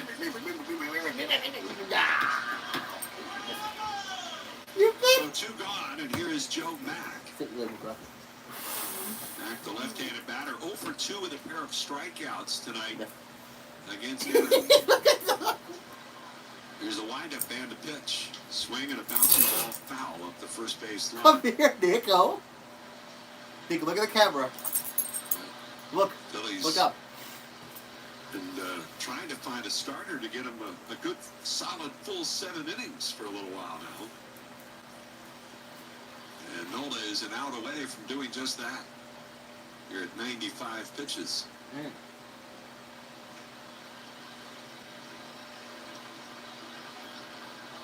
Excuse me. Nola winds up and is 0-1 on the way. That's down and away. Right. There you go. Should I let it lie or should I follow up? Hi, Nico. Hi, Nico. Let me think about it. Hey, guys. Here's the 1-1 pitch. There's a breaking ball. That's in for a strike. Yeah. I mean, you're asking about what are some of the weird things I've signed. And people are automatically going to want to think, have I signed a person? So yes. The answer is I have yes. signed people, but respectfully. All right. No babies. Signed any babies. Okay. Well, that's good. Yeah. Lots of stuffed animal type stuff. I signed a car. Yeah. With the hood of a car. Nola's 1-2 pitch is up high. Rat. Aaron Nola. 7 strikeouts and no walks tonight. None? The 1 home run allowed, the only blemish. He's given up only 5 hits. That's it. The windup and the 2-2 pitch. Swing and a bouncer fouled again, first base up.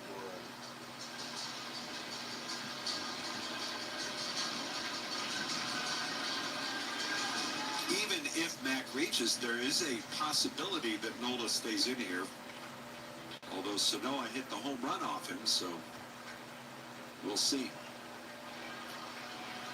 Nola's ready. He's into his windup in the 2-2. Swinging and struck him out. Curveball again. It's strikeout number 8 on the night for Aaron Nola, who gives the Phillies 7 strong innings against the Marlins. It matches his longest outing of the season. And he'll depart this one with a lead as the Phillies go to the bottom of the 7th. Stretch time in South Philly. It's 3-1 Phils. Yes, sir.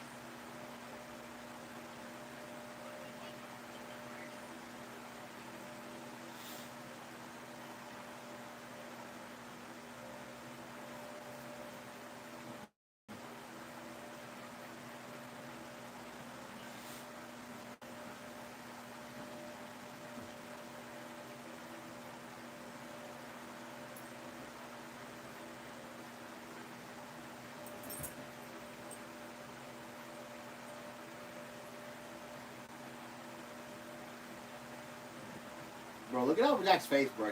She's mad. Applejack's mad. Applejack's mad at Dustin for killing Jared.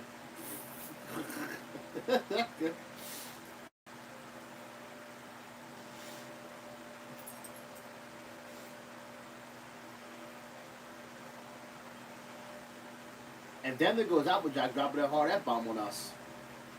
You crazy.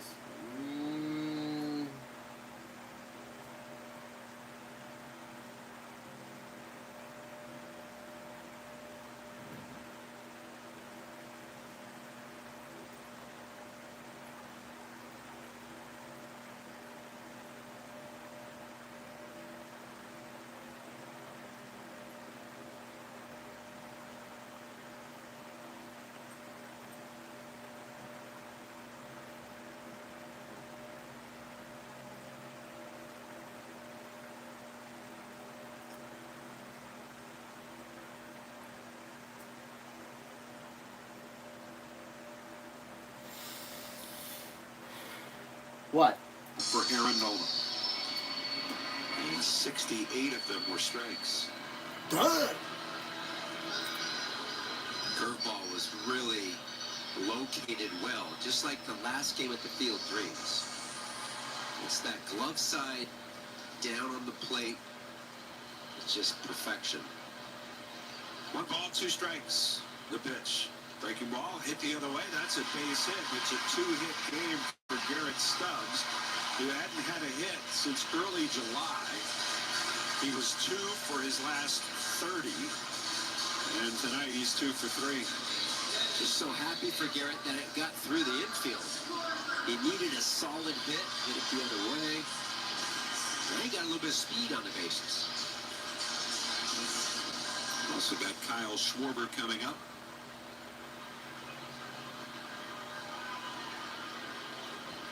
And the first pitch to Schwarber is a breaking ball. That'll drop in for a strike.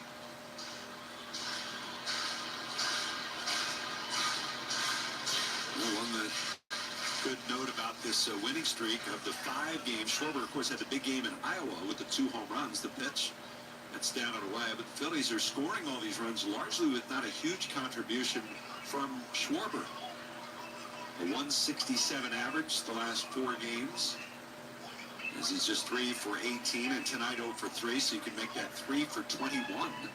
Pitch is a breaking ball, down low, with only 1 walk. So team, he's driven in 1 run in that frame, and he's scored 1 run. So a team so dependent on his offense to generate anything all season long, they're now doing it while he's in a little bit of a mini slump. As a swing and a miss will take the count even at 2-2. Getting so much help from other parts of the batting order. 2 balls, 2 strikes. King ready. The pitch. Swung on, ground ball, right side. Edwards to his left. He's got it. Feeds second for 1. The throw back to first. Holding Conine off the bag, and might have been late anyways. Schwarber able to leg that one out.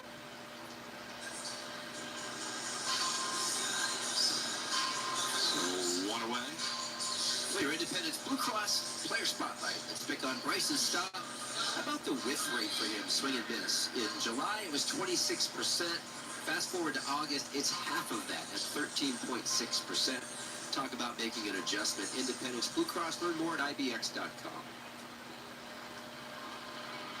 Here's Turner. Trey is 1 for 3. And the pitch, breaking ball. That's up and away.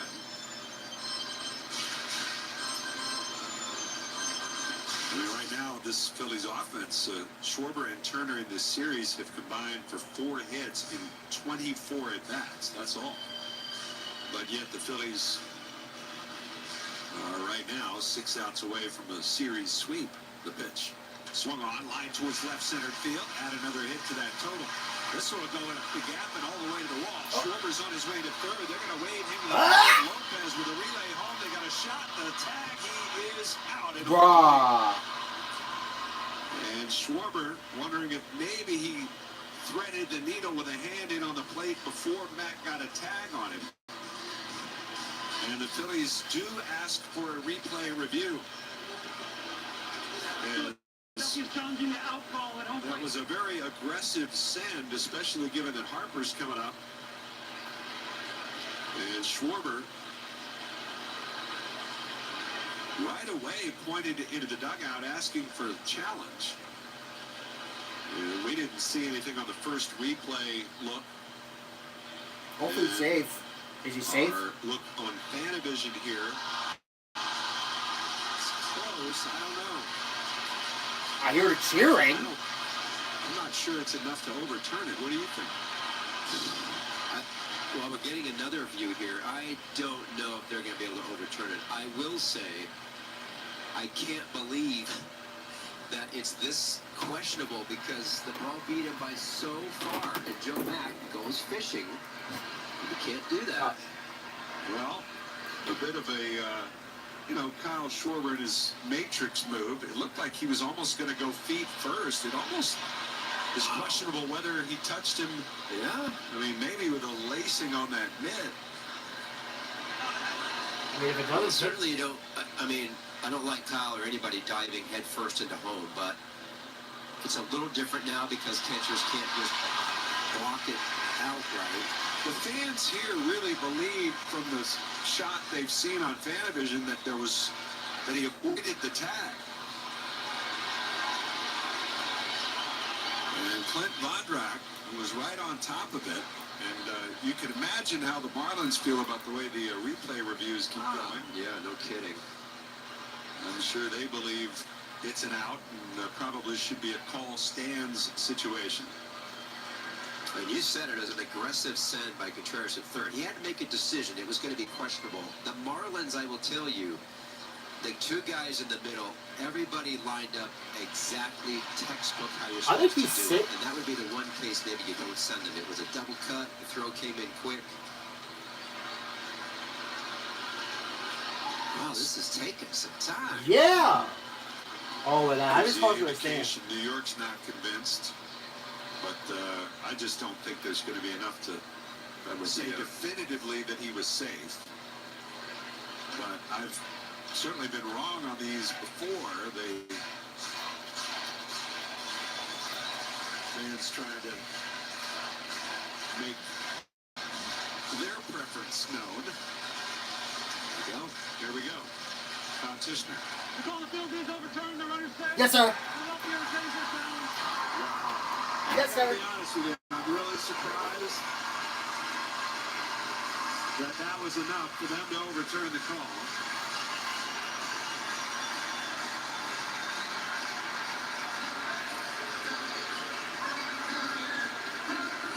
Wow. Big run. 4-1, Phillies lead it. And Bryce Harper will bat with a man at second base here against King. Here's the pitch. Breaking ball down and away. Wow. I think he was. Phillies have Jonathan Bolden loosening up, and it now looks like maybe Alex McFarland will get up alongside him.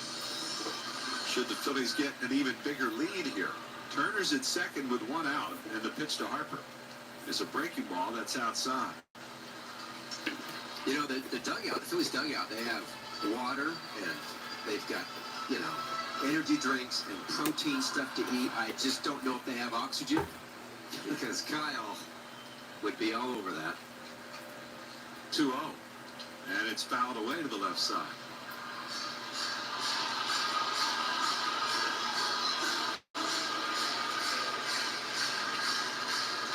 Two to one to Harper. He's been on base twice tonight, a hit and a walk, a run scored. Now an RBI opportunity for Bryce. The pitch. Swung on, lifted in the air, shallow left field. Hernandez has it measured. He's coming in. He'll make the catch. And even a fly ball like that would have been questionable whether or not Schwarber would have scored with the tag up. So an aggressive send, yes, by Contreras, but maybe that lefty-lefty situation there with Harper coming up was part of his thinking. Sure. Now Luis Ariz, who scored two runs, and he's driven in 2 runs with a shot off of Sandy Alcantara back in the third. He takes this pitch in for a strike.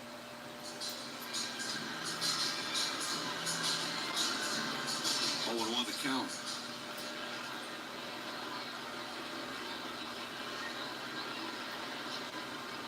The pitch on the way. Swung on, hit sharply up the middle, but Edwards is there to make a backhand grab with a line rocket at second base. Phillies get 1 run in the inning thanks to the swim move by Schwarber. Turner drives him home. Phillies tack on a run, and we'll go to the 8th. Phillies up 4-1.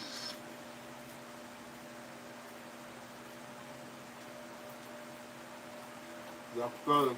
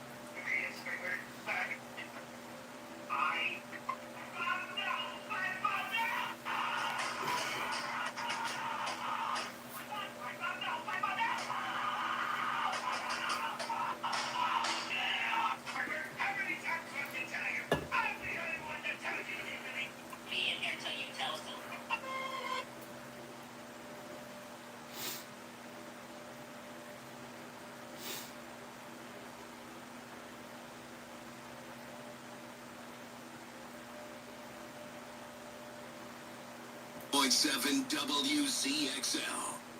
The Phillies, 94 WIP. Citizens Bank Park will go gold for the Moores Children's Health Childhood Cancer Awareness Day on Sunday, September 6th at 1:10, when the Phillies host the Braves. Kids 14 and under receive a Phillies robe hat.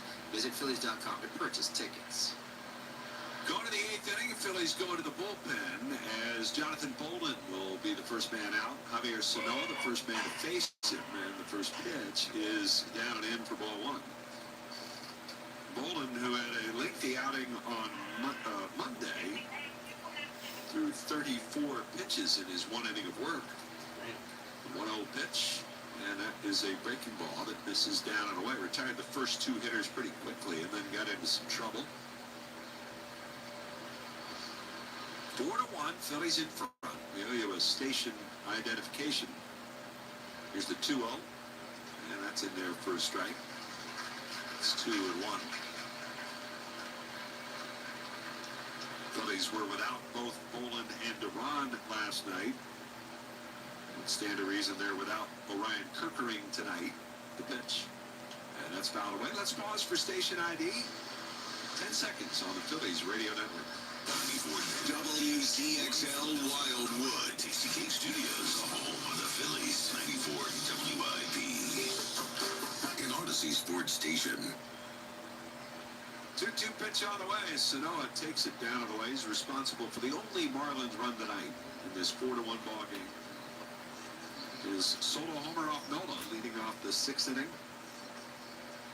Nola would give up 2 more hits in that inning. 2 on and 1 out. Made a trip to the mound, and Nola just started spinning curveballs one after another to Griffin Conine and Herberto Hernandez. Back-to-back strikeouts into that threat. 3-2 pitch. Breaking ball hit back up the middle, and that is gloved by Turner. Spins, fires low in the dirt.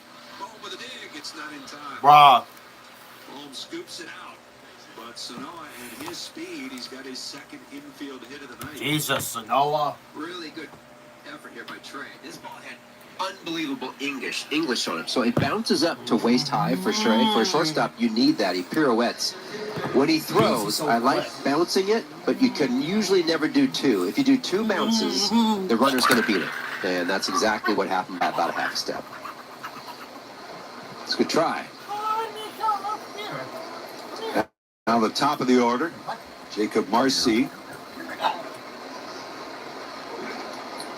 will be the batter. And the pitch. Check swing. Pitch was up high. They ask at third. No swing.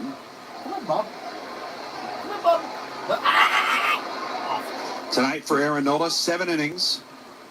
He gives up 1 run on 5 hits. And now we've got... what is Clayton McCullough wondering? Don't know. Maybe if it hit him? Wow. The ball come close to hitting him? Almost looked like it hit the bat. It hit the bat, brother. I don't know. And I don't know why. Oh, they were checking to see if he hit Garrett's glove on the check swing. Gotcha. 1-0, the pitch. And that's a strike over the outside corner. The 7-inning performance, the 5th for the Phillies since the All-Star break from their starting pitchers.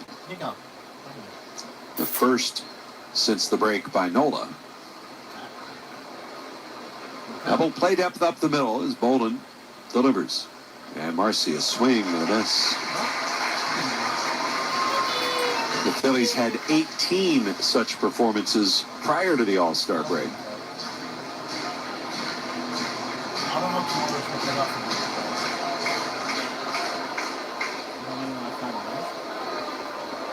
One ball, 2 strikes.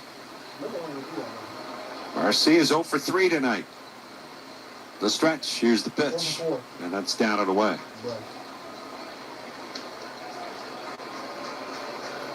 Marlins were passed by the Cardinals these last 2 days in the wild card chase. 2-2 the count. Here's the pitch, and that one swung on and fouled back. Cardinals will be here beginning on Friday night.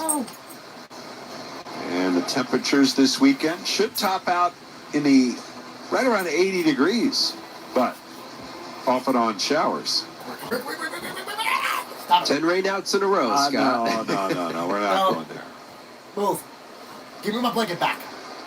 2-2. Give it. And it's down low. But if you're looking for sunshine, visit St. Pete Clearwater, offering warm Gulf beaches year-round. Go to visit spc.com to plan your trip today. Well, can we go there? Oh, you can. You're not working. That's a good point.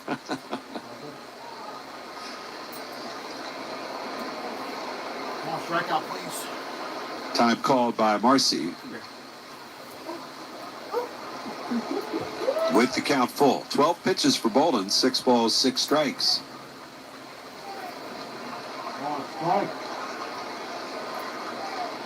Well, they got 2 guys up in the Miami bullpen. Both right-handers are up.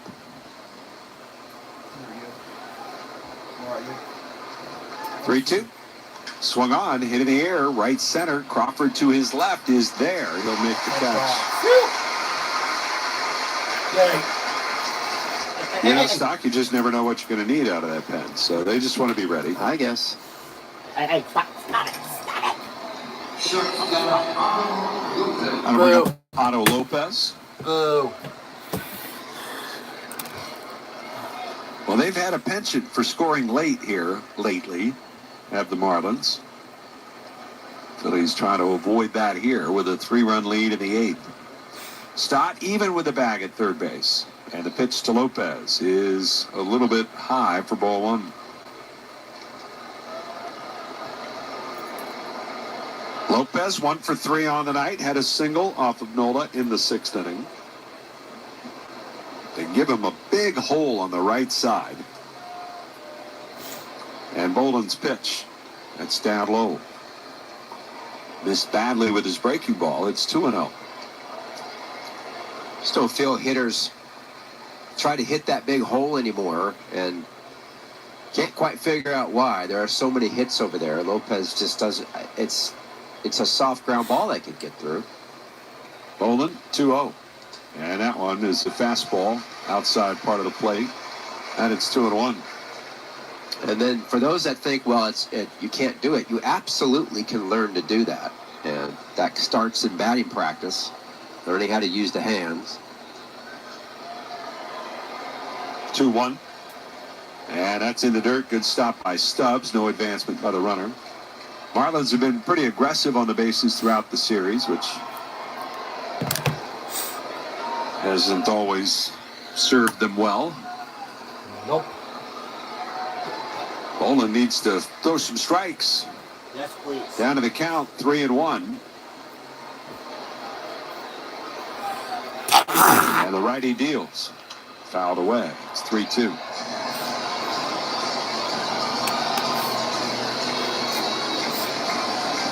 Looks like Alex McFarland is up again.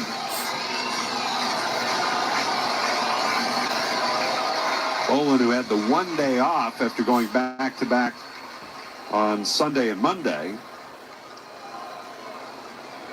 3-2 on the way. Swing and a foul on a play to the right side. And his pitch count's going to get to 20 at the very least here in this frame.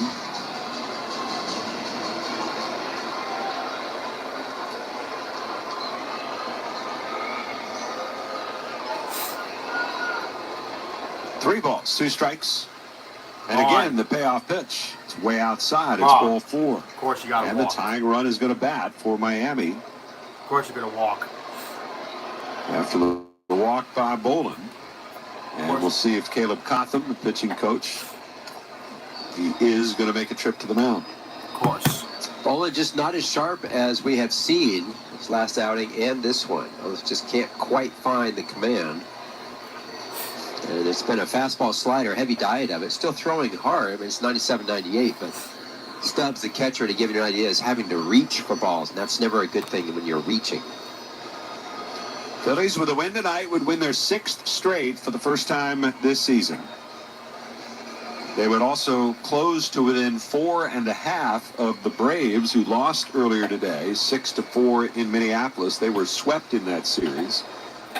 So the Phillies could gain ground in the East, as well as had their cushion in the wild card race, which would go to 2 games over San Diego, and that's effectively a 3-game lead given the head-to-head tiebreaker. But got to get out of this one with a win first. Edwards, the batter. He's 2 for 3 already tonight. He's been one of their clutch performers with men in scoring position this year. We cannot let it happen Bolden here. is ready. Here's the pitch. Edwards takes, low and away, ball one. Jesus, why is he throwing balls instead of strikes?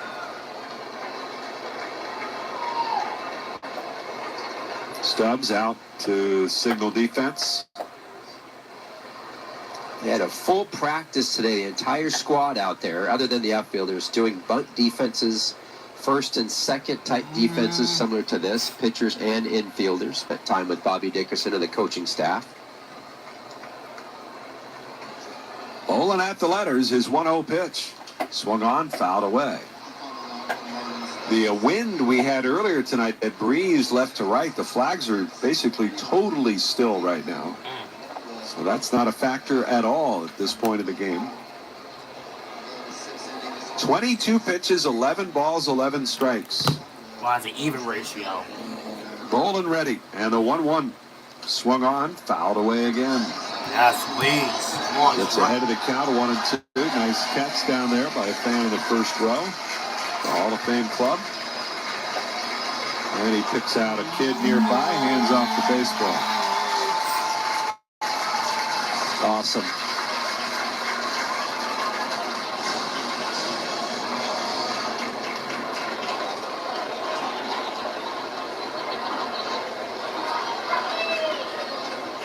The count 1-2 on Xavier Edwards, the pitch. He takes in the dirt. Caught that ball. He's like a great middle infielder who knew before the play what he wanted to do with the ball. I mean, he made the catch and right away. He's got the kid picked out. Yeah. You got to have more than one plan. Do you think he's got another kid picked out? Sure. I mean, if he was going to his left, he's going to pick he's got a kid picked out over there. If he's going to his right. 2-2 pitch. Swung on, hit in the air, left field line. Marsh is over, maybe with room, up against the stands. Climbs up on the side of the wall and makes the catch. Word. Brandon Marsh climbing up on the angled side wall along the left field line. Now he gives a hat tip to the fans who stayed out of his way. Great play, and that's the second out.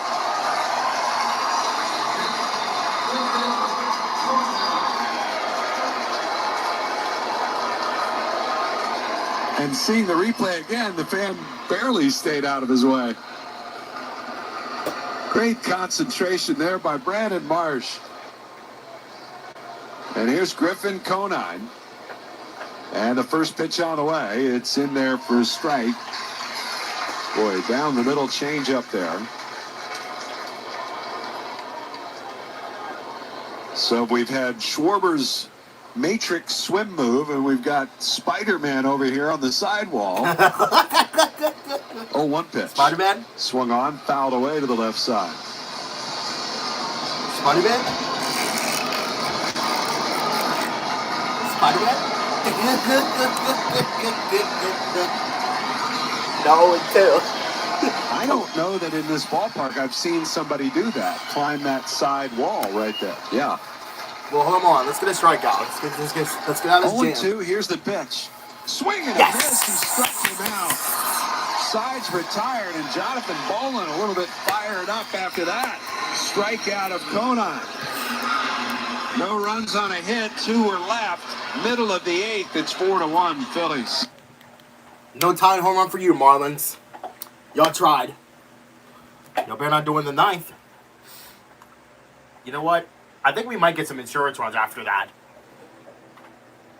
Consider for that matter. Nigga, what are you eating? What are you eating?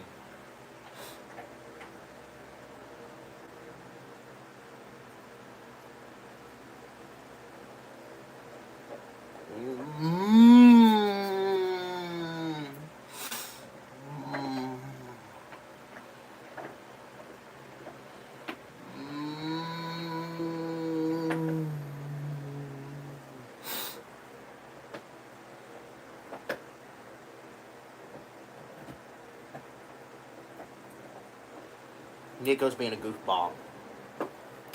Nico, what are you eating, dude? Oh, he's eating a sting. Nico! Come here. Come here, yo. Come you. Come here, you. Come here, you. Come here, you. Come here, you. Nico, guess what? Do you... Look at me.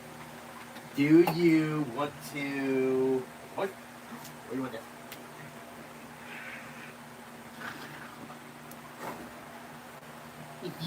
Look what I got for you. Look what I got for you, Nico. Ooh, ooh.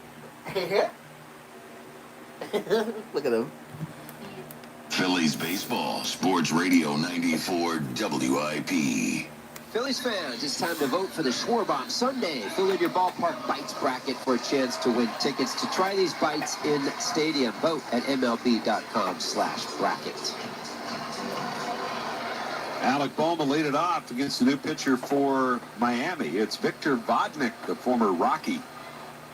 4-1, Phillies lead it here in the 8th, and the first pitch is hit in the air, foul down the line, out of play. Victor Vodnik, native of Whittier, California. Originally a draft pick of the Braves, came to the big leagues with the Rockies, was traded to Miami last month. 0-1. And that one is a strike. Bohm hitless tonight, so is Stott, who waits on deck. So they were the story last night, these two back-to-back. And tonight they're a combined 0 for 6. Dang. 0-2. Swinging a bouncing ball towards short. Lopez to his left. He gloves it, throws to first. And there is one away.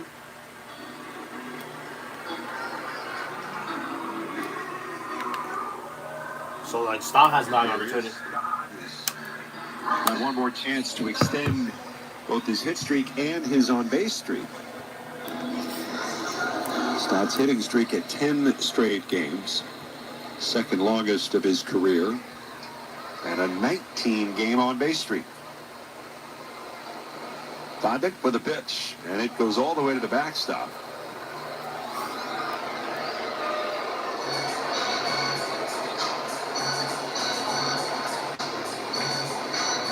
Victor Vodnik, one of 8 kids in the Vodnik house growing up. Oh. Any idea where he fits in there?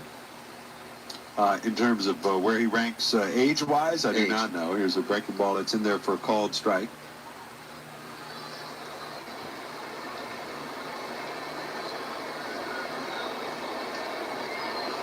One ball, one strike. And a pitch.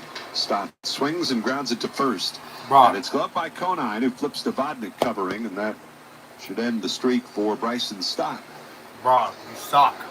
Phillies games are more fun with family. Bring yours on Saturday, September 5th for Giant Family Day, even if you have 8 kids, when the Phils host the Braves at 6:05 p.m. And kids 14 and under receive an ice cream-themed squeeze bottle. Visit Phillies.com to purchase tickets today.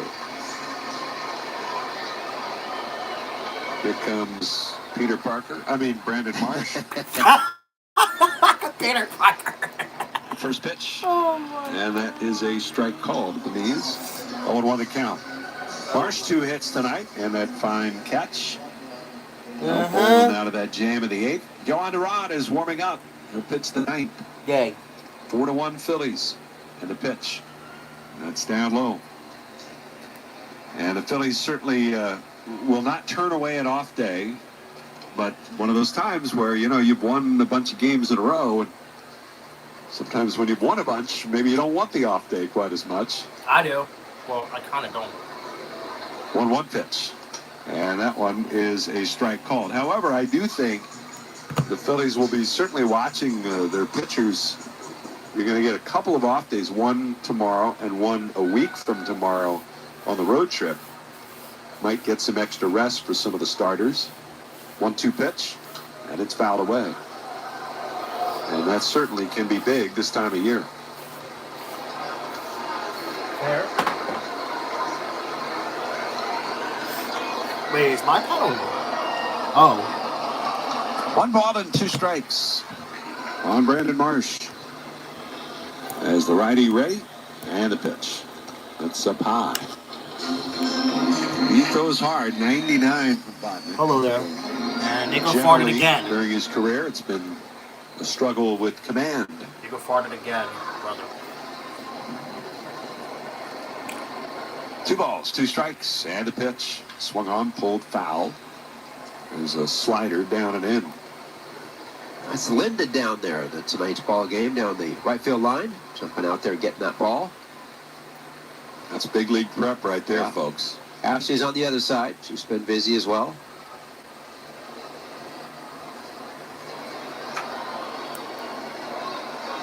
The stretch, and another 2-2. Foul back.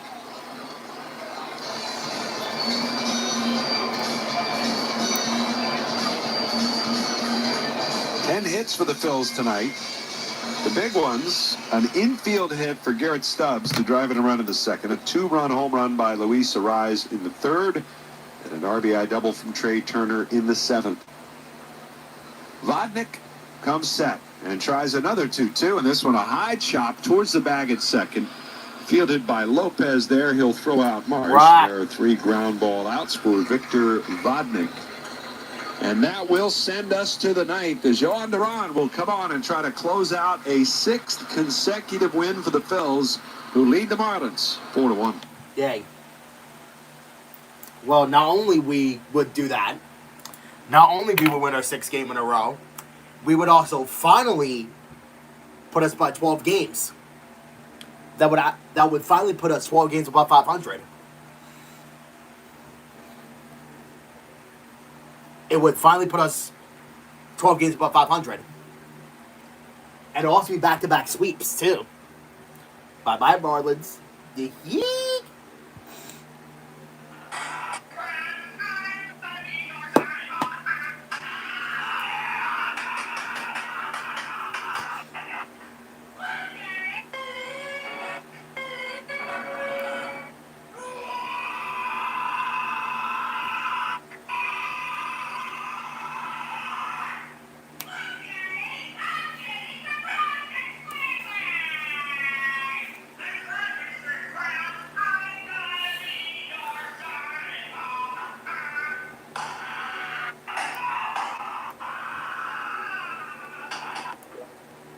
Squidward dead.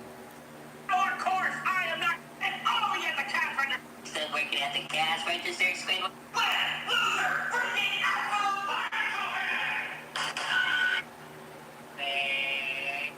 Squidward. Stop censure game. That's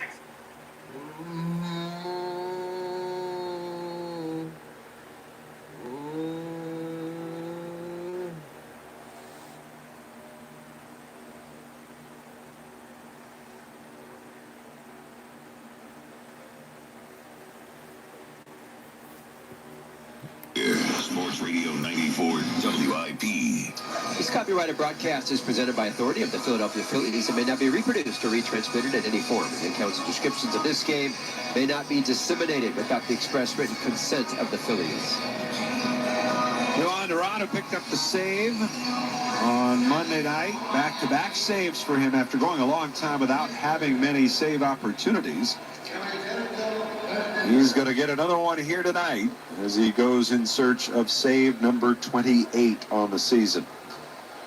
Roberto Hernandez will lead off for Miami. It's a 3-run lead for the Phillies at 4-1. And the pitch is swung on, pulled through the hole. It's a base hit. Really? Already? And he starts with a splitter, and Hernandez all over it for a clean single to left. There's one on and nobody out to start the ninth. Come on. We don't want that. There you go.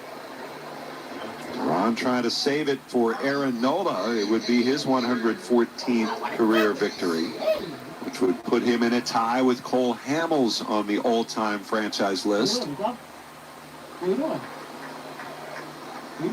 Owen Casey, the batter.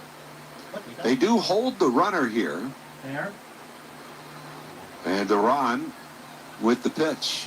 Casey fouls it away. We had a conversation with Don Mattingly about that on the pregame show a few nights ago. The Phillies chose not to hold runners both Sunday and Monday, holding a 2-run lead and Duran on the mound. Tonight, they elect to keep Bohm on the bag. 0-1 the count and the pitch. And that's up high. And there is some deference to Duran's wishes when it comes to making that decision. I don't know whether that's the case at this moment, but they did have the conversation this week about that. 1-1 pitch. Swinging a ground ball deep short. Turner with a backhand slide. He's got it. Feeds second. There's one. Nice. Boy, Trey Turner went sliding down on a knee. A little bit of a double clutch as he was trying to get that ball out of his glove, but he makes a sure throw to second. And they get the lead runner, and he has shredded the knee on those baseball pants. They have come wide open. That happens. Terrific play. Loving that glove. I'm telling you, there's a little bit more length or something in that glove. And he's really snagging balls left and right. Hi. So now Ruiz, the batter, Bohm looking in to find out where they want him. They want him in guarding against a possible bunt. And Duran delivers, and the pitch is in for a strike. Tough guy here to double up at the plate, so you got to make sure you at least get one. If I'm a middle infielder, I'm playing a step deeper. 0-1 the count. And the pitch. Swing and a miss. Before you let me know why deeper, he's faster, he should be shallower. Not in this case. Not in this case. You're not worried about him. You're just worried about outs. Get a little bit deeper, make sure you get the out. And that was part of the reasoning for Mattingly's decision-making not to hold the runners these last two save opportunities. 0-2 the count. Duran ready. Here's the pitch. And a swing and a foul tip. They were holding the runner the night Duran was trying to close out the Marlins in Miami, and they got partially beat on a slow dribbler through the right side. Harper was on the bag, couldn't get to the ball that Otto Lopez hit, and that put runners on the corners. And it became a full-fledged situation that the Marlins took full advantage of. The count 0-2, and Duran with a pitch. It's down and away. Phillies have Derek Hill in the game in right field. Fair enough. Harper sitting down.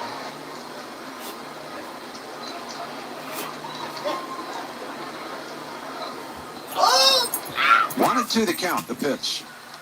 And it's up high. Hey, you go. So Harper out of the game. Should it continue beyond this top of the ninth inning? No. Ow! Hey, come on my shirt. 2-2 the count. Here's the pitch. And it's down low. Oh, damn.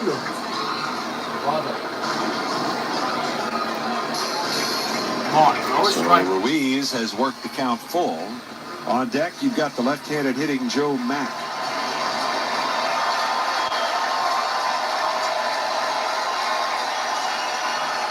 Three balls, 2 strikes to count. Arise straight up the middle at second base.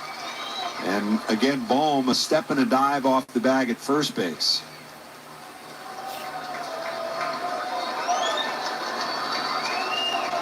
The stretch by Duran. And a 3-2 pitch on the way. Swing and a miss. Struck him out. Well, with a split there, and Ruiz is down on strikes for the second out. So he went for a fastball. But and the rookie catchers had a hat trick tonight. He struck out all 3 times up against Aaron Nola. Yes, sir. Faces Duran here. He's got 12 homers. Well, even if he gets one here, then plenty of pop here in his first season. Even if he gets one here, to keep the game alive for Miami, the pitch. 4-3. It is a little bit high, ball 1. It would be 4-3 if it's a home run. Philly's not worried about the runner at all now. Bohm is behind him. Nope. At first base. There's 2 outs now. The 1-0. And it's a check swing strike called. Feels like Garrett Stubbs has had trouble maybe hearing Clint Bondrak at times. He was holding that pitch and was kind of looking back over his shoulder like, what did you just call? That was a strike, right? Do I need to challenge it? 1-1. Duran kicks and comes home, and the pitch is down and away. And it's 2-1. Come on. The Phillies do have one challenge. Miami has both of them left. Mack trying to keep the game alive for Javier Sanoa, who waits on deck. No. Duran is ready. And his 2-1 pitch. Swinging a fly ball down the left field line. It's out of play. Oh, strike. And the Marlins down to their final strike. Phillies, a month ago, went into Miami. The Marlins were in the midst of a season-worst 12-game losing streak. The Phillies were feeling pretty good. 3 days later, the Marlins had pulled off a sweep. And now the Phillies trying to return the favor here in their home ballpark. Come on. And they're a strike away from doing just that with a 4-1 lead. Come on. Come on. 2 balls, 2 strikes. Duran is ready. The right-hander with the kick. Here's the pitch. Swinging a pop-up foul out of play. The game continues. It was a 1-run victory on Monday and a 2-run victory last night. Now here's a 3. Tonight the margin is 3 runs. 1, 2, 3. At 4-1. Could have been more, but come on. Come on. A fresh baseball for Duran. Tucks it into that red glove. Comes set above the belt. The 2-2 on the way. Bounces in front of the plate. And so we go full. And it has been characteristic of the Marlins not to go down without a fight. We should. We got to pull up a sweep. Come on. Come on. Take a picture, Duran. Has taken it to the distance in this at-bat. 3 balls, 2 strikes. Duran is ready. He kicks. Runner goes. The pitch. Swung on. Hit in the air. Left field. Marks coming in. Calling for it and waiting. He's got it. And the Phillies have got themselves their first 6-game winning streak this season, as they have pulled off back-to-back sweeps. First Minnesota, now Miami. And the Phillies with their 70th win of the night of the year tonight. A 4-1 final over the Fish. Boy, what a performance tonight. First, you have to talk about Aaron Nola. 7 innings, 5 hits, really spread the hits. He still gave up the home run, but he doesn't let it bother him. And that hook was just something, the curveball. At one point, he had 14 swings against the curveball. 10 of those swings out of the 14 were swing and misses. That's how deceptive that pitch was today. So he was huge, getting just enough offense. Luis Arraez, of course, on the road struggled. He got out of that little slump, and he has been nothing but terrific as advertised. A lot of contact, big hits out of the 4 spot. That lineup with him at 4 seems to be working. Everybody's kind of adopting into it, accepting it, getting on base. That was a terrific, terrific 3 series.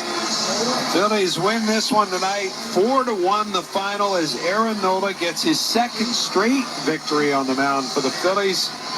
And now with 114 career wins, all in a Phillies uniform, of course, he has tied Cole Hamels for 6th place on the Phillies all-time victory list. 4-1 the final. We'll take a timeout. We'll have the totals and a recap for you coming up right after this. Ball game. Ball game.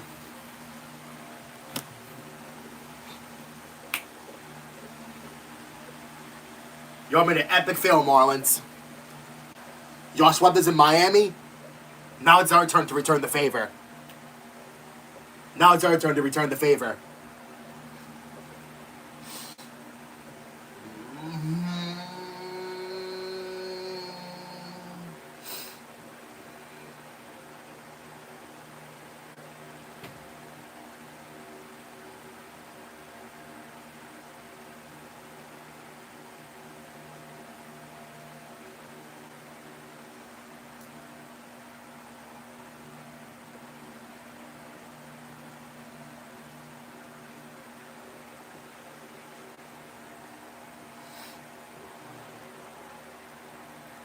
Six-game winning streak, baby. And we have a day off.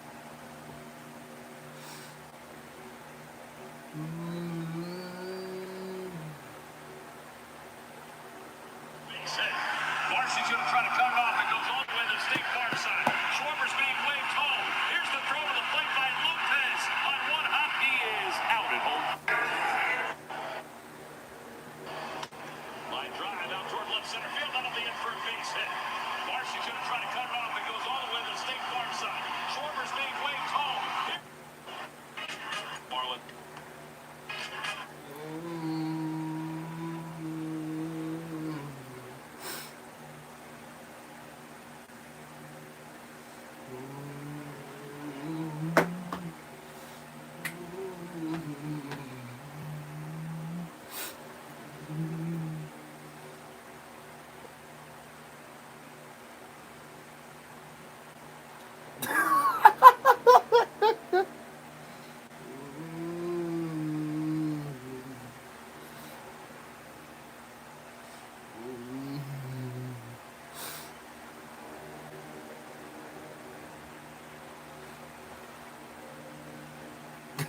Phillies won their 6th straight out of respect of Jaden Daniels.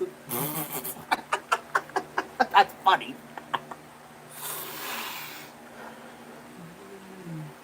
We're coming in hot. Watch out, Braves, because we're coming.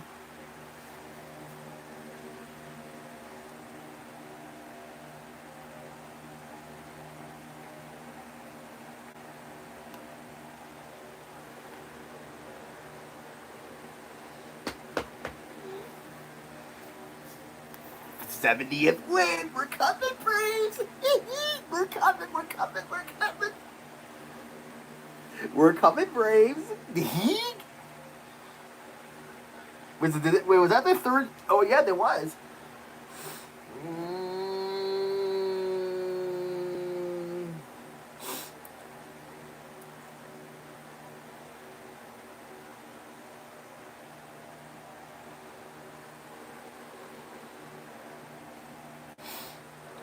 Man, what a time to be alive.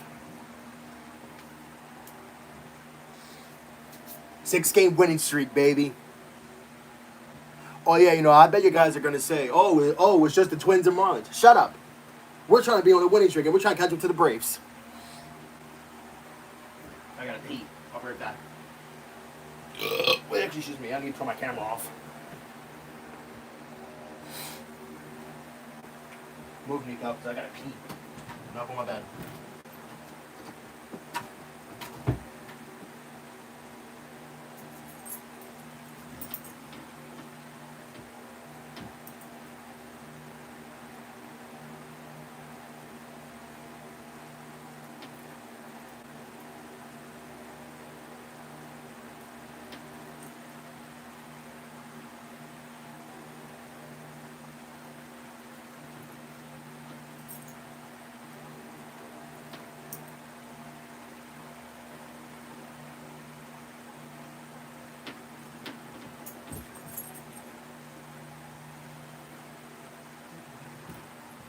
Move me up. 6-game winning streak, baby. 6-game winning streak.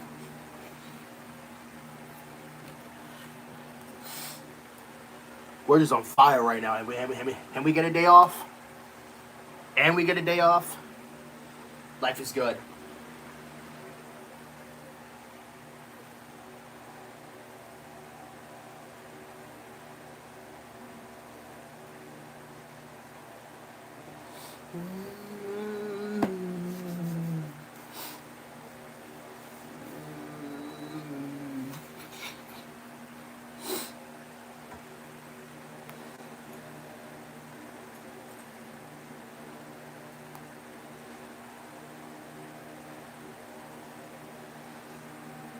On left field toward the line. Day in slicing. Marsh is over. He jumps and he made the catch. Oh, what a play. He climbed the wall. That's why the people love him. After this play, he threw the ball. Marlins 10-6. Marlins 10-6.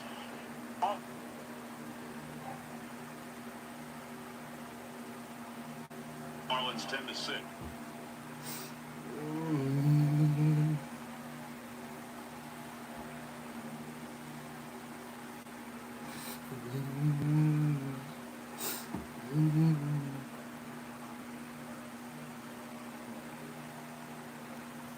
Throws the ball off. He walks behind.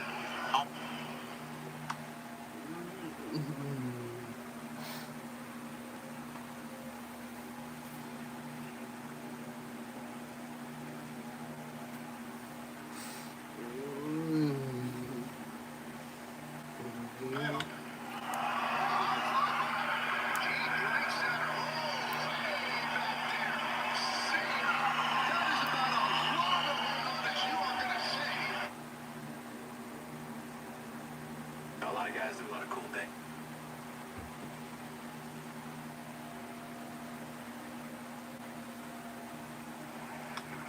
Drive to right field, toward the foul pole, and it is gone! It's gone! The rocket off! Brandon Wow! A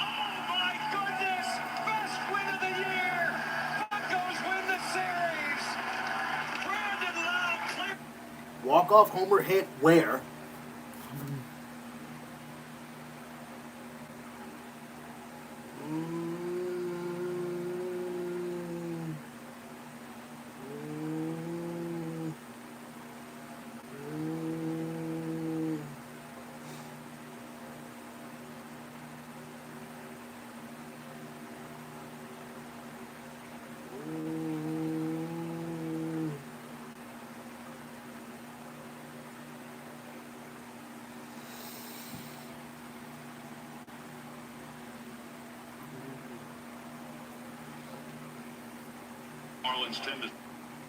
Marlins 10-6. Fly ball.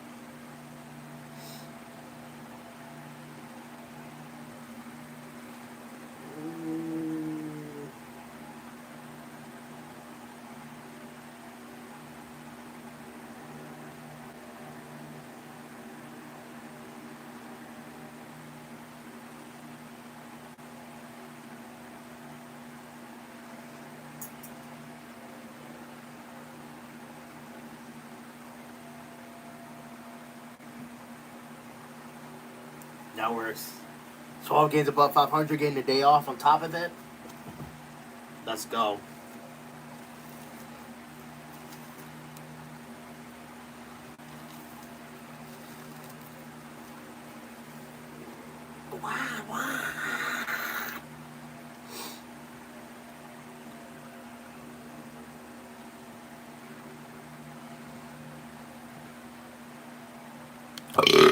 Ooh, excuse me.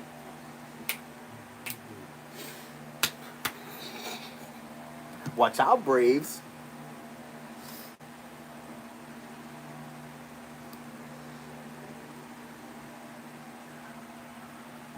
Watch out, Braves. The Heat. If y'all keep losing, then we're going to come after y'all. The Heat. Now next, the Cardinals. Let's see if we can return the favor winning 2 out of 3.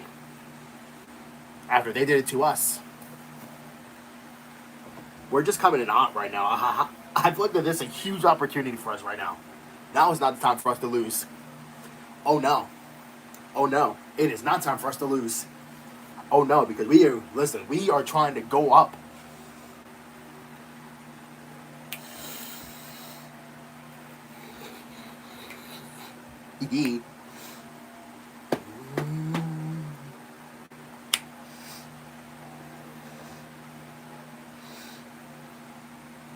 Guess what, man?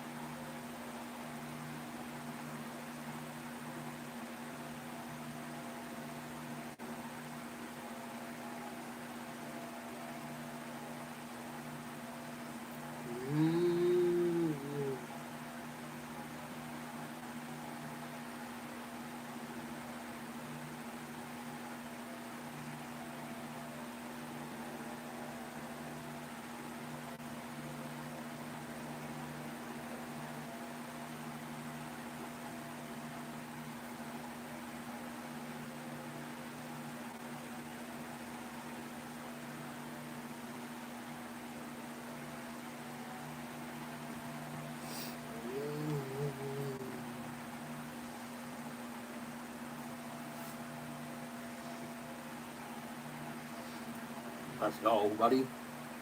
The Heat. Now we get a day off tomorrow. Yeah, especially when we won our 6th game in a row, gets us to rust, and then we gotta win more games. Hopefully we can extend our winning streak to 7 on Friday. That'll be awesome though, right? That'll be real awesome, right? We were going 7-game winning streak. I hate when this happens to me. Dropping my phone while it's on the frickin' charger. I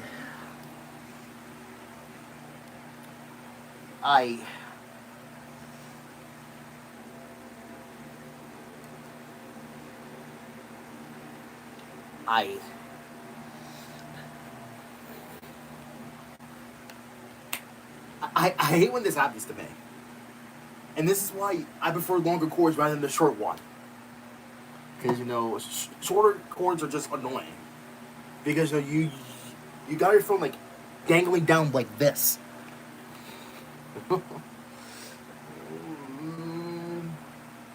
Oh, sweet, August 24th.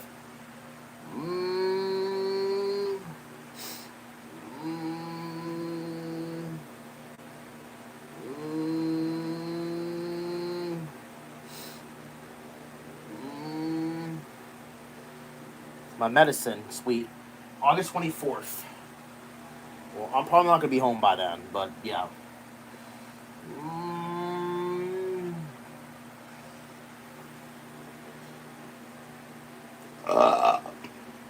Oh my lord.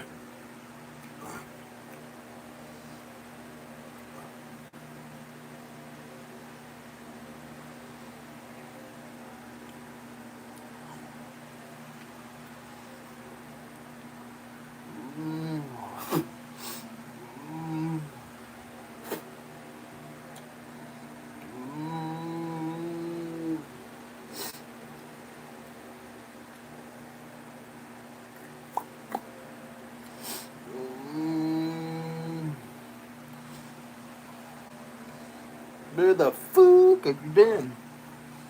Yeah. Rarity's face.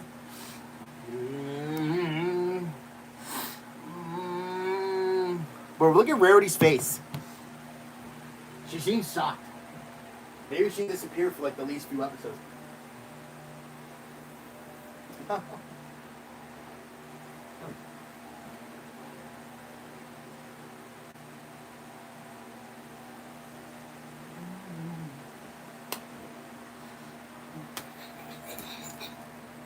Where's Nika?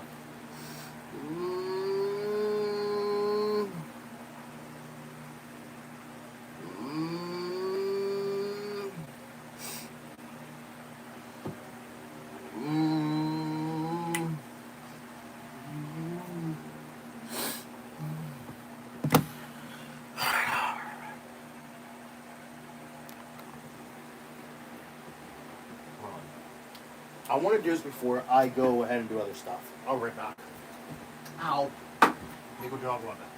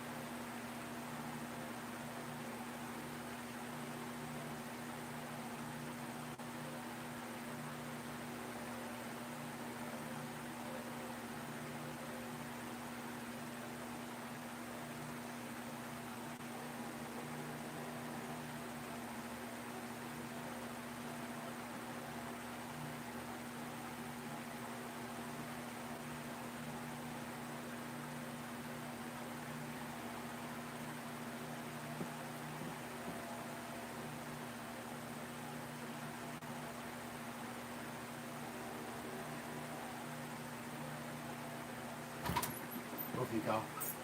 Hi guys, I'm back. Move. Yeah, unfortunately I got no more ice. So for now, I am gonna have to wind up using the other ice for now. Until I gotta get this on the bag.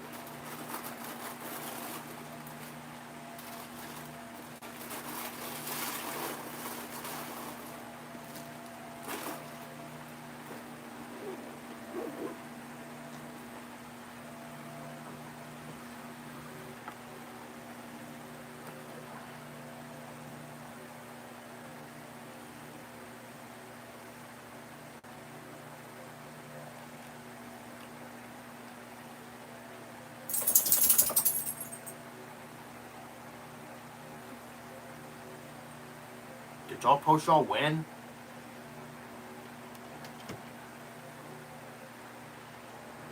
No, with the Phillies. They didn't post a win, but yet they post a sweep.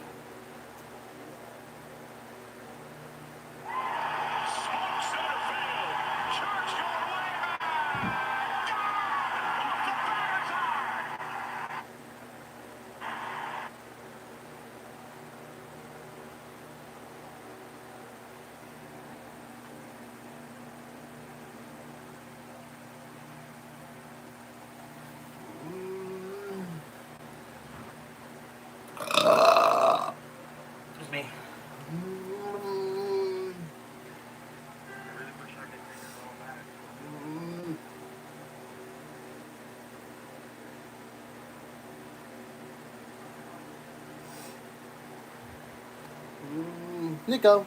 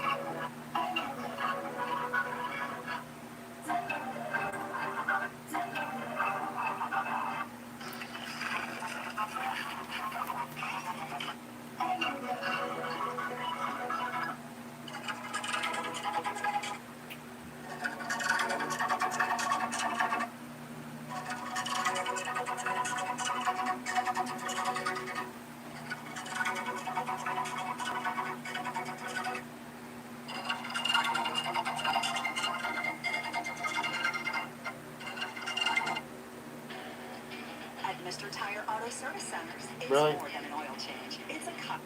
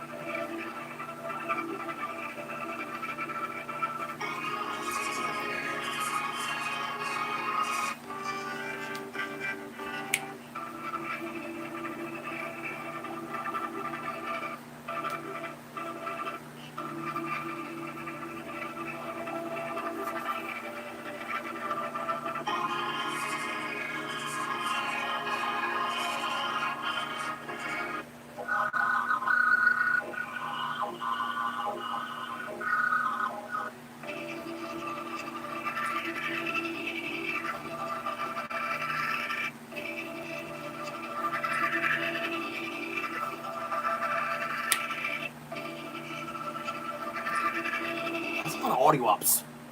Oh.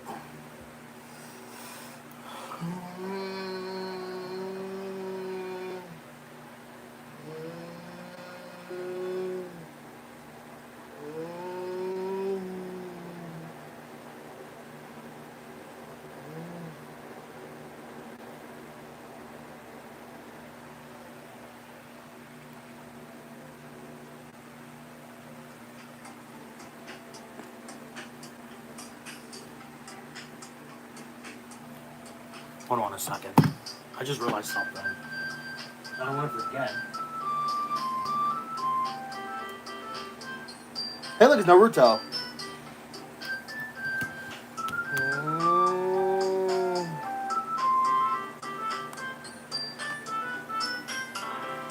Oh, look, season 3, yay. Here's me. No, wrong channel, brother.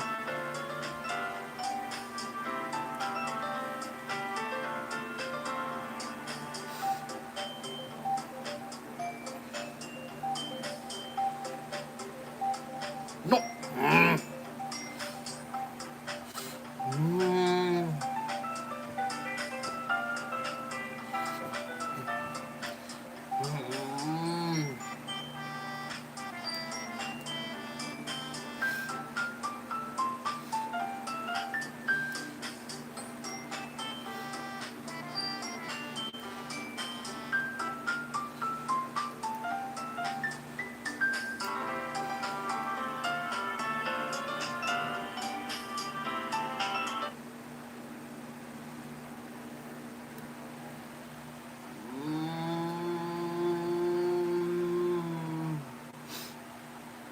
Really on Stars again?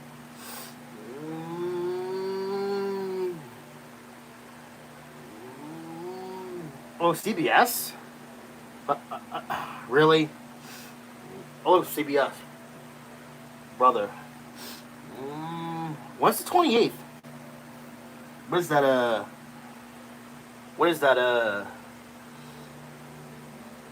Is that another Saturday? Or is that a Friday? No, it's a Friday. Oh, no. Wait, actually, no, I should be eyed. I should be eyed on that day. That's a Friday.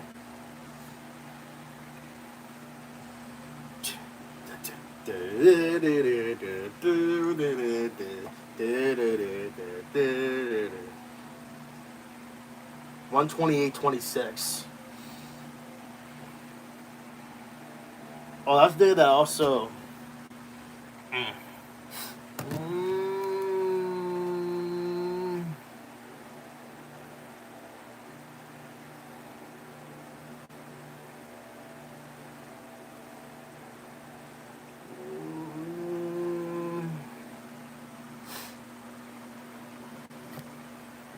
Thank God.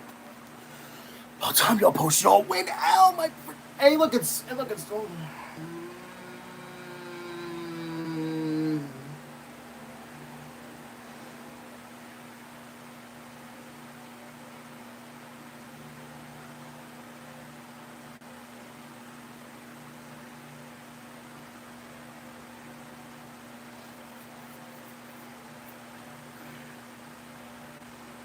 No.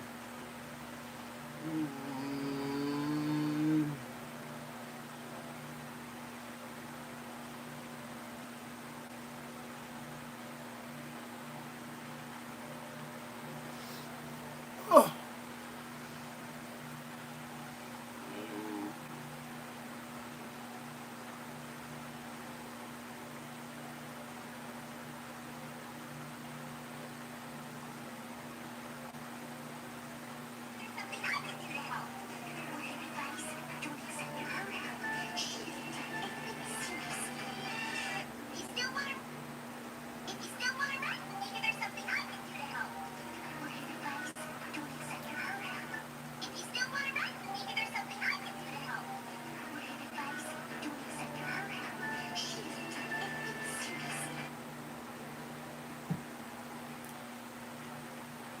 Nice point, Fluttershy. Nice point, Fluttershy. Nice one.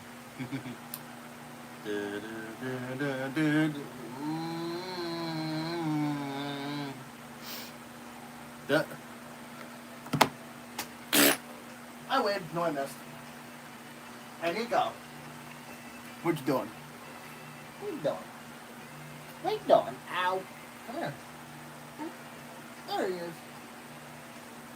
What? No, I missed.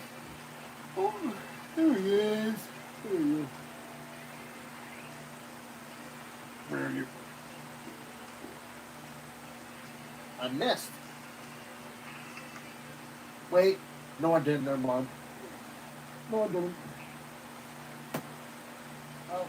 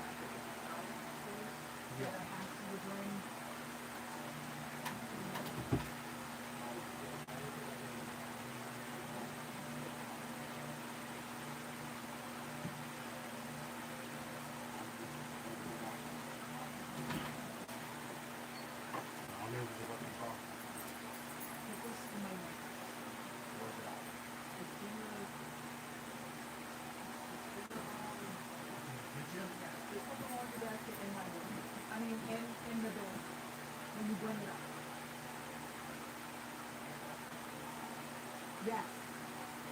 You can't deliver.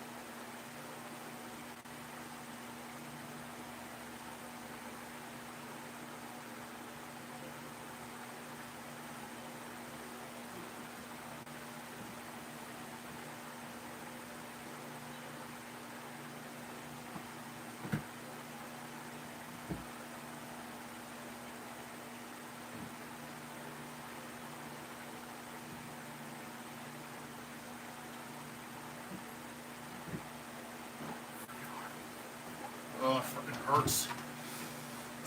My freaking arm. Kind of hurts.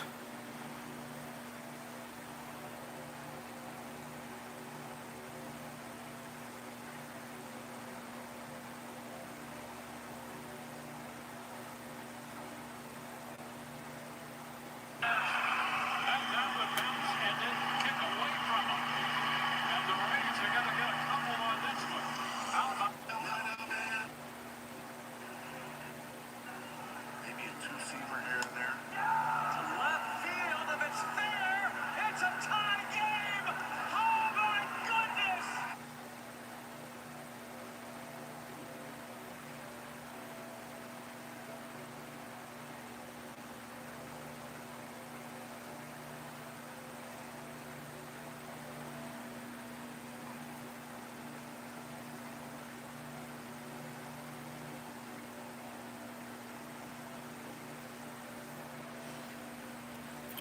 My phone's a 96, my iPad's a 92.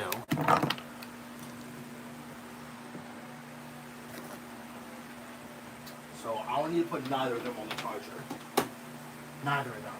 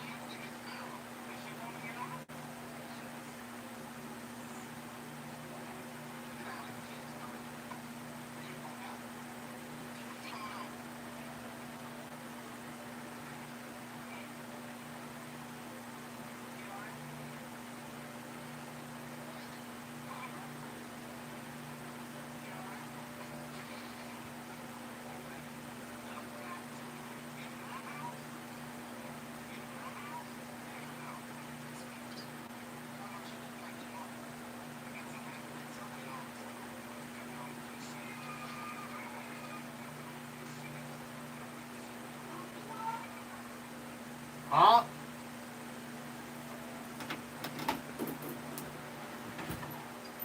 Huh?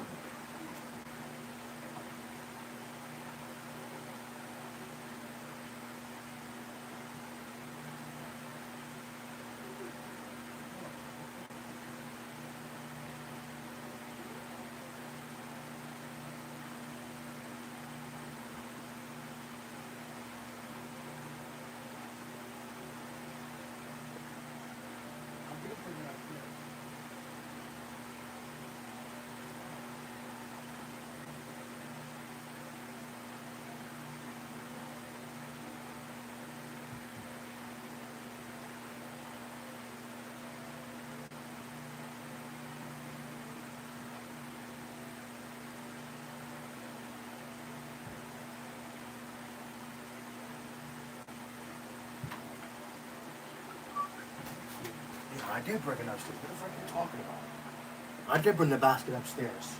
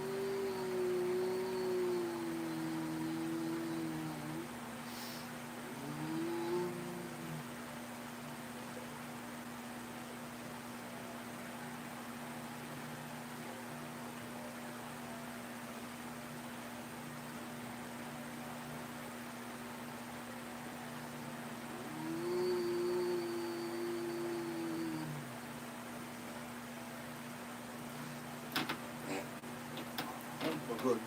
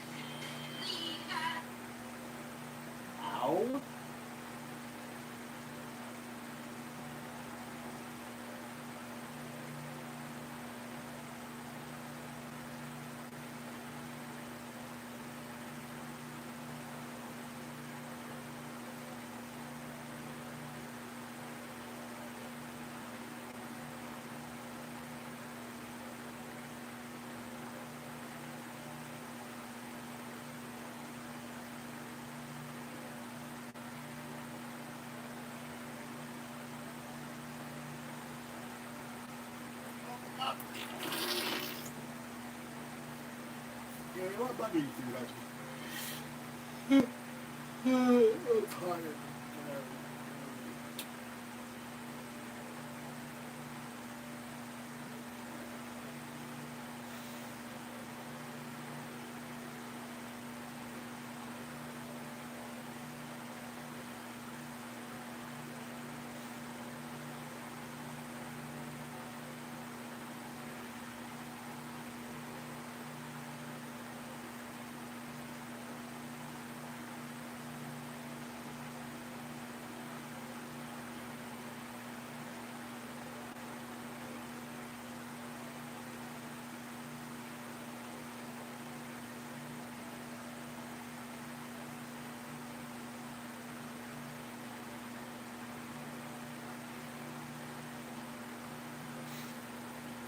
I'm gonna do the two-hand men up here because it'll be easier for me.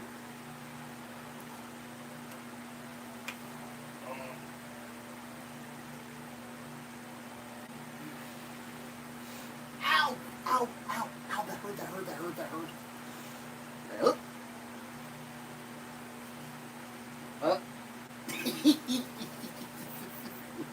Because Applejack knew that you hated Toy Story, Rarity. Come on now. Rarity, I mean, not really. Toy Story is a good franchise, brother. God, I hate that so much. Don't we all do? Me personally, I do.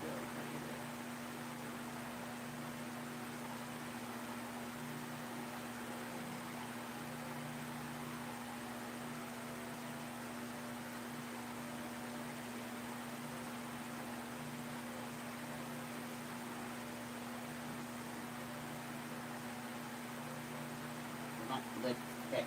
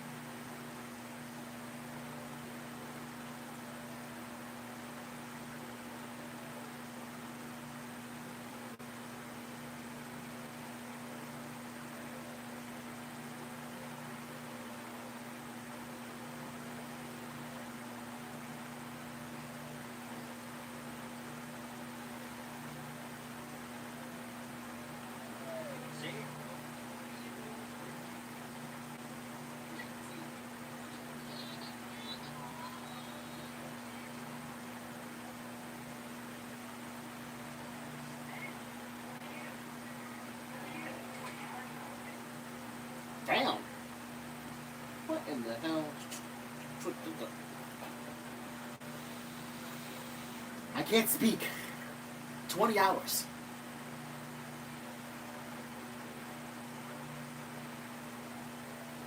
I have a bit of crap. I have a bit of crap. Ow.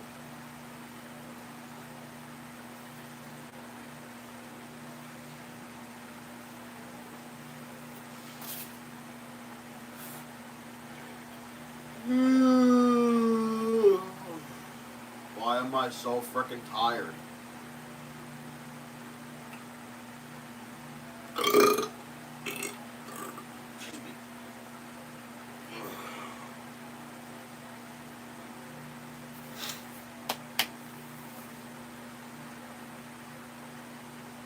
Oh, I passed it.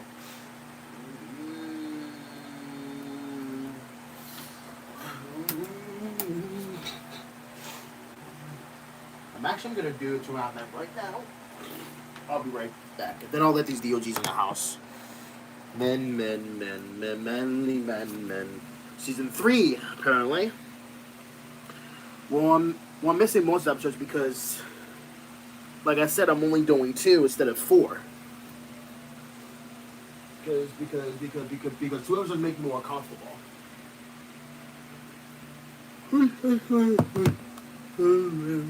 Then, oh, except for the sun. Cool. Except for the sun.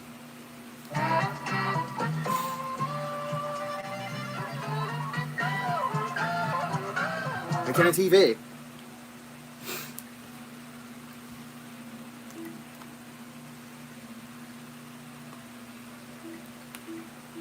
Except for the sun's recorded on tape in front of a live studio audience. Let's see, 2.5 men. Wait, I thought oh. This is fine, but not the second episode. Okay, well, the first episode's fine, but not the second one. Because I'll have to do something each. I'll have to do first and third. Not complaining, I guess. Or you know what? I want to set for the sun while I went way forward. Whoa.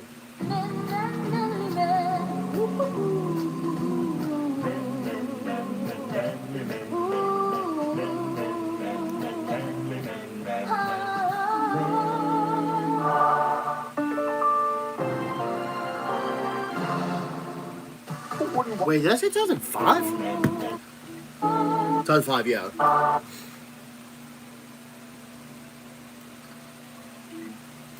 Well, you know what?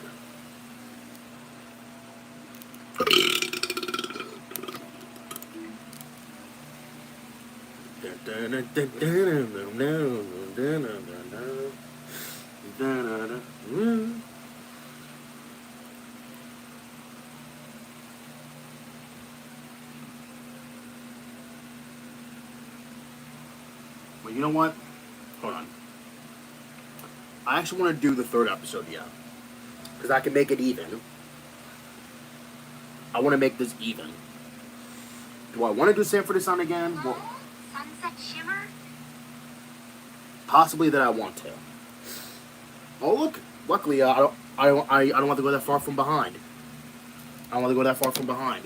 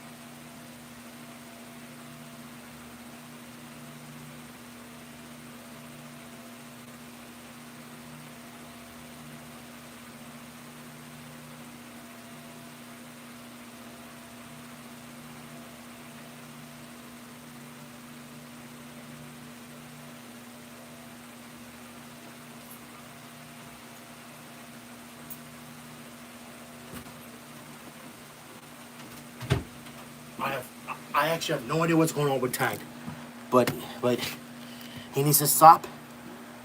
What he needs to do is, and shouldn't Dad be sleeping by now because it's freaking Wednesday?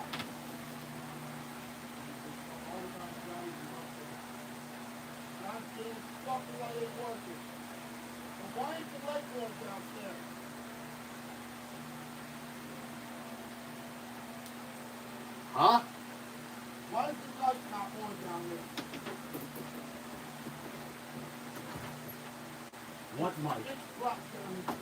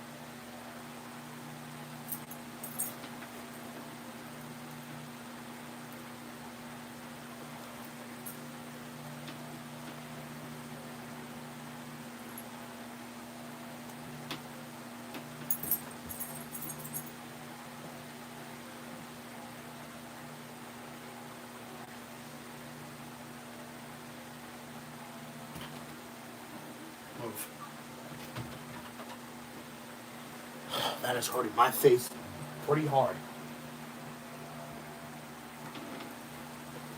Oof. Not gonna wait until this is done.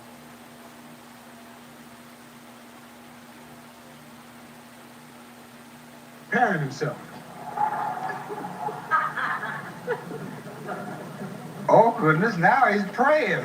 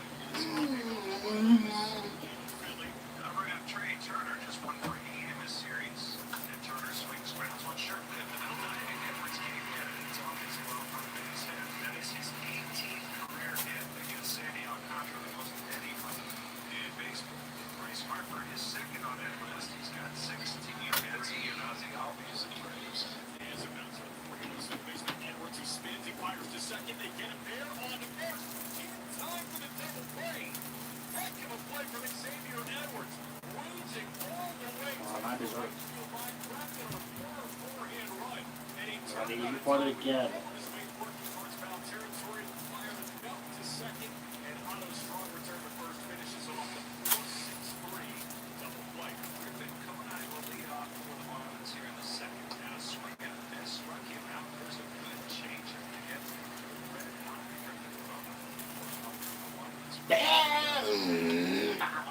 You think you should.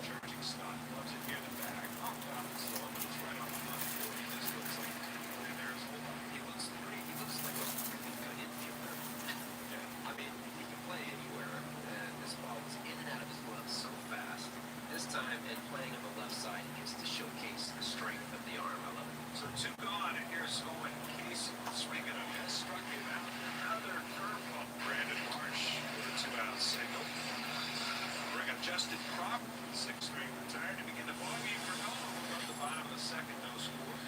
Brandon Marsh back toward the middle, and what a play by Lopez. Throws to second, not in time. Marsh hustling in, and it'll be an infield hit for Crawford, and the bases are loaded for Garrett Stubbs. The spinner out towards shortstop. This may be a tough play. What a play by Lopez. Not in time. A run scores. The infield hit. The Phillies leading 1-0. Everybody stepping into the party. Baby Garrett, tell you what, we're blessed to have two catchers who can run on this roster. Both JT and Garrett can run. Lopez had to go far to the run. Kind of knew Garrett was going to beat that thing out. 2 days after the 4th of July was his last hit. And this one here is a big one. Go to the third inning. Phillies now with a 1-0 lead. And it'll bring up Staley Ruiz. That's a cold third strike. No challenge by Ruiz, although that one might have been outside. And it'll bring up Staley Ruiz. That's a cold third strike. You could have challenged that, brother. You could have challenged that, brother. You would have gotten overturned because it was inside. That ball was inside. That ball was inside. It was. Yes, it was. That would have been a good challenge. Third strikeout for Noah. Swing, miss. Makes the catch. The games he's won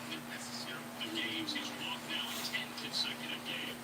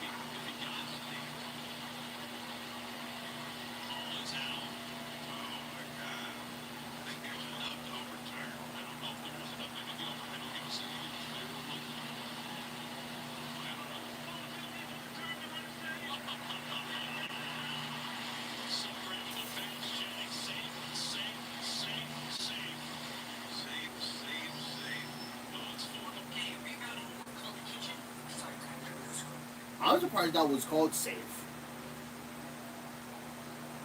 And it took too long too. Like I felt like the call would have stand.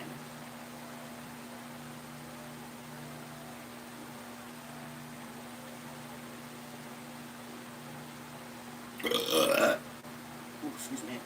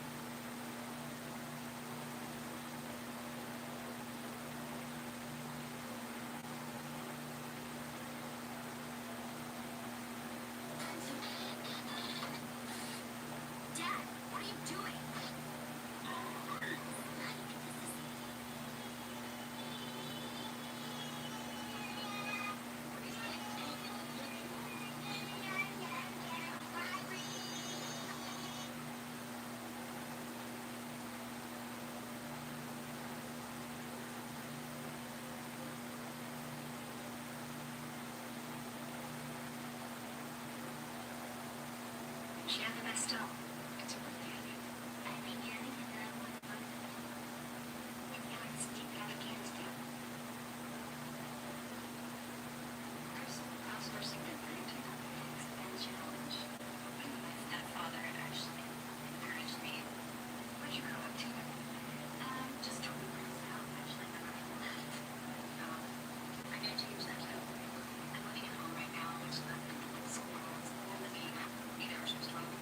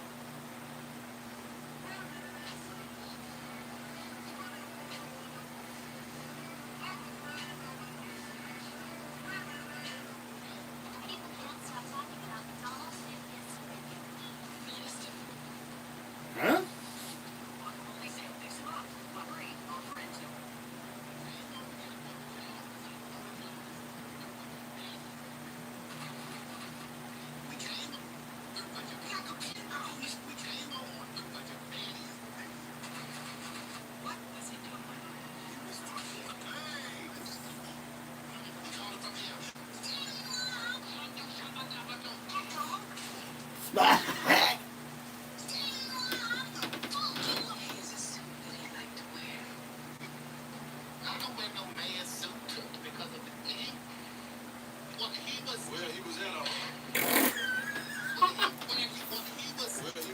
Smack.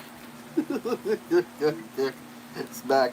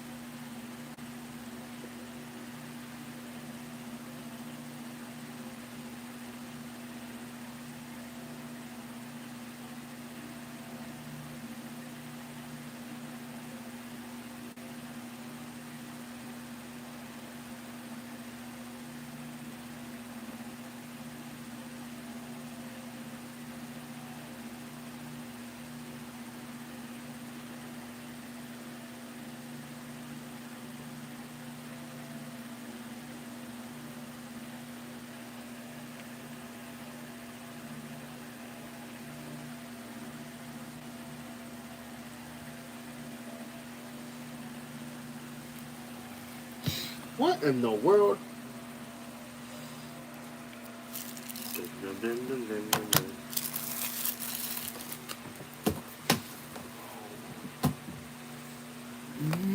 Wait, do I have my camera off? No, I do not apparently.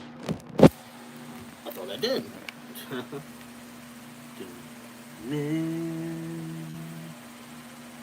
Carpet burns and a bite mark.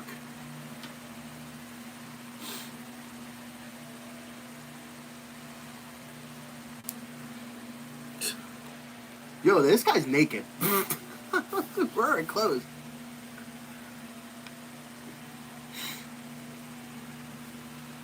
Yo, he got burned, brother. And that's an old microwave, too. So I guess microwaves existed. Oh, yeah, that's right, it did. Holy cow.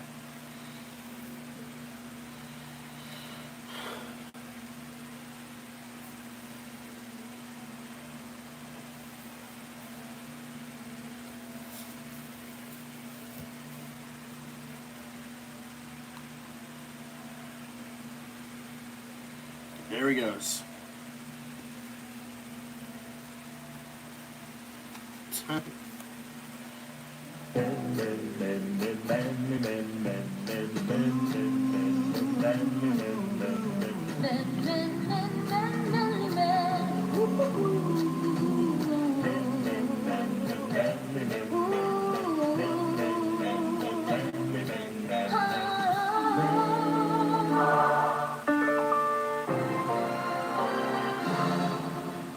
You look at that car.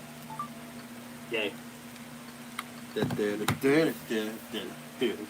done had pork sausage. We had pork sausage yesterday, the day before, and the day before that. What is it with all these pork sausages, Reddy? What you trying to do? Kill me? Now just wait a minute.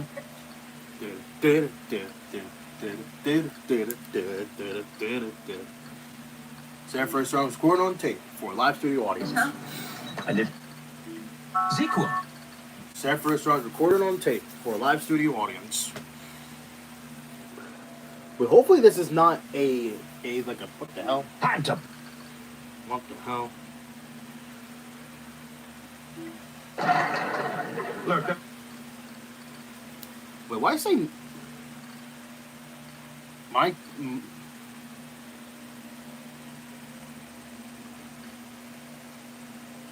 Oh no!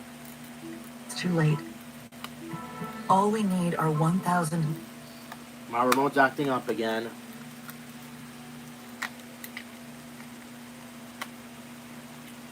My remote. Wait, where did Nico go? Oh, I was about to say. Good lord, Nico. To say.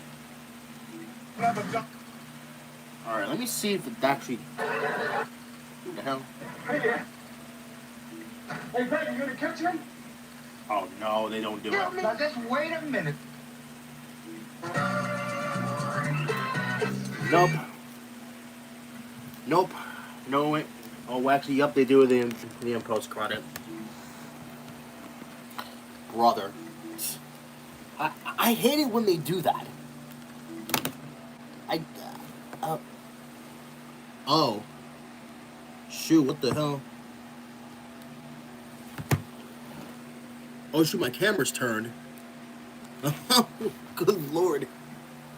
My camera was turned to the wrong direction. Oops. Sorry about that, guys. My camera was turned to the wrong way.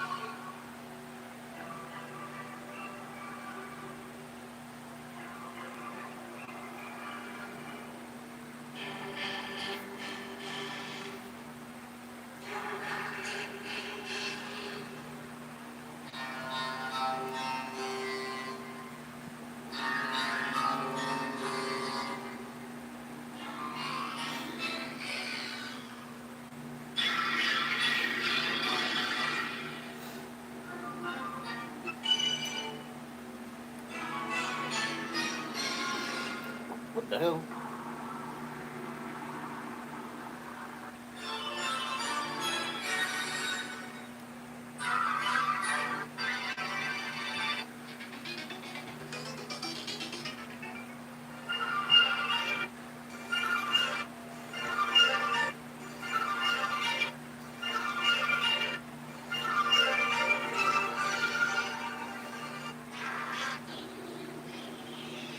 In the world?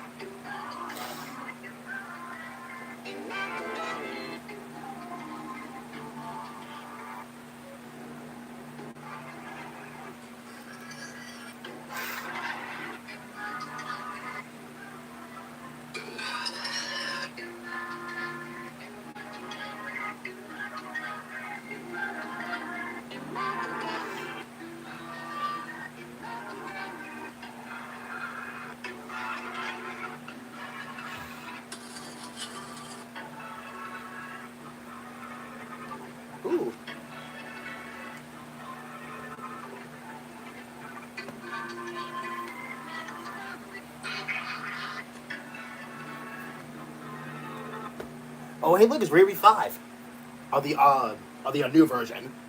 The old one kind of sucked. And then, of course, the next one's Riri 14.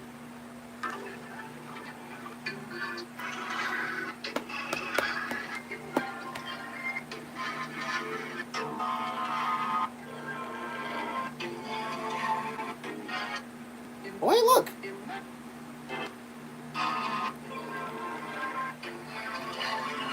Riri 2.9.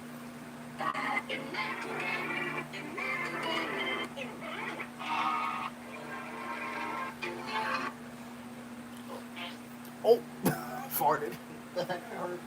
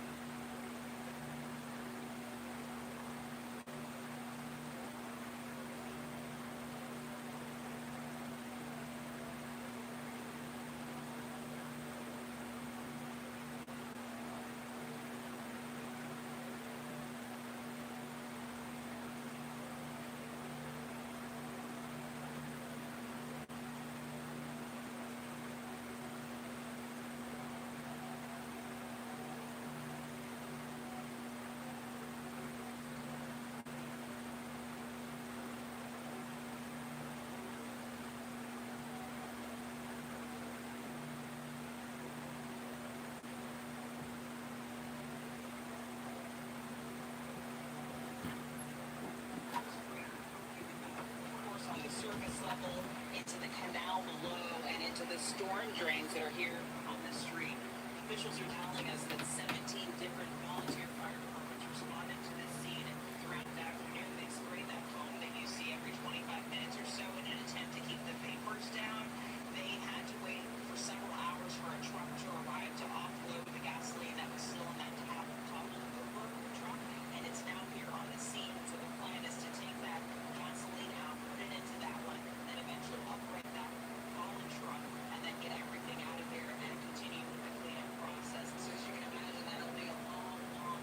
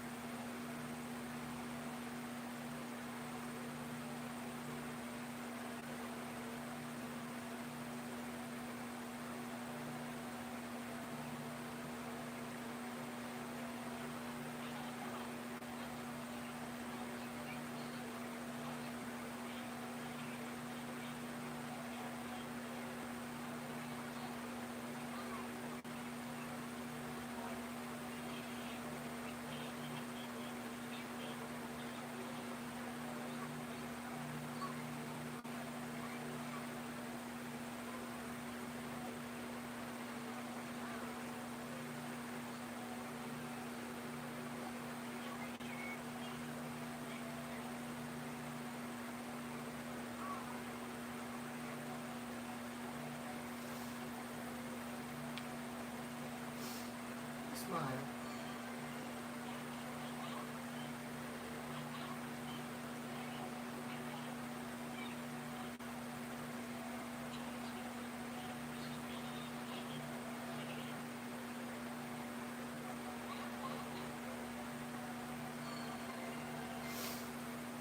I don't remember having this device as a kid.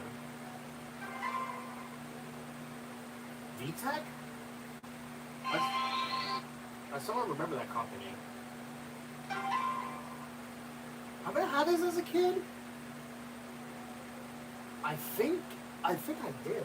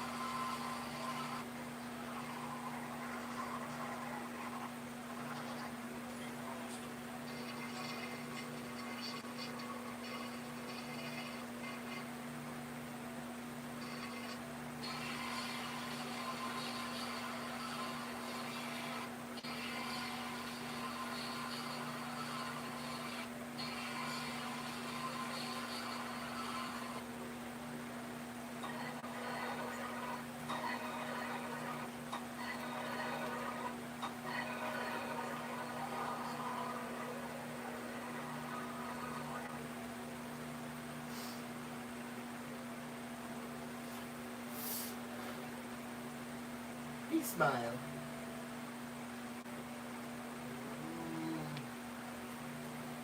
He smiled.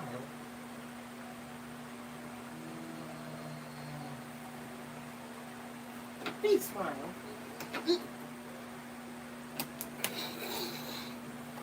I don't remember having a VTech device. I don't remember if I even had one. I don't remember if I even had one as a kid. I think so. Yeah, I think so. I don't remember, though.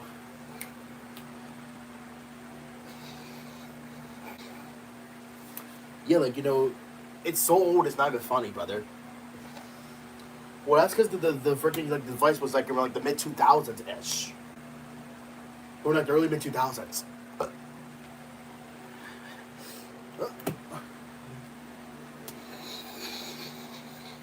And there were, like, a lot of games on there, too.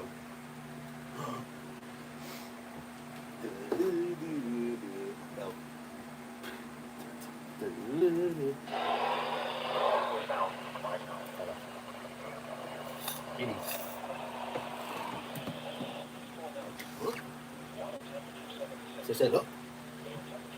Yeah.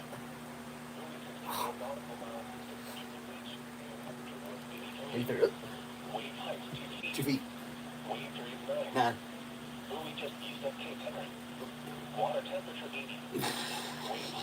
Two. 9. 82. 9 knots. Damn. 84. Damn. 2 feet. 8. Oh. Five by 3. Oh. Man.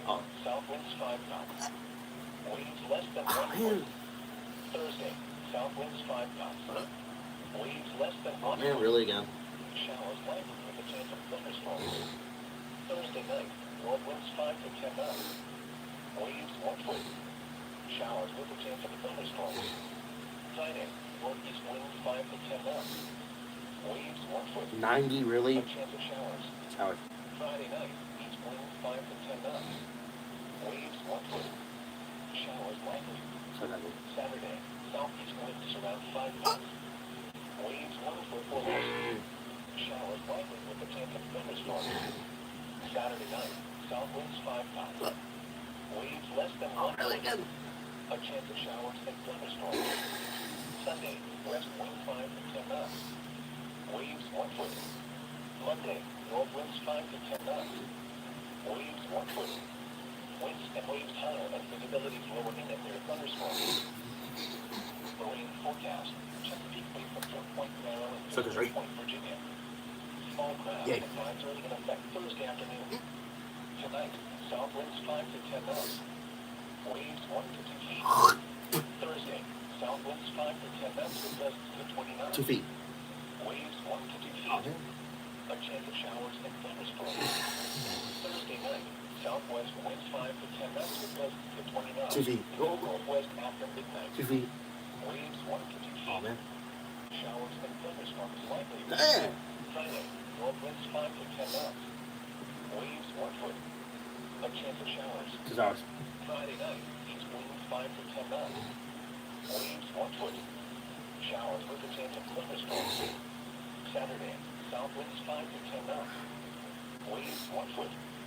Showers likely. Exactly. Saturday night, southwest winds 5 to 10 knots. Waves 1 foot. A chance of showers and thunderstorms. Sunday, west winds 5 to 10 knots. Waves 1 foot. A chance of showers and thunderstorms. Oh, man. Monday, north winds 5 to 10 knots. Waves 1 foot. Winds and waves higher and visibility lower in at near thunderstorms. The rain forecast, tanks are south and inland waters of So that's right. Island. Small Yeah. craft advisory in effect Thursday afternoon. Tonight, south winds 5 to 10 knots. Waves 1 foot or less. Thursday, south winds 5 to 10 knots with gusts to 20 knots. 2 feet. Waves 1 foot. Showers likely with a chance of thunderstorms. Thursday night, south winds 5 to 10 knots with gusts to 20 knots. Northwest after midnight. Waves 1 foot. Showers and thunderstorms likely. Friday, north winds 5 to 10 knots. Waves 1 foot. A chance of showers. Showers. Friday night, east winds 5 to 10 knots. Waves 1 foot. Showers with a chance of thunderstorms. Saturday, south winds 5 to 10 knots. Waves 1 foot. Showers likely. Saturday night, southwest winds 5 to 10 knots. Waves 1 foot. A chance of showers and thunderstorms. Sunday, west winds 5 to 10 knots. Waves 1 foot. A chance of showers in the afternoon. A chance of thunderstorms through the night. Oh, man, really? Monday, north winds 5 to 10 knots. Waves 1 foot. Winds and waves higher and visibility lower in at near thunderstorms. This is the most national hours after midnight. 70%. Chance of showers in the evening. Showers likely with a chance of thunderstorms in the evening and a chance of showers after midnight. Lows in the lower 70s. Chance of rain 70%. Sunday, partly sunny. Highs in the lower 80s.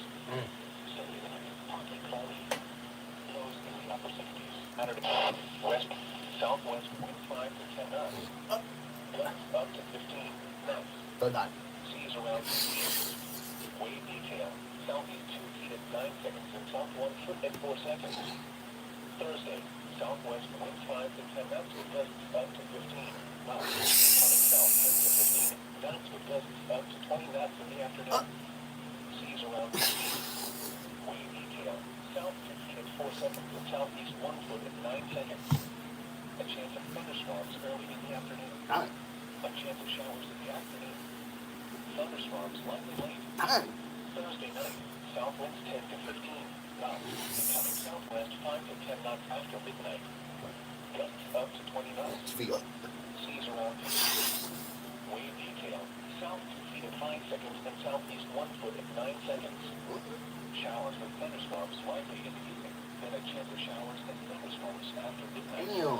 Friday, north winds 10 knots with gusts up to 15 knots. Seas around 2 feet. Wave detail, south 2 feet at 5 seconds and north 1 foot at 2 seconds. A chance of showers and thunderstorms in the afternoon. Friday night, northeast winds 5 to 10 knots with gusts up to 15 knots. Coming southeast after midnight. Seas around 2 feet. Wave detail, northeast 1 foot at 4 seconds and south 1 foot at 4 seconds. A chance of thunderstorms. A chance of showers in the evening, then showers after midnight. Saturday, south winds 5 to 10 knots. Gusts up to 15 knots in the afternoon. Seas 2 to 3 feet. Wave detail, south 2 feet at 4 seconds and northeast 1 foot at 4 seconds. A chance of thunderstorms. Showers. Saturday night, southwest winds 5 to 10 knots. Seas 2 to 3 feet. Showers likely in the evening. A chance of thunderstorms. Sunday, southwest winds 5 to 10 knots. Seas around 2 feet. A chance of showers and thunderstorms in the afternoon.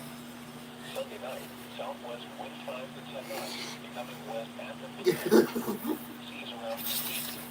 A chance of showers and thunderstorms in the evening.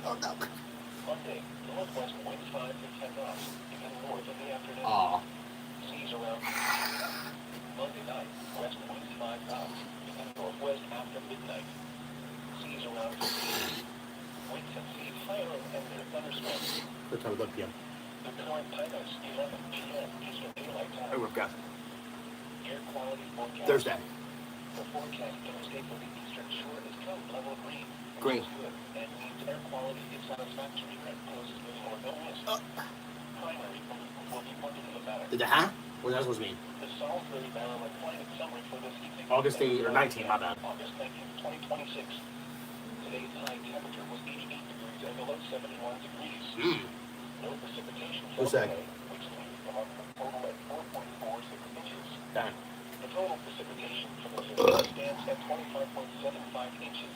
The record high for tomorrow is 89, which occurred in 1914. And the record low is 48, 48. which occurred in 1918.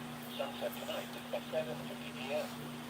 Sunrise tomorrow is at 6:21 a.m. 7:50 p.m. The tropical weather outlook. For the North Atlantic, Caribbean Sea, and the Gulf of America, tropical cyclone formation is not expected during the next 7 days. Yay. Offshore waters forecast Baltimore Canyon to Cape Charles Light to 100 nautical miles.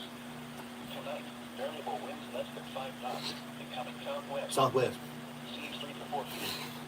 Thursday, south to southwest winds less than 5 knots, becoming south 10 to 15 knots. Seas 3 to 4 feet. Scattered thunderstorms. Thursday night, southwest winds 10 to 20 knots, diminishing to less than 10 knots. Seas 3 to 4 feet. Scattered showers and thunderstorms.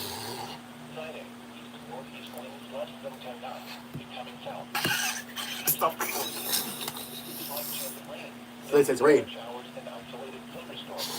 So it says rain. Friday night, south to southeast winds 10 to 15 knots, becoming south to southwest 5 to 10 knots. Seas 3 to 4 feet. Saturday, southwest winds 5 to 10 knots, increasing to 10 to 15 knots. Seas 3 to 4 feet. Saturday night, southwest winds 10 to 15 knots. Not. Seas 3 to 4 feet. Sunday, southwest winds 5 to 10 knots. Seas 3 to 4 feet. Sunday night, west to northwest winds 5 to 10 knots. Seas 3 to 4 feet. Monday, northwest winds 5 to 10 knots. Dang again? Seas 3 to 4 feet. Monday night, northwest winds less than 5 knots. Becoming variable. Variable. Seas 3 to 4 feet. The 10 p.m. area weather observations. What's called? At Salisbury, clear. Oh, clear. Temperature 74. Say fall. Dew point 68. 68. Relative humidity 81%. What was that? Wind calm. Pressure 29.95 inches and steady. And while I'm silent, clear. Clear. Temperature 76. Say 6. Dew point 67. 67. Relative humidity 73%. Say there was that. Wind calm. Pressure 29.96 inches and rising. Across the west of Delmarva and west of the Bay, Dover, clear, and 77. Say 7. Georgetown, clear, and 74. Say 4. Ocean City, clear, and 69. Tuckerman, clear, and 70. 70. Baltimore, partly cloudy, and 75. Say 5. Washington, D.C., partly cloudy, and 84. Hey, damn. Pocahontas River, clear, and 73. Say 3. Elsewhere across the Mid-Atlantic, Richmond, partly cloudy, and 77. Say 7. Norfolk, clear, and 81. 81. Wilmington, clear, and 77. Say 7. Philadelphia, partly cloudy, and 84. 84. Damn. The key weather messages for the next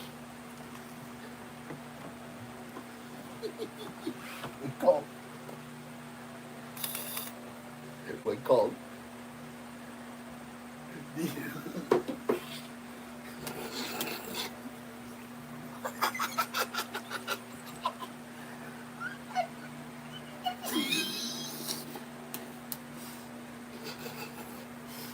Alright, I'm going to go ahead and end the stream here. So I'll see you guys tomorrow for a stream on Thursday. And I will hopefully see you guys then. So have a very nice Wednesday night. And yeah, there's always reason out.